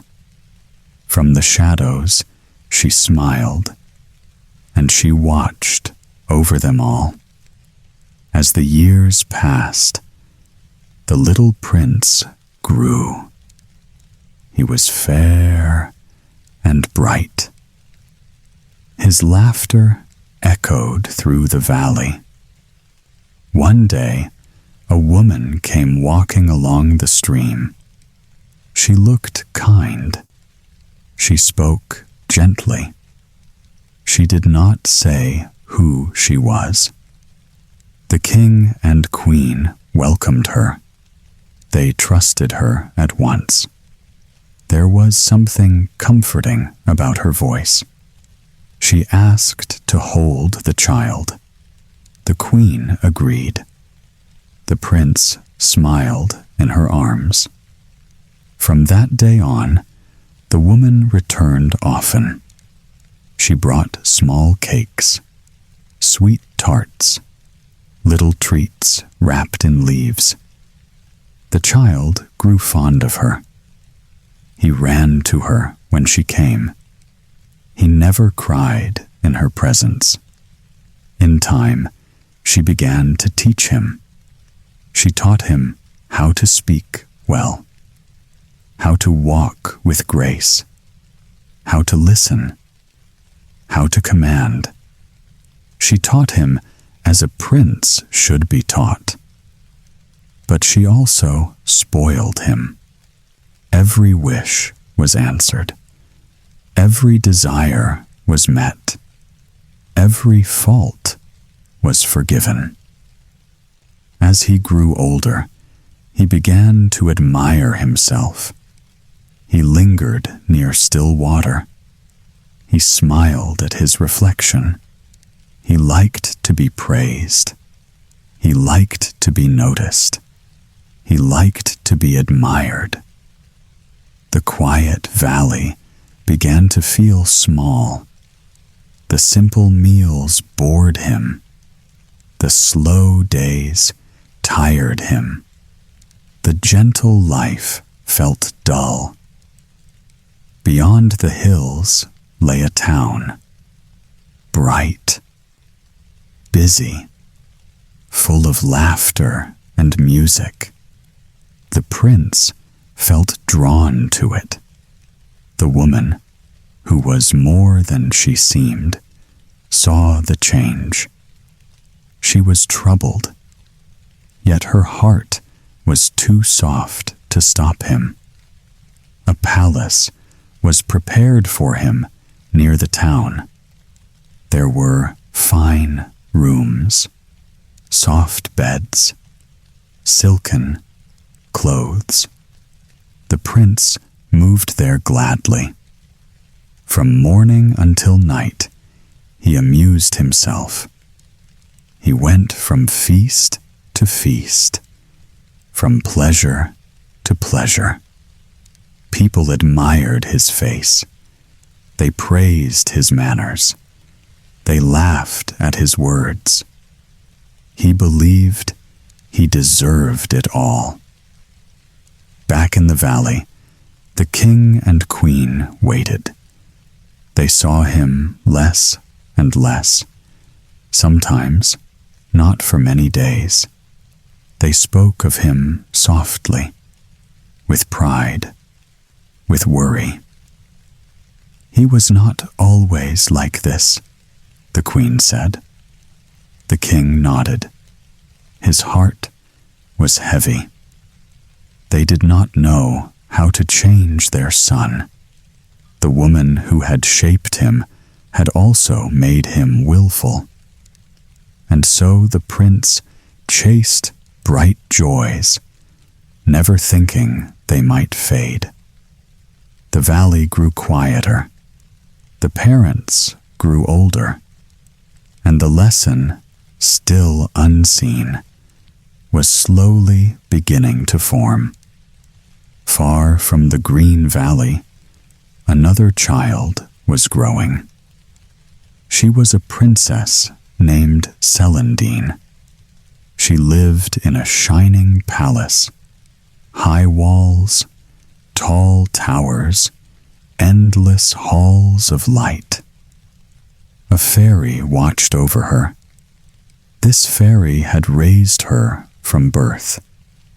She had given the child many gifts: beauty, grace, a voice that softened hearts, a mind that learned without effort. Nothing was denied to her.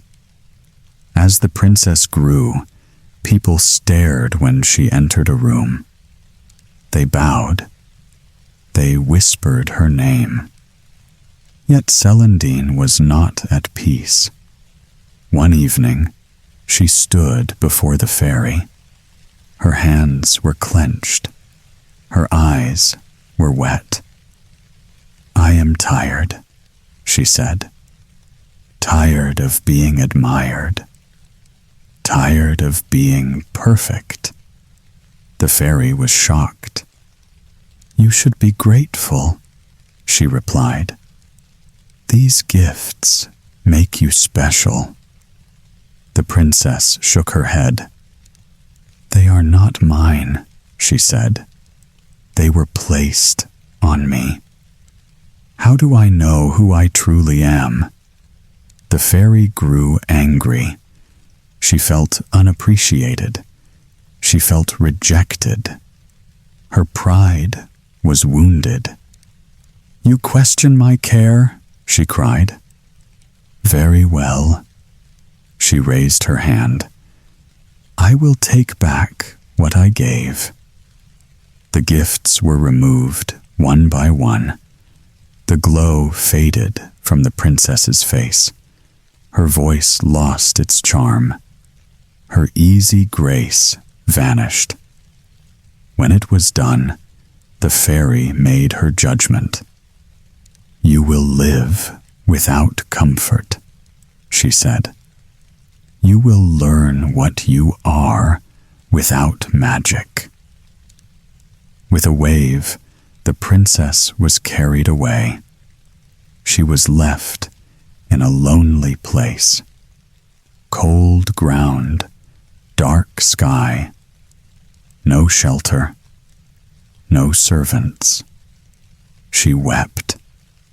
She called out. No one answered. But she was not unseen.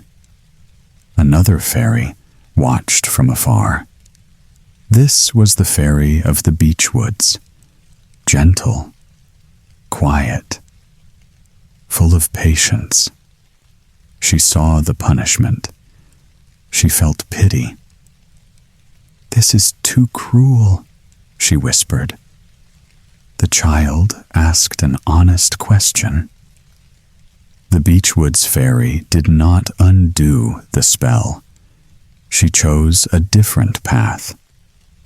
"If pride is the sickness," she said, "then love must be the cure." She formed a plan. The princess would not be restored by magic. She would be restored by choice, by humility, by caring for another. The fairy looked toward the world beyond the woods, toward the restless prince, toward his vanity, toward his empty pleasures. Two wounded hearts, she thought, two lessons waiting. And so the Beechwoods fairy stepped forward, quietly, carefully. The story had reached a turning point. The princess wandered through the forest. Her shoes were torn. Her dress was ragged. The thorns had caught it. Her hair was tangled. Her eyes were tired. She walked slowly. Every step was heavy. Her small hands clutched the hem of her dress. She did not know where she was going. Suddenly, the trees opened. Before her lay a green valley. A stream ran quietly through it. Birds sang softly. Sunlight fell in patches on the grass. At the edge of the stream, she saw a small home.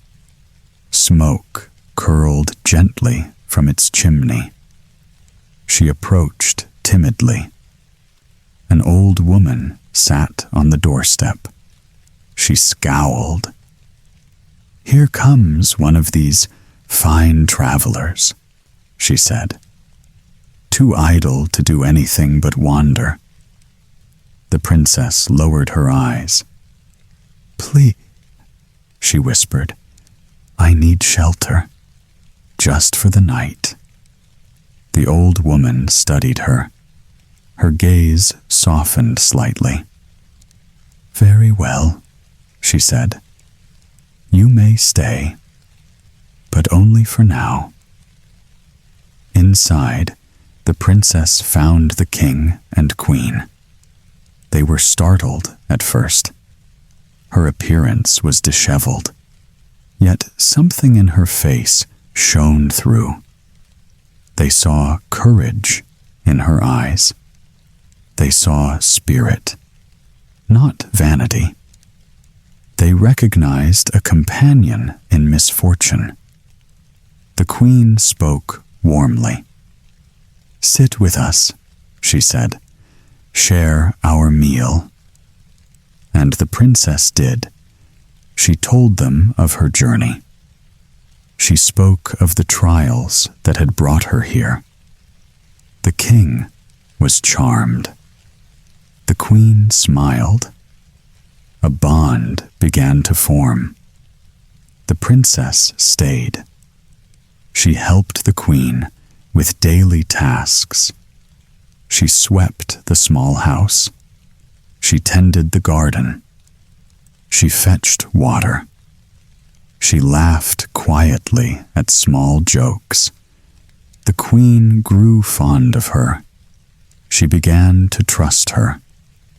The princess, in turn, respected the queen. A gentle friendship grew between them. From the trees, the fairy watched. She whispered hints here and there. A shining gem, a mysterious trinket. "This will serve as a wedding gift," she murmured. The princess looked at them with hope, but never knew the fairy's full intention. Meanwhile, the prince lived in a palace nearby. He was surrounded by luxury, fine food, silk sheets, music, and laughter. Yet he was absent from the valley. The princess never met him. The contrast was clear. One life, full of indulgence and ease. One life, shaped by humility and care. And still, the fairy smiled. She had set the stage. Every gentle act, every small kindness was a lesson, a step toward what was to come. One morning, the princess was walking by the stream. The air was soft. Birds called from the trees. She moved quietly, lost in thought. Far away, the prince approached. He had heard of a young lady living in the valley. The fairy had told him stories. She spoke of her beauty, her wit, her charm. The princess thought of him. Her heart lifted. Surely he would admire her. Surely he would see what the fairy had described. But the fairy had played her part carefully. A subtle spell made the princess appear different, only to the prince. To everyone else, she looked the same. To him, she seemed awkward, unattractive, clumsy. The prince arrived. He stepped into the leafy clearing. He looked around. Then he saw her. He did not notice her beauty. He did not smile. He spoke politely, yes, but his eyes avoided hers. His attention went elsewhere, to the fairy. The princess felt a cold pang. Her cheeks flushed. Her hands tightened at her sides. She tried to speak. She laughed lightly. She told a small story. She asked a question. He listened politely, but his mind was elsewhere. He seemed to count every word she said, yet nothing he heard pleased him. The princess tried harder. She danced on the edge of the stream. She used her wit, her charm, every lesson she had learned from the queen. But still, the prince remained unmoved. She could hardly believe it. Was this the prince everyone spoke of? The prince she had imagined? Her cheeks burned. Her heart sank. Humiliation pressed upon her. And yet, somewhere deep, a thought began to stir. She remembered the gifts she had once demanded. Her beauty, her cleverness, her charms. Had she been vain? The prince turned fully to the fairy. He spoke eagerly. He asked questions. He laughed. He seemed happy. The princess watched. Her pride stung. Her heart ached. Yet she could not speak against the enchantment. She could only endure it. For the first time, she wondered about herself, her past vanity, her desire for admiration. The prince remained blind. He did not see her as she truly was. He did not yet know the spirit beneath the tattered dress. But the seed of regret was planted. And in that small, quiet moment, the princess began to understand the path she must walk. Humility, patience, kindness. The lesson of the valley had begun, and though the prince had not yet noticed, the story was far from over. The fairy of the beechwoods had a plan. She knew the prince's heart was stubborn. Pride and vanity had clouded it. He needed a mirror, but not of glass. A mirror of truth. One morning, a messenger arrived. He was quiet. He held a small package. No name, no note, except what the fairy had written. The prince opened it. Inside was a portrait, a simple frame. Yet the image within was striking. It was the princess, as she truly was. Not the awkward figure he had seen, not the tattered dress, the clumsy gait, but her spirit. Her eyes bright, her smile gentle and knowing, her grace undeniable. Attached was a note. It read, "All this beauty, all this kindness could have been yours, but your heart, well known for its fickleness, turned away. Look carefully, and do not let it escape again." The prince stared. He could not look away. His chest tightened. He felt a pull he had never known, a longing, deep and sudden. He whispered aloud, "Never, never have I seen anything so lovely." Yet the thought struck him. It was only a portrait. Was he foolish to fall for an image? Yet he couldn't shake the feeling. The image consumed him. He left the town. The streets, the music, the laughter, all seemed dull. The beauties he had admired no longer pleased him. Their clever words sounded hollow. Their smiles seemed empty.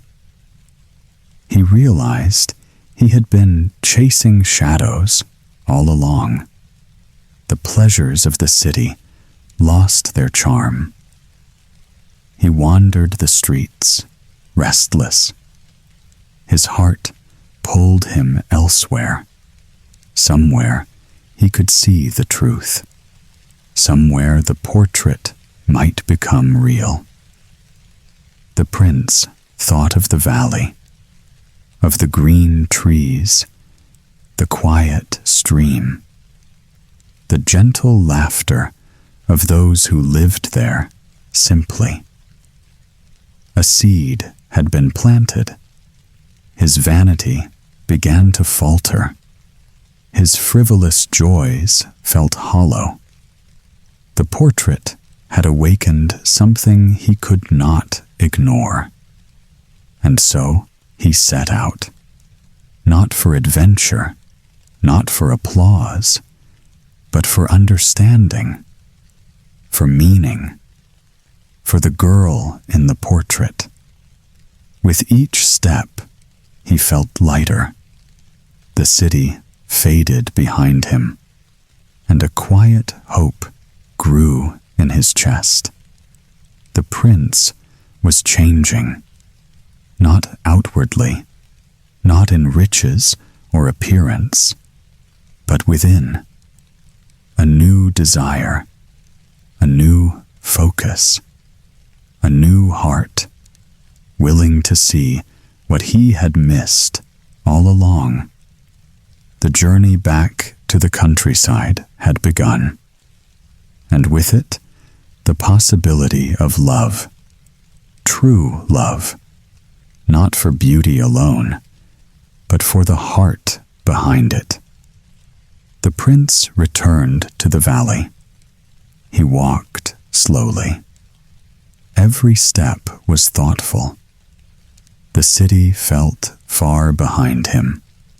Its noise, its glitter, its empty pleasures, gone. He found the princess by the stream. She was tending the flowers. Her hands were gentle. Her gaze lowered. For the first time, he noticed her fully. The way the sunlight caught her hair, the curve of her smile, the quiet dignity in her movements. He approached. "Princess," he said softly, I have been foolish." She looked up.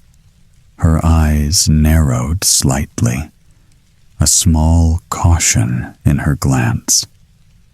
"I have heard of changed hearts before," she said quietly, "and often they turn back just as quickly." He knelt beside her. "I do not seek to turn back. I seek only you. I wish to speak with you, to share my heart." She remained guarded, her lips pressed together. She remembered his past pride, his vanity, his disregard for her in the first meeting. Yet she sensed something different now, something genuine, something warm. He spoke of the portrait, how it had shown him the truth, how he had been blind, how no one, no city beauty, no luxury, had ever drawn him so. Her heart lifted. Could this be real? Could this be the prince she had once seen as careless and vain, truly changed? But then she noticed the portrait he held in his hands. It was her own image, painted perfectly. Her eyes, her smile, everything she had feared revealing to him now hung between them. "Prince," she began, It It is unnecessary. He leaned forward eagerly. My heart has followed this image for so long, but now I wish to follow you. I wish to know you. Only you. She tried to speak, to confess that it was indeed her, to explain that he had found her at last. But the words faltered. Her pride would not allow her to seem desperate. Her fear would not let her reveal how deeply she cared. The prince, reading only hesitation, misinterpreted. He thought she mocked the portrait, or doubted his intentions. I cannot wait for uncertainty, he said sharply. I must know love is returned. Before she could explain, he stood, his face clouded. He turned away. His steps quickened toward the trees. The princess remained frozen. Her heart thumped painfully. Tears pricked her eyes. He was gone, and she could not follow. She had waited. She had hoped. But he left before understanding could blossom. The valley felt empty. The stream seemed colder. Even the bird's song was muted. With quiet steps, she left the valley. She carried only her sorrow. Her mind replayed their words, their gestures, their misunderstandings. Every shadow seemed heavier. Every gust of wind whispered regret.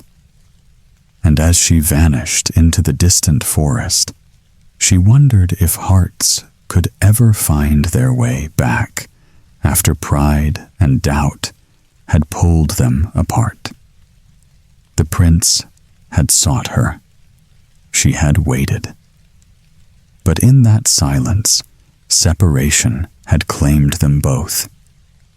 The princess wandered through the forest. Her steps were slow, her heart heavy.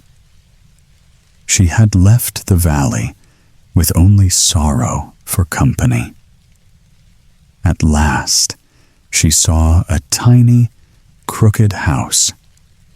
Smoke rose from its chimney. The roof sagged. The windows were small and dim. An old woman appeared on the doorstep. Her back was bent, her eyes sharp as needles. She stared at the princess. Who comes here?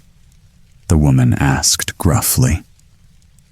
Do you think this is a place for the idle and pampered? The princess bowed her head. I am seeking shelter, she said softly. My journey has been long. I have no food, no home. The woman snorted. Shelter? Ha! You expect food too, and rest? You are rich in your clothes, I see. That will feed no one. I must see if you are honest, or foolish enough to think I give freely. The princess trembled. I can offer service, she said. I will work. Anything you ask. The old woman eyed her up and down. Then she took the princess's fine gown. With a sigh and a mutter, she handed her a ragged, threadbare dress. Put this on, she commanded. Your wealth will do you no good here. The princess obeyed, shivering as the coarse fabric clung to her. Her fine hair tangled. Her slippers were gone. She felt stripped of dignity. Then supper was brought. A tiny loaf of black bread, 2 dried plums, 1 with a pit. "Half for you," the old woman said, "but don't choke. Keep it for winter fire. Eat slow, if you eat at all." The princess's stomach growled. Her heart ached. Yet she did not protest. She ate little, conserving the small meal. The night was long and cold. Sleep came only in short, uneasy intervals. In the morning, the old woman fussed. "You will stay in bed while I fetch bread for the market. More sleep is less hunger." She muttered about thrift and care, but the princess did not listen. Alone, the princess wandered in the yard. Her thoughts were heavy with worry. How could she survive? Then, like a quiet miracle, a soft lowing reached her ears. A white cow emerged from the trees. It was gentle, calm, and followed her closely. The princess gasped. The fairy of the beechwoods had not abandoned her. This was a gift of mercy. Milk, cheese, and butter would now be possible. She could survive. Together, the princess and the cow built a small routine, a shelter of branches for the gentle creature, daily walks to graze. The cow became her companion, her silent comfort. For the first time since leaving the valley, hope stirred. Though she had lost luxury and warmth, she had gained resilience and a reminder. Even in despair, unseen hands could guide her. The princess pressed her hand against the cow's soft side. "Thank you," she whispered. "I will endure." The trial of poverty had begun, but survival was possible. And somewhere, quietly, the fairy watched, smiling. Morning light touched the little forest clearing. The princess walked slowly beside the brook. Her thoughts were heavy, but her heart lighter than yesterday. The white cow followed quietly, grazing near her feet. From the trees, a familiar figure appeared. It was the prince. He moved differently now, no longer the flashy, charming figure of the city. His beauty, once dazzling, had softened, almost plain. The princess stopped. Her breath caught. Something had changed. He looked at her, eyes widening. Recognition sparked instantly. It is you," he whispered. His voice shook, almost afraid to speak the truth aloud. "Celandine, it is truly you." She hesitated. Then she smiled softly. "Yes, it is I," she said, her voice steady, calm, yet full of warmth. "I have waited endured, and learned much. He fell to his knees. My foolish pride, my vanity, how blind I was. I chased illusions, ignoring what was real. I have wandered far and lost myself. But now I see, you are the one I have sought. She knelt beside him. Her hand brushed his. I too have erred. I let vanity, pride, and expectation shape me. I judged, I doubted, I feared. He took both her hands in his. You were always here, he said, in my heart, though I could not see. Forgive my folly, my blindness. I am Prince Featherhead, and I wish nothing more than to prove it to you. Her eyes glistened. I have learned patience, humility, and courage, she said. My heart belongs to you, not because you sought me, but because we have grown, because we have suffered and learned what truly matters.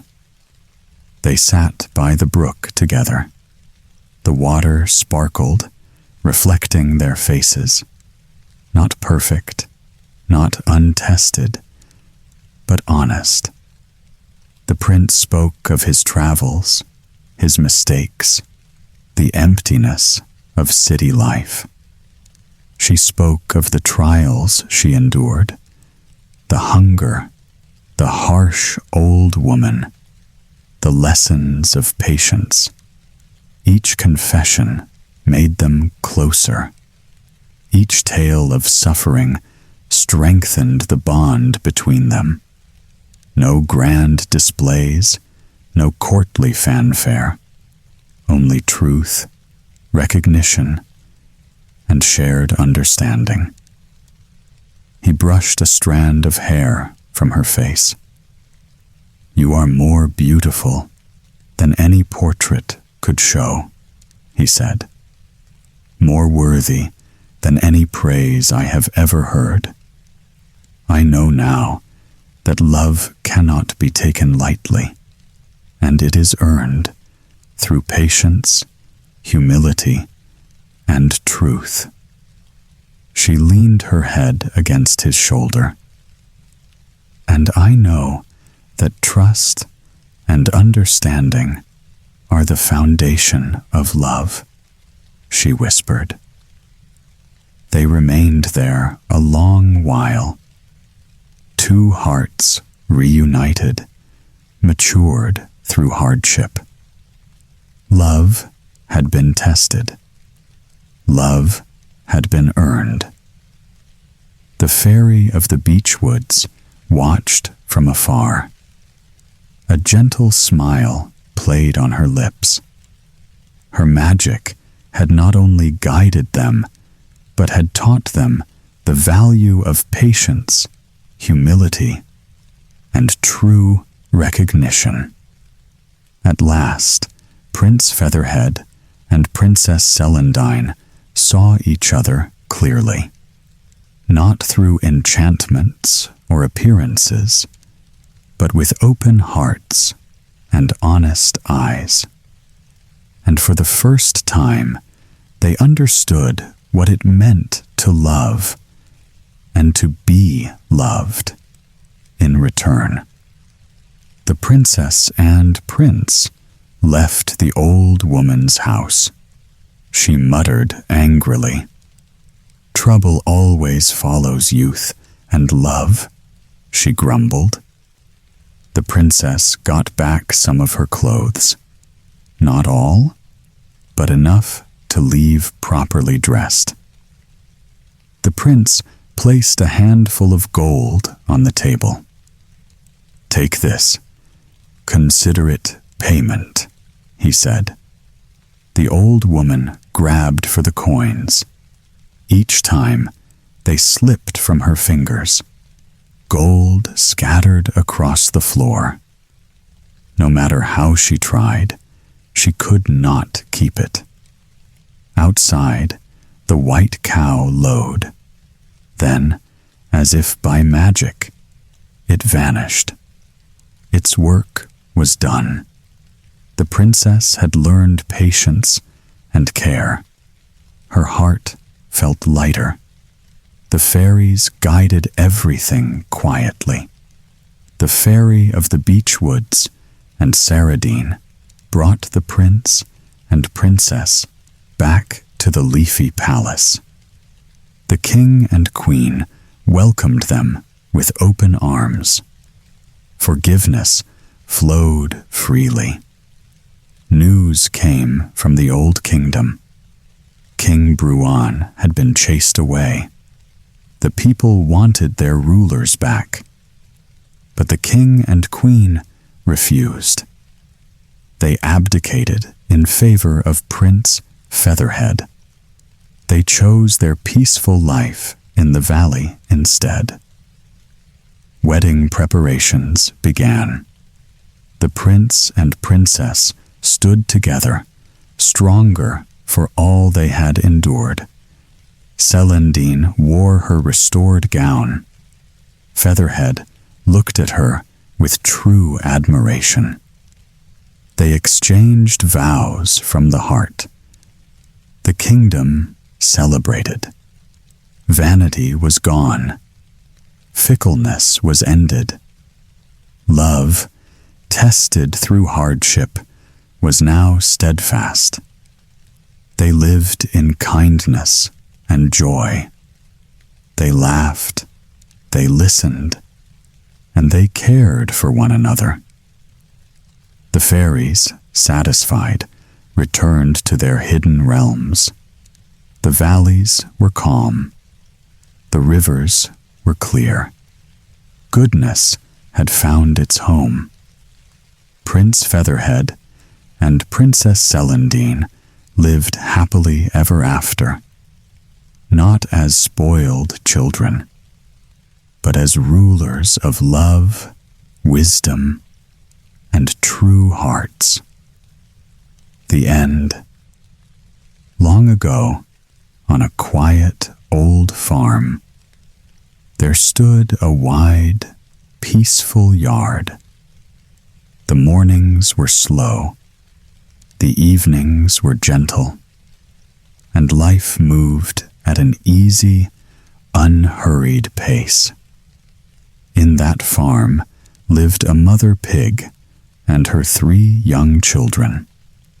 She loved them all, but each one was very different. The eldest was careless by nature. He liked comfort more than effort. If the ground was soft, he would lie down. If the day was wet, he would stay there even longer. Work never interested him much. The second was quick and clever, but her thoughts often turned to food. She watched every meal closely. She wanted the biggest share, and she rarely thought of tomorrow when today offered something tasty. The youngest was quieter than the others. He listened more than he spoke. He liked to think things through. He noticed how the world worked and tried to learn from it. Their mother saw all this. She worried sometimes. She knew that habits, once chosen, have a way of shaping the future. And though the farm felt safe, change was already on its way. As time passed, the mother pig began to slow down. Her steps grew weaker. Her voice became softer. One quiet afternoon, she called her 3 children to her side. "My dear ones," she said gently, "I have lived a long life. Soon I will not be here to care for you." The little pigs stood close, listening in silence. "This old home will belong to others," their mother continued. "You must each have a house of your own, one that will keep you safe." She turned to the eldest first.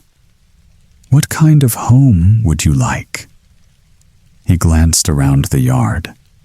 His eyes rested on the soft ground nearby. "A house that is easy to make," he said. "Something smooth and comfortable." His mother sighed. Her face showed worry, but she said no more.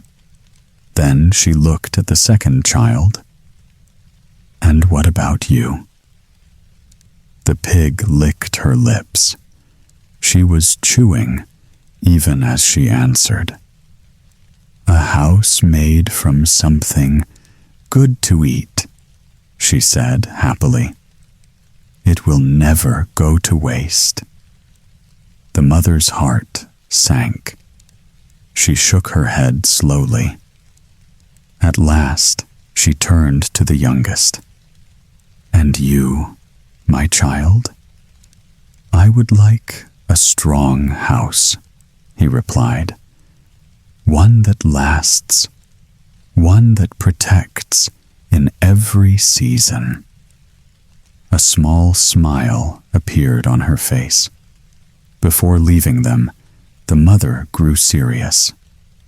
"There is an enemy," she warned. "He is clever and cruel. He may pretend to be kind. Promise me," she said softly, "never open your doors to him." The 3 pigs promised, and their choices were set.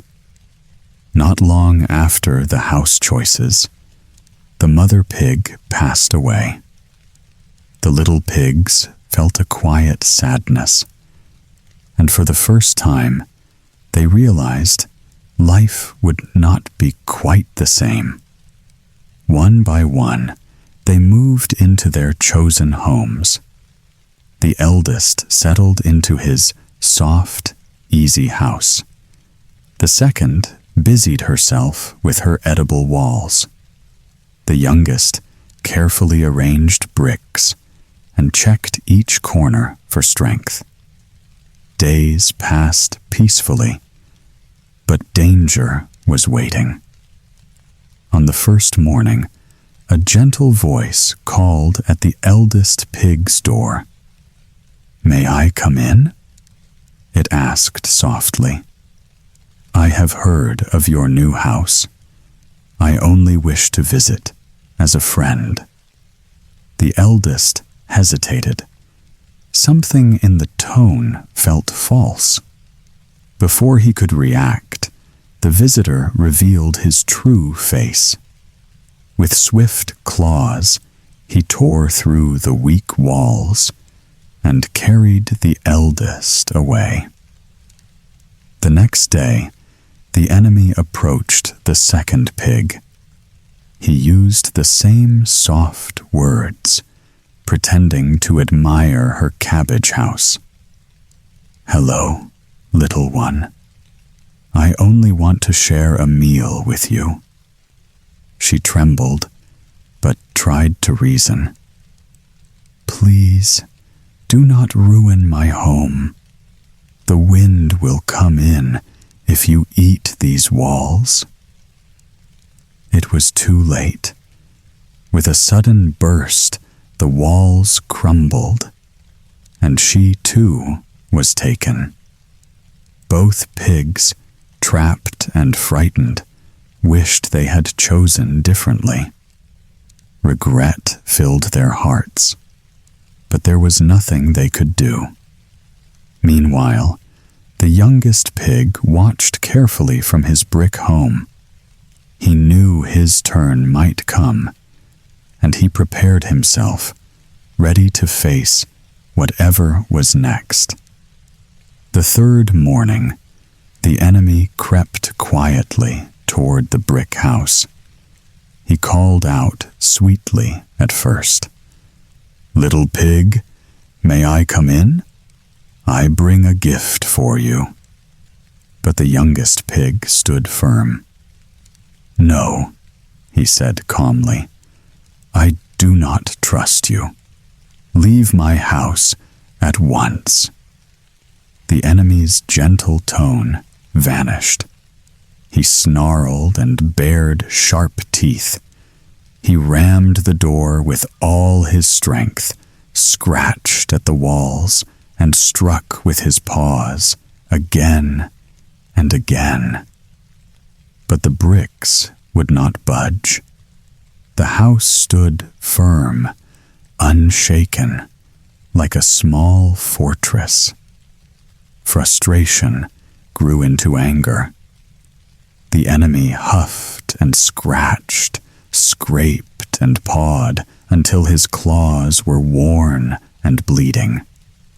Finally, he stopped, snarling through clenched teeth.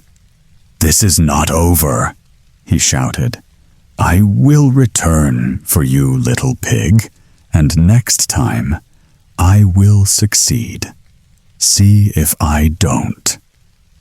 He disappeared into the trees, limping and furious, leaving the youngest pig safe inside.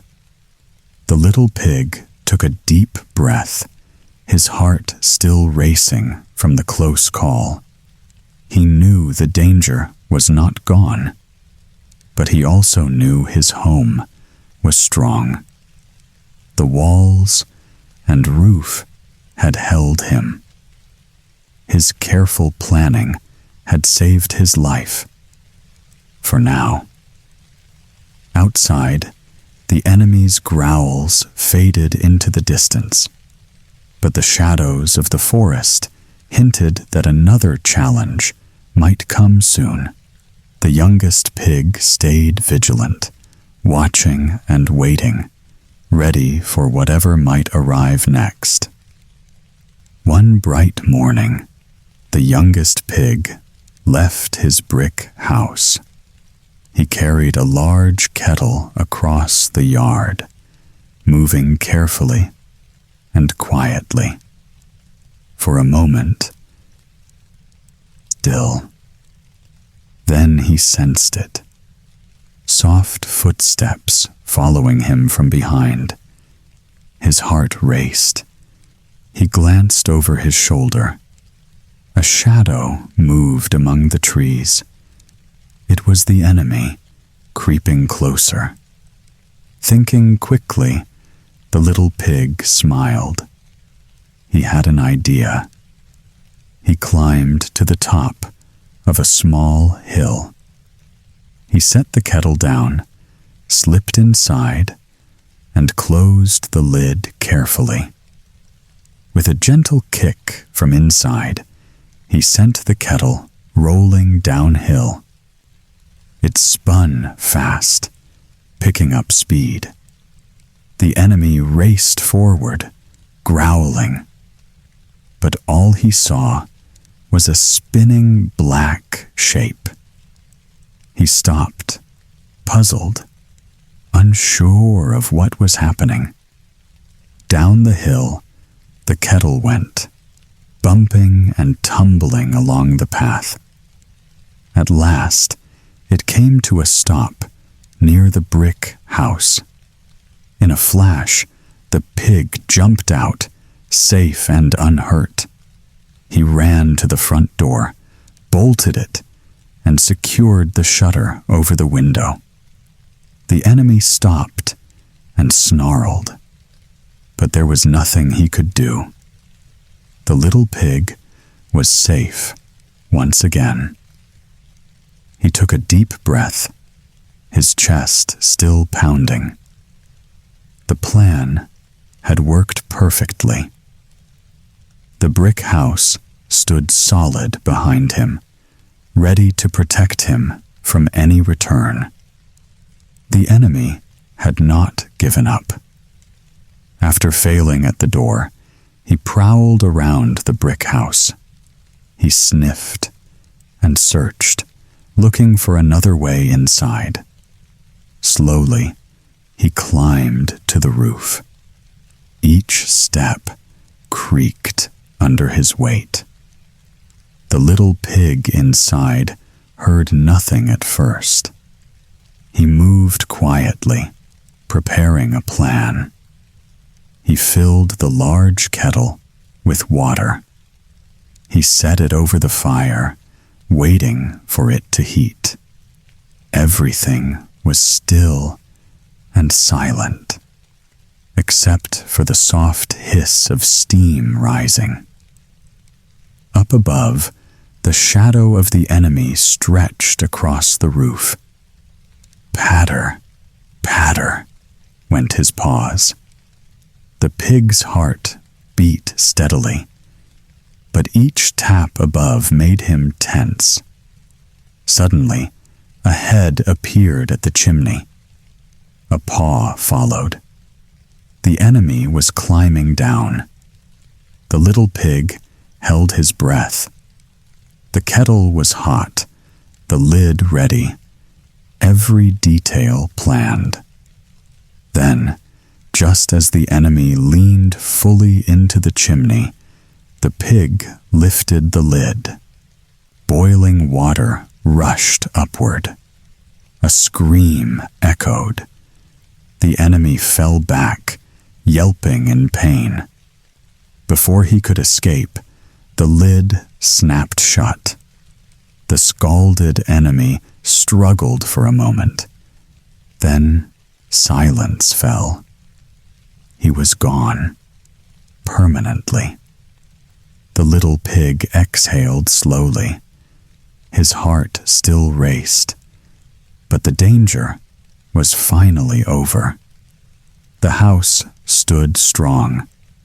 The kettle and fire had saved him, and the calm returned to the yard once more, quiet and safe, with the brick walls shielding him from harm. Once the enemy was gone for good, the youngest pig took a moment to breathe. The yard was quiet. The brick house stood solid behind him, its walls a safe shield against any danger. He did not waste a second. He set off toward the den where his siblings were kept. Carefully, he approached, listening to the tiny grunts and squeals inside. His heart tightened. Brownie and Whitey were frightened, and the memory of the enemy's attacks had left them trembling. Using a sharp stone, the youngest pig cut the cords that held them fast. The little pigs stumbled out, their eyes wide with relief. Tears of joy mixed with laughter as the siblings embraced one another. Together, they hurried back to the brick house. The eldest pig paused, glancing at the mud he once loved, and the second at the remains of her cabbage walls. Both felt a quiet understanding of the danger their choices had brought. Inside the safe walls, they settled down, and slowly, the fear melted away. Brownie no longer longed to lie in the mud all day. Whitey no longer grabbed at every treat. The lessons had been learned, and their habits changed forever. The three pigs lived under the same roof, warm, safe, and happy. The youngest's careful planning had saved them all, but the siblings' hearts had grown too. Outside, the sun shone gently on the farm. Birds chirped, the trees swayed, and life moved at a calm, steady pace once more. From that day onward, the pigs remembered the value of thought, care, and moderation, and they lived together in peace, comfort, and joy, truly, happily, ever after.